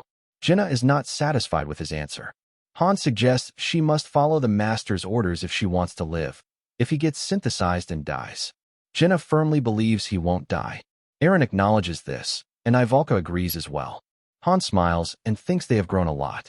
The game window shows Adis and airs her, making them lose health at regular intervals. Then the window shows Adis, frightened, decreasing stats by 30%. Han realizes that the 12th floor must be much more difficult compared to the 11th. Adis's team comes back injured and exhausted. Han asks about the experience. Her expression changes, and she firmly asks about the procedure to reject the order. He remarks that the procedure is easy. In the next moment, the game window shows the refusal of Edith to participate. Party 2 is now out of control. Isol fearfully comments that the situation is getting worse. Han admits it and says that with both parties out of control, including the main dungeon, the master can't send them in daily, leaving the waiting room empty. With that, Han instructs his party to train regularly, since not following the master's orders won't stop them from doing their own activities. He adds that dungeons will be open for 3 days as compensation for the game's error. They will stock up on potions and improve Jenna's and Eren's equipment. They will enter the dungeons on their own will. Isol bursts out, worrying about their accounts being closed by her master. Han doesn't flinch. He doesn't care about the master's actions. He remarks that if the master were truly that kind of person, then whatever would not have been able to climb the tower at all. Isol warns him about being synthesized, addressing him as Loki. Han happily admits that it is better to die painlessly than to suffer without a good reason. He then puts forward the solution to restore a strike by synthesizing the heroes who caused the disturbance in order. This would decrease the morale of the heroes, but they would not be able to refuse orders in the future. He mentions that using gifts and rest facilities afterward would raise morale again. Ivalka agrees. Han believes that whatever is unaware of this, and their party leaves the waiting room. The next day, they enter the daily dungeons, splitting into groups. Han with Ivalka, Jenna with Eren. They go into different versions and are able to find a low-grade fire attribute stone. After finishing their rounds, Han trains, raising his beginner sword and shield proficiency to level 6. At his current level, basic training is not enough to enhance his skills. He needs to find a veteran of the same level or train using handicaps. He creates a special system for Ivalka to sharpen her skills. She needs to train her telekinetic magic in order to obtain the telekinetic skill. She complains that she only wants to use fire magic. Han taunts her, saying she only eats potatoes. Whatever does not log in, nor the day after. Isol cries, worried that he may not log in again and might stop playing. Han only sips tea, responding flatly. Then the game announces his arrival. Isol's mood shifts instantly. Adis wonders about the change of his mind. Han refuses to believe it. He thinks that if I'm so good, Adis were that easy to cure, then it would not be that common. Han knows exactly what whatever is thinking.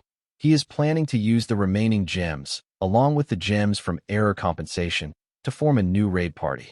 The game system notifies the master that he is now using 1,500 gems for 3 premium summons, and the master confirms the purchase. After waiting a bit, he obtains a rare hero, Stein, a 3-star, another rare hero, Magil, a 3-star, and the third one is also a rare hero, Tarsher, a 3-star. Adis mentions the new recruits. Han stands up, acknowledging them. Adis brings up the draft order, but Han cuts her off, saying they won't do it as it is not needed. He explains they won't be able to join their parties and tells her to wait and see. At the landing area, Magil and Tarsher start arguing about something. Tensions escalate, and both of them draw their weapons against each other. The game window shows hostility between them, with each mocking the other. A A system window appears, stating that a hostile relationship has been formed between two heroes, and warns the master to take care of other heroes' relationships. Han, walking up from behind, thinks about their behavior, while Stein tries to calm them down. Seeing Han approach, Stein asks if he has arrived earlier than him. Han confirms. Stein introduces himself and asks for help to make the other two calm down, since they are not listening to him. Stein turns back in surprise, while Magel mocks him further, saying he should bring his parents, and then she might agree. This makes Stein furious. He says he may forgive insults to himself, but vows never to forgive anyone who insults his parents, raising his sword in anger. Adis asks Han about the commotion. He explains that their personalities don't mix well. Han further explains to himself that heroes have a level of compatibility with each other. Some heroes gain bonuses when grouped together in the same party, while others receive penalties. However, it is very rare for heroes to become this hostile to each other right after being summoned. The group of new summons continues fighting. Tarsher attacks, while Stein forms a shield. Then Isol appears from behind, scolding them and threatening that if they continue, they will regret it. Tarsher asks who she is. She introduces herself as the master's proxy and warns them to behave, saying she is far stronger than all of them. Stein, while holding his head, mutters the word master. Isol restrains them from fighting and warns them that she won't forgive them the next time. Magel argues, asking her to move away the rich kid and the beggar from her, saying they don't suit her. She asks instead to be put with the young man, pointing at Han. Isol tells her it's not her place to decide, but the master's. The system shows Stein, Magel, and Tarsher being placed in Party 3, and the space-time rift opens. Adis asks Han where he is going. He replies that he is going to sleep. She then asks about Party 3. He says they won't be able to come back. The system announces Tarsher has fallen into a frenzy, friendly fire. Stein and will lose health at regular intervals. Stein has fallen into a frenzy, friendly fire. Magel has fallen into a frenzy, friendly fire. Then the system announces Stein has killed an ally. Han opens his eyes, unable to sleep. The system then announces that Tarsher has been returned to the goddess's embrace, and that his fighting spirit will be eternally remembered. Soon after, Magel meets the same fate. Stein falls into despair, and his stats decrease by 80%. Han remarks that the announcements are annoying. Then Stein too meets the same fate as the other two. The system announces the annihilation of Party 3, marking all three as killed in action. Han, still in bed, is approached by Isol while the master logs out. Isol comes close to Han, crying and yelling about what they should do if the master might quit. Han plainly says that he can. She asks what will happen to her, what will happen to them. She explains that if the master doesn't log in for 6 months, then the account will be deleted. She yells at Han that he can't quit. He reassures her that in game time, it would be a year and 6 months. She complains that the lobby will be in a mess without a master. There won't be any interaction force, and she shouts that she will disappear without even having lived long yet. Han suggests not to panic, as it is not certain if the master will quit. Isol begins to argue, but he cuts in, telling her not to worry, because if the master were truly a coward, he would have quit long ago. Isol wipes her tears and decides to believe him. Han asks her about being hopeless and wants to know if she will disappear if she doesn't climb up the tower. She confirms. He pauses, sits up, and after a long silence asks her again. She says she will vanish.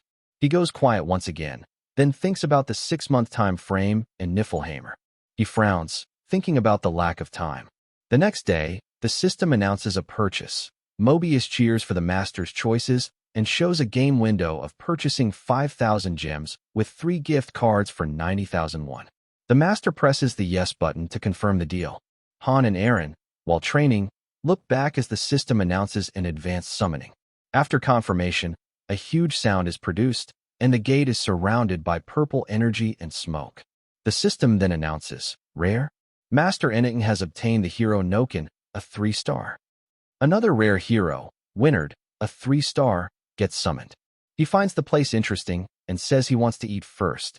The system announces another rare hero, Jelen, a 3-star, who demands to know the leader of the place and requests to be guided to where they will be staying.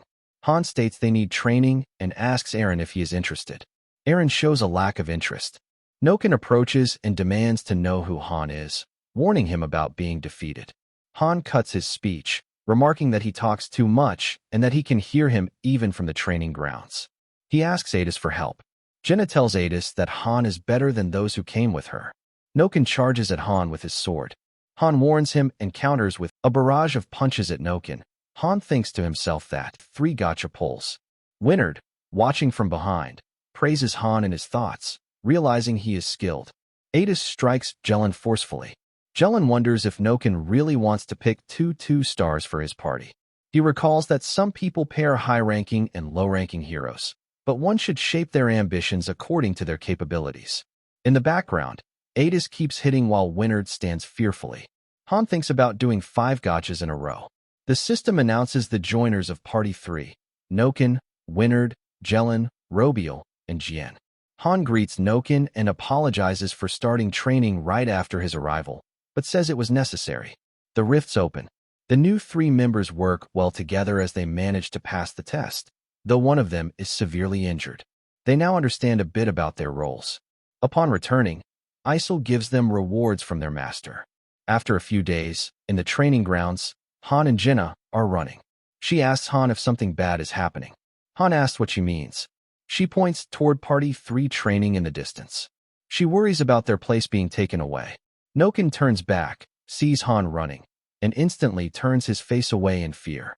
Han tells Jenna, behind him, to let them be. As days pass, Party 3 grows stronger with time, even without a mage.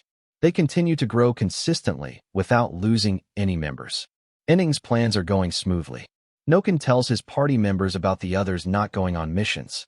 He claims they were abandoned by the master, but admits that if they work hard, they will outgrow them, with the exception of the mage woman, whom he says they need by their side. Jelen argues that they are already maxed out, but Winard says the bottom 2 members of their party are useless and should be kicked out. Han compliments their opinion, appearing from behind. Noken freaks out after a brief moment. He asks Han his business.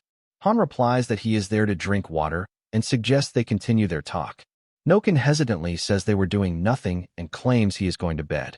As he leaves, Han looks back at them and thinks that they lack the concept of teamwork, as they don't even treat their low-star members as equals.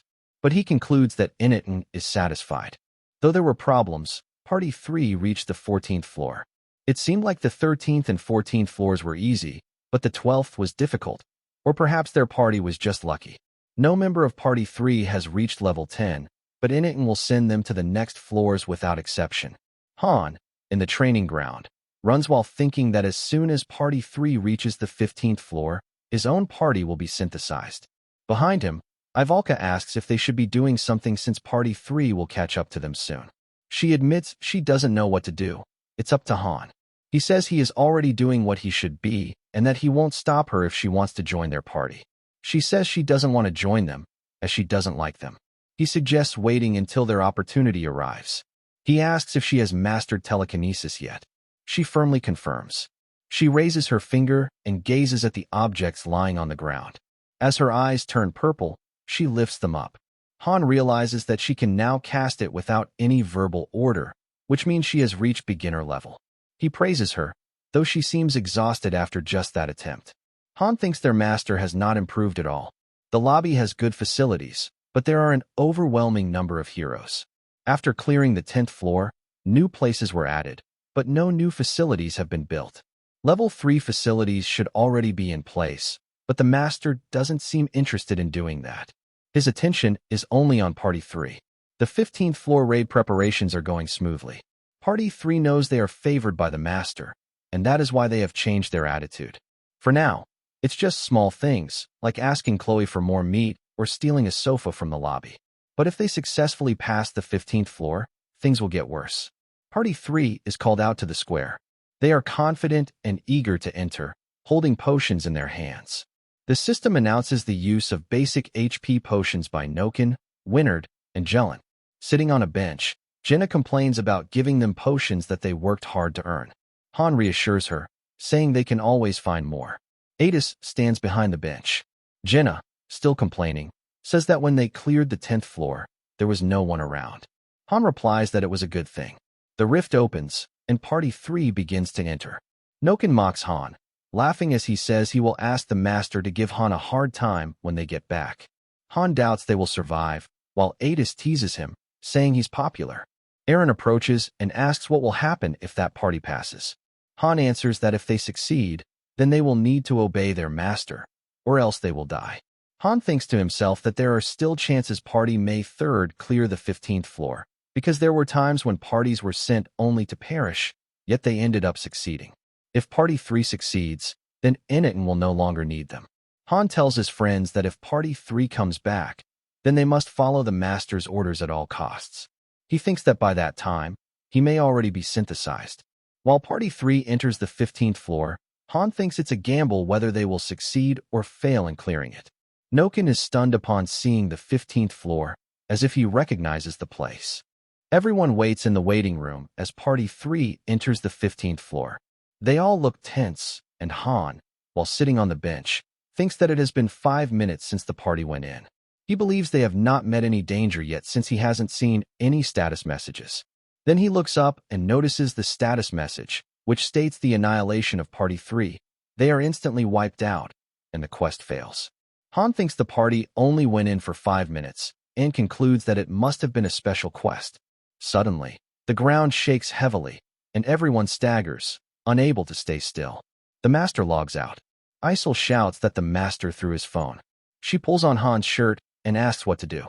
Han tells her to stop since many people are watching. He suggests going back, as the show has ended. Jenna asks about Party 3, and he says the party has been annihilated. He thinks that as soon as they entered the 15th floor, they were wiped out.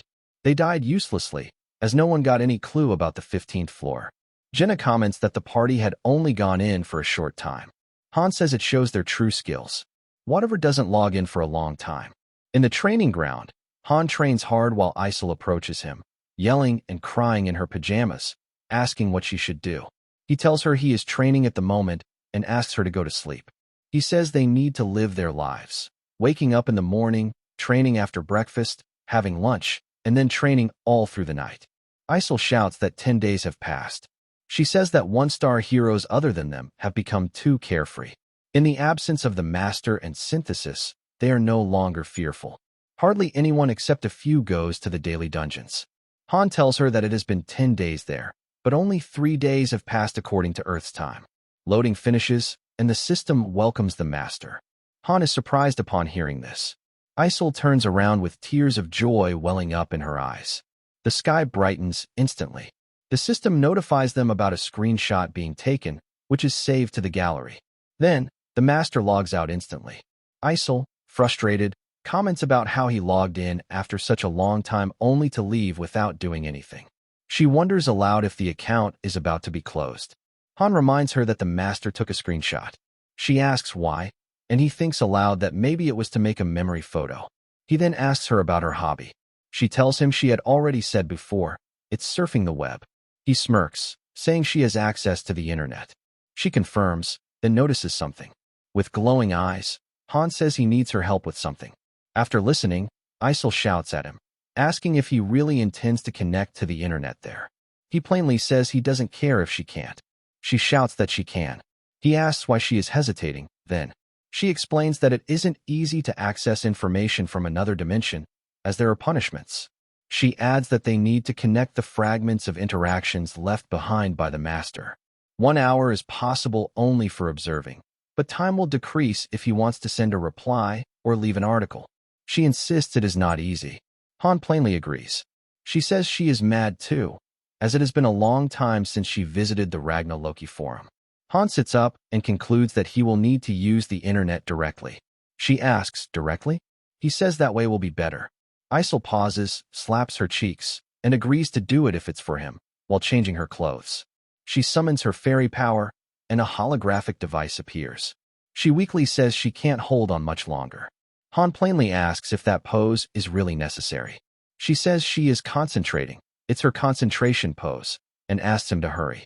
She continues making noise, but he tells her to stay quiet, as it annoys him. He says he will finish quickly. He searches through the web and opens the Pick Me Up online fan forum. He thinks it has been a long time since he was there. He searches through the sidebar and clicks the progress help thread. He smirks when he finds Whatever's comment asking for help. Whatever had written that he wanted help with something. He said it had been a month since he started, and at first things went smoothly, but now he feels stuck. He thought of following the rating guide, but felt something was wrong. He even attached a screenshot of his waiting room below. Han checks through the character's deck and sees his own sprite looking like an actual game character.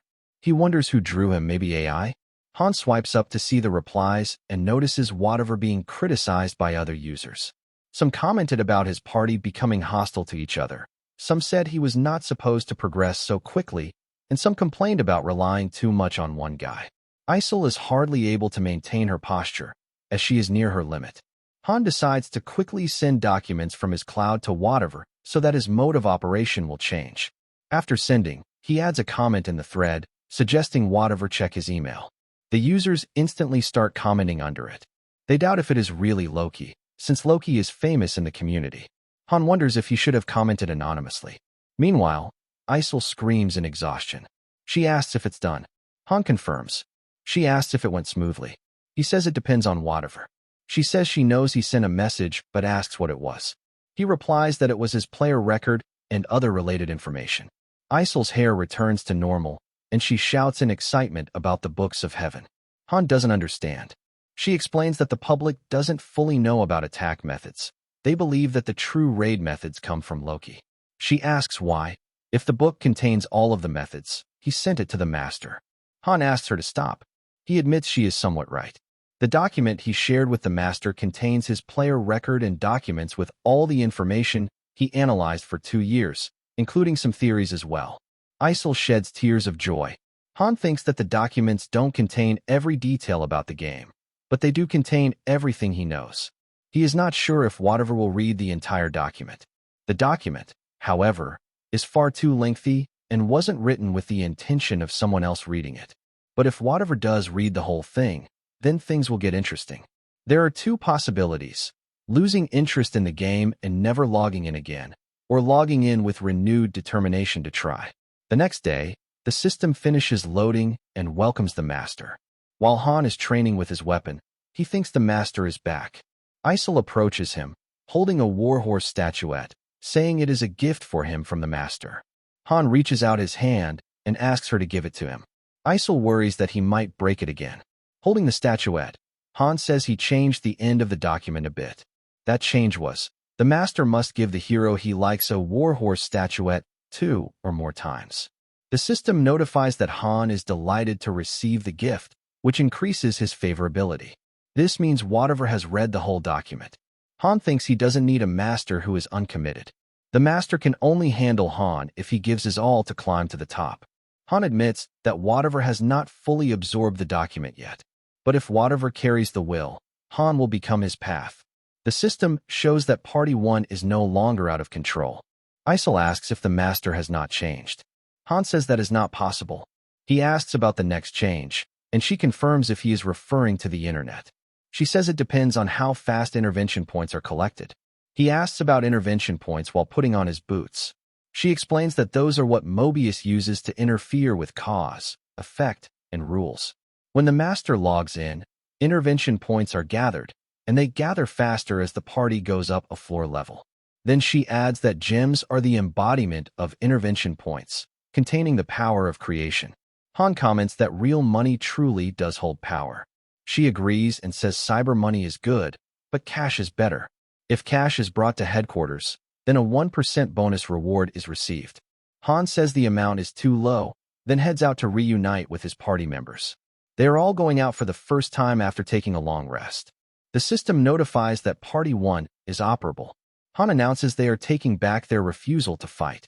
The system praises the master for changing the mindset of the heroes. Jenna doesn't care much, but still thinks it's good. Han asks if they weren't hungry to fight. Ivalka denies it. He glares at her, and then she nervously says she is itchy to fight. Aaron asks what will happen if the master changes his mind, as they are already lacking a member. Han assures him not to worry. Isol calls out Adis, instructing her to join Party 1 as per the master's will. She steps forward and asks Han about their refusal and about the master. Han tells her to wait and see. The system notifies that Party 2 is operable and that Adis has joined Party 1. The rift starts to open. Adis admits she can't stay long. Han assures her he is not expecting that either. After clearing the 15th floor, she can lead Party 2 again. The system announces the current challenge, which is the 8th floor. After 10 seconds, the gate will open. A blue light becomes visible from the gate as Party 1 stands by. They enter the dungeon, floor 8. Their objective is to destroy all the enemies. Han instructs his party to show everything they have been training. Enemies begin to approach them. Goblin Riders, level 9 by 27. Ivalka uses her magic, invert. As she lifts her hand, the goblins freeze and collapse on each other after an explosion. Jenna concentrates on her arrows. Ivalka then uses a different spell, ignite, defeating the goblins with a single spell. Han acknowledges her progress, noting that before it used to take her 40 seconds, but now only 10 seconds to cast. Then he shouts that it's the last level and takes down the goblins. Ada stands there, still asking why she was called. They clear the stage, receiving coins and leather as rewards. Han thinks he can trust Jenna to cover him, as she is now able to shoot much faster. Jenna asks Adis if she is bored. She answers that she enjoyed watching them. Han believes Adis is clever and will find her role in the party soon. The system labels Ivalka as MVP. Han praises her progress in magic in his head, while she complains about getting tired after using her spells. Han tells her it's not over. She shouts that she gets tired after using magic. He assures her she won't be doing much work. She doubts his words. The system suggests the master start research, as they have found a member for research, which will help in the smooth functioning of the lobby. Han and Ivalka enter the research facilities. She asks if this is the magic hall and why she is there. Han replies that she doesn't have to work hard physically. She just needs to research. She frowns. The system shows the stats of research. Current development is overall 0. Research points can be achieved by placing members in the research lab. The lobby can be upgraded according to the points. The system asks for the master's confirmation to make Ivalka the researcher. He taps yes. Isel pops out instantly, frightening Ivalka. Ivalka suggests she not pop out of nowhere, as it scares her. Isel tells her to adapt, saying she doesn't appear like that by her own will. She points to the desk and tells her to solve the problem and place it into the container. After reading, Ivalka hesitates to solve it, since she only learned those skills at the Magic Academy. Isel shouts at her to follow the master's order if she doesn't want trouble. Afterward, Han tries to read a book from the shelf but is unable to, while Ivalka is busy solving the problem. She places the solved problem in the container, which produces 1 research point. The research speed is 10 per hour, which produces 10 gems per hour. Han thinks 10 points per hour is not good.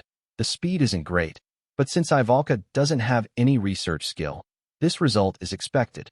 The system notifies that the researcher should work for 3 hours per day, as the researcher may get irritated if the set time is too long since they have their own lives as well.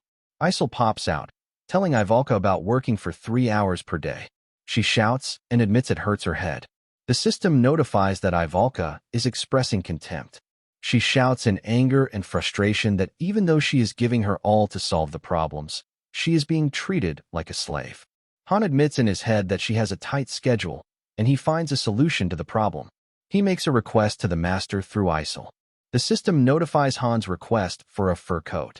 The master accepts and purchases it with 3,000 gold. The coat appears, and Ivalka holds it tightly. Han tells her to do her work and she will get more. She complains about him changing her mind through gifts, bad-mouthing him. Han holds the coat from one side and says that if she doesn't want it, she can give it back. On the other side, she shouts that she didn't say that and then does the work, while Isel observes them from behind. Enigma begins to change and starts sending members to the weekly dungeons, developing weapons in the equipment center, and forming a new Party 3 made of new heroes. He has surely changed. Han smiles, thinking about it, while sitting in the research lab. Ivalka addresses him while solving the problems. She admits she is good at flame-type magic and theories about different things. She believes he is talented as well and asks him to learn magic if he is interested. He repeats her words. She says it will be hard for her to teach alone, but the books in the lab can help too. Han explains to himself that as a 2-star, he is at beginner class. He will be able to choose his class once he reaches 3-star. At that rate, he can become a warrior, but by completing different positions he may be able to unlock a hidden class. One of those includes the mage swordsman. Still, just because it's a hidden class doesn't necessarily mean it is strong. He directly refuses her, as he is only focusing on one thing. Still, she asks him to let her know if he changes his mind. Han then teases her, saying she made that offer just to receive help in solving the problems. She startles and denies what he said outright. After listening, he believes he was correct. She sighs and after a moment asks him about his life before coming here. He tells her he was a farmer. She doesn't believe him. He reminds her to focus on the problems. Ivalka was a daughter of a famous family, but her family was destroyed in a war. Suddenly, blue light appears above them. Both of them are stunned witnessing it. Ivalka asks what is happening. Han simply says, "It's beginning." The system notifies, research hero chemistry is now level 1, and the goddess's blessing descends upon the waiting room. The research lab fills with blue light, and the blessings fall from above. One falls on Ivalka, though she still doesn't understand the situation. There are 3 paths in the research tech tree, and whatever use 30 points to unlock hero chemistry research. Ivalka's head spins, and she sits down, unable to understand anything. Han suggests she check her stats. She repeats the word stat. A stat window appears in front of her, and she shouts in surprise at its sudden appearance. Han explains that it shows her ability in the form of numbers. Han believes Party 3 was destroyed because they didn't know about the quest, as they weren't able to see the system and were unaware of the objectives. Hero chemistry research is a method through which one can see the info window. He asks if she can see strength, intelligence, vitality, dexterity, and skill. She reads, intermediate flame magic, telekinesis. Han tells her those are her skills. He then asks her to follow him, as the time has come to inform the others too. As he steps out, he hears Eren shouting about a ghost. Eren calls out to his boss, informing him that a ghost is following him. It turns out to be the light source that fell on Ivalka earlier. Han holds the running Eren from behind and tells him it's not a ghost.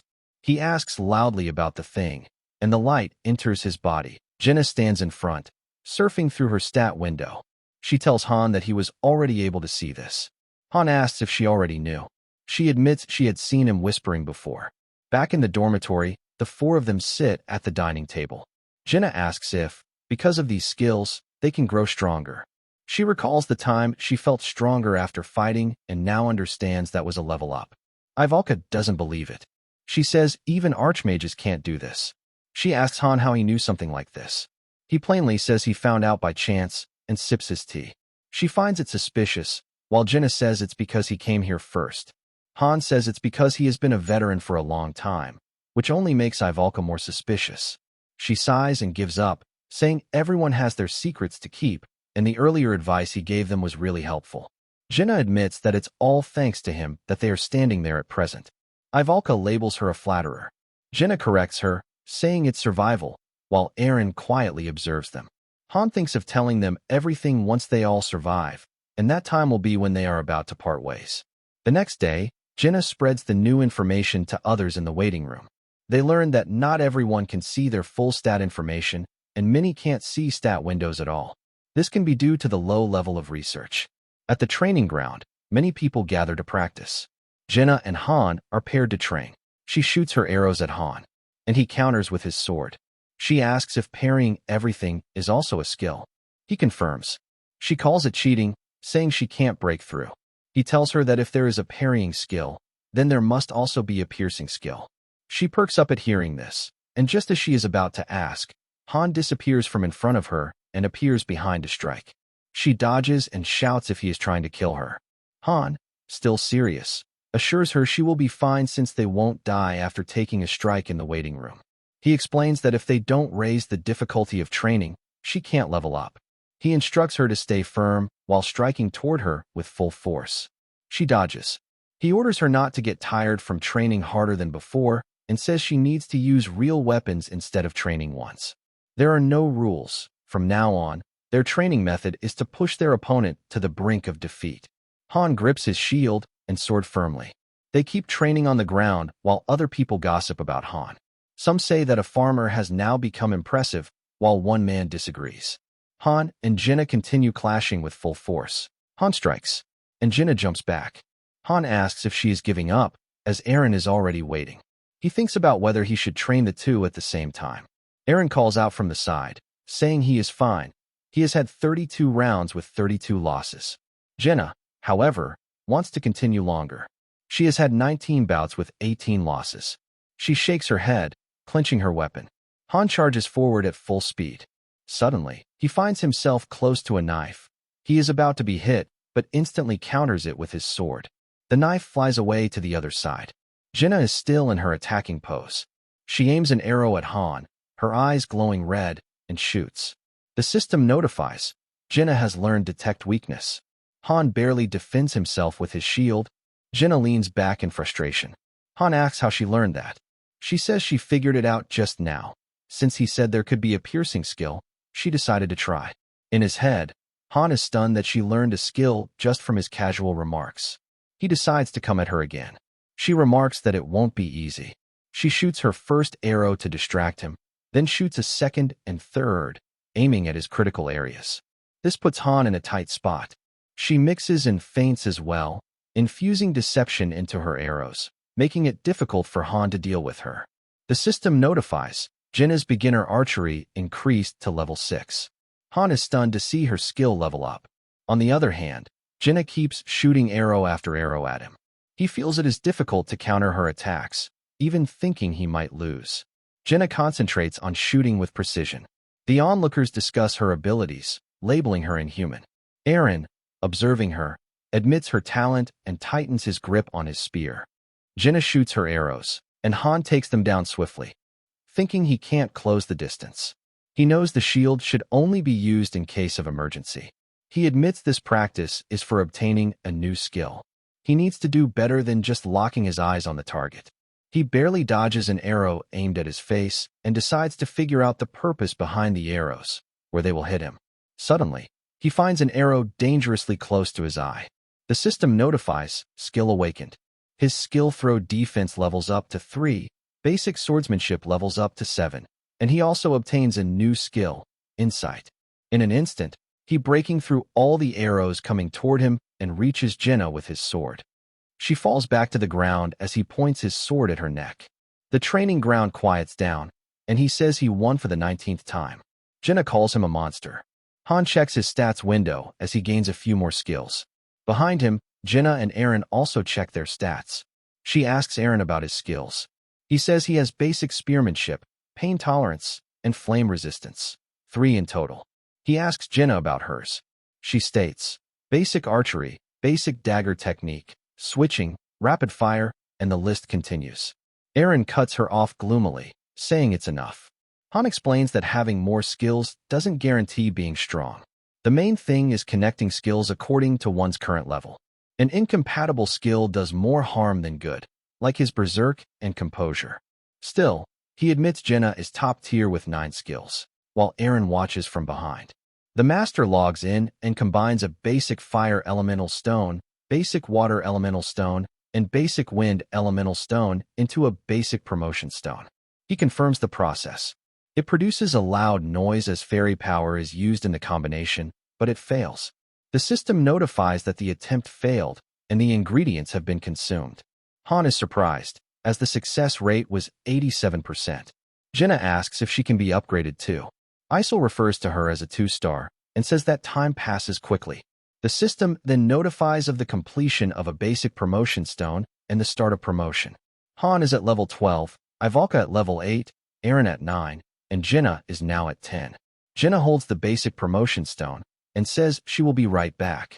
Han thinks his promotion was special due to the interference of Tell, but assumes Jenna will experience something different from what he witnessed. The system notifies, the hero's forgotten memories have awakened. Jenna is promoted to 2-star as light glows from the facility. Jenna returns to Han and says she had a strange dream of the forest where she used to live being burned down.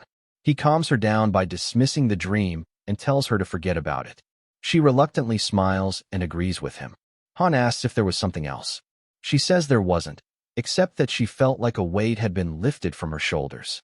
Han concludes in his head that a normal promotion simply awakens memories from the past, and that all heroes are currently in a state of amnesia. At 4 or 5 stars, They may be able to learn the full truth of how they ended up here and what happened to their respective worlds. After a short period of time, Eren goes through his promotion. Han doesn't know what happened to him, but he notices Eren seems stronger and more motivated. After training, Eren decides to go back and asks if Han is going. Han answers that he still has things to do. Eren admits he works hard, and so he himself should work even harder. Han tells him he will make his body weak if he overdoes it. Eren asks about him, and Han replies that he is fine. Afterward, Han feels exhausted, exhales heavily, then enters into his berserk mode and strikes at his target with a series of blows. The attack makes a loud noise, and Eren, stepping back, hears and watches him from behind. After landing countless blows on the target, Han is still not satisfied with his progress. He thinks that while using berserk makes him strong, he loses his composure as his skill efficiency decreases. He wonders if it could be better if somehow he could make the two unify, like the basic sword shield technique. If two skills are compatible, they merge into one. Adis, from behind, comments on his training late at night. He asks her business there at such a late hour. She steps forward, saying she wanted to ask him something before entering the 12th floor. She points out that his party is not made up of people used to combat. Jenna was a forest keeper, Eren a hunter, and he was a farmer. He agrees plainly. As Adis is about to ask something else, her expression changes, and she firmly asks if he has ever killed someone in the past. He responds that her party climbed the 12th floor and asks if she is asking this to know how dedicated they are. She confirms. He explains that he is alive at the price of other lives. 3 people were synthesized with him, and he says she should already know the rest by now. She freezes and admits it is true, recalling when he killed the pulverizing wolves mercenaries. He asks if she is insulting him. She denies it. He tells her that whatever appears on the stage, they need to defeat it. She says his perspective is different from his party members. He replies that if that's the case, then he needs to get new members. He adds that he knows his party well, and she doesn't need to worry. The space and time rift opens. Jenna asks if they are going to the 11th floor again. Han says they have done that enough. It will be the 12th floor. The system notifies that the current challenge is the 12th floor and that the doors will open in 10 seconds. Han tells Adis to do what she needs to. She agrees. He suggests she do even better if she already knows. Then they enter the 12th floor. The objective is to destroy all enemies. Jenna shouts that it's a subjugation-type mission and asks where the enemies are. As she reaches for her arrows, she is stunned to see the enemies. The enemy soldier orders them to stop, put their weapons down, and prove their identities. The system shows, human soldier, level 11 by 13. Jenna is shocked to see they are human soldiers. Adis frowns and grits her teeth. Han remains serious, his eyes fixed on the enemies. The other members are still confused. Eren shouts at Han that those are not monsters, but people. Han asks if he won't fight. Eren refuses and suggests talking with them first. Ivalkar agrees with Eren and suggests that talking may help them obtain more information about the place, so they can find a solution without fighting. Han asks if she doesn't want to fight. She replies that she wishes to avoid needless killing. Han then asks Jenna for her opinion. Jenna is unable to say a single word, as she doesn't know what to say. Han thinks that the soldiers are different from NPCs. They can see them, which means they are enemies. He instructs his party to draw out their weapons. Eren is stunned at his choice. Han asks if he decides to fight, will they stop him? He stares at them with a sharp gaze, which makes all of them freeze. They don't know what to do and just stand there, staring at him tensely. After a brief moment, Han sighs and gives them permission to do what they want. Eren thanks him and decides to talk with the soldiers. He steps forward toward them. He introduces himself as Eren and tells them he wants to talk. The soldier replies that they also want to talk. They were sent to this place and don't know why. Eren asks how they reached this place. The soldier says it's complicated, as a lot has happened, and suggests Eren come closer so they can discuss. Eren decides to approach. The soldier asks him to drop his weapon, assuring him they have no intention to hurt, but his soldiers are uneasy. He promises that they also want to go back. After thinking for a bit, Eren decides to put his weapon down. Han whispers in his ear that he can't just do whatever they tell him. Then he loudly addresses the soldiers, telling them to come over after dropping their weapons. The soldier denies. Han asks if they only want them to drop their weapons. A group of soldiers thinks it over and decides that 3 of their soldiers will come over without weapons. The soldier asks them to reciprocate, as they are now disarmed. Han drops his shield and sword as well and asks if it's fine. The soldier confirms and walks forward to discuss. He keeps walking and tells them that a voice is whispering in his head. He says he can't stop it no matter what. The voice keeps speaking to him. Han asks about the voice. The soldier suddenly draws his weapons and shouts that the voice is telling him to kill them. His and his soldiers' eyes turn red. Han swiftly pulls his sword back. He remembers that when he was a master, he witnessed heroes who hesitated to attack being killed. He swings his sword and takes down a soldier.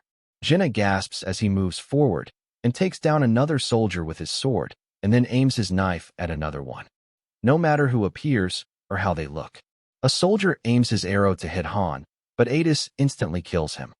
Han calls Eren, thinking it is a matter of kill or be killed. He asks Eren if he still wants to negotiate. He stares at him firmly, and after thinking for a moment, Eren decides to fight and grips his spear. Adis is stunned to see the change. Han asks Jinnah if she still wants to spare them.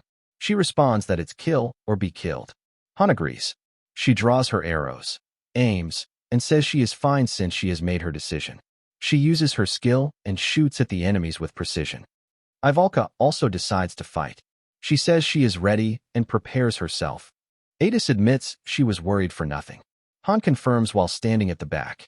He explains to himself that they don't care whether the enemy is a monster or a human. He admits that when he formed his party, he didn't place importance on talent or strength, but on mentality.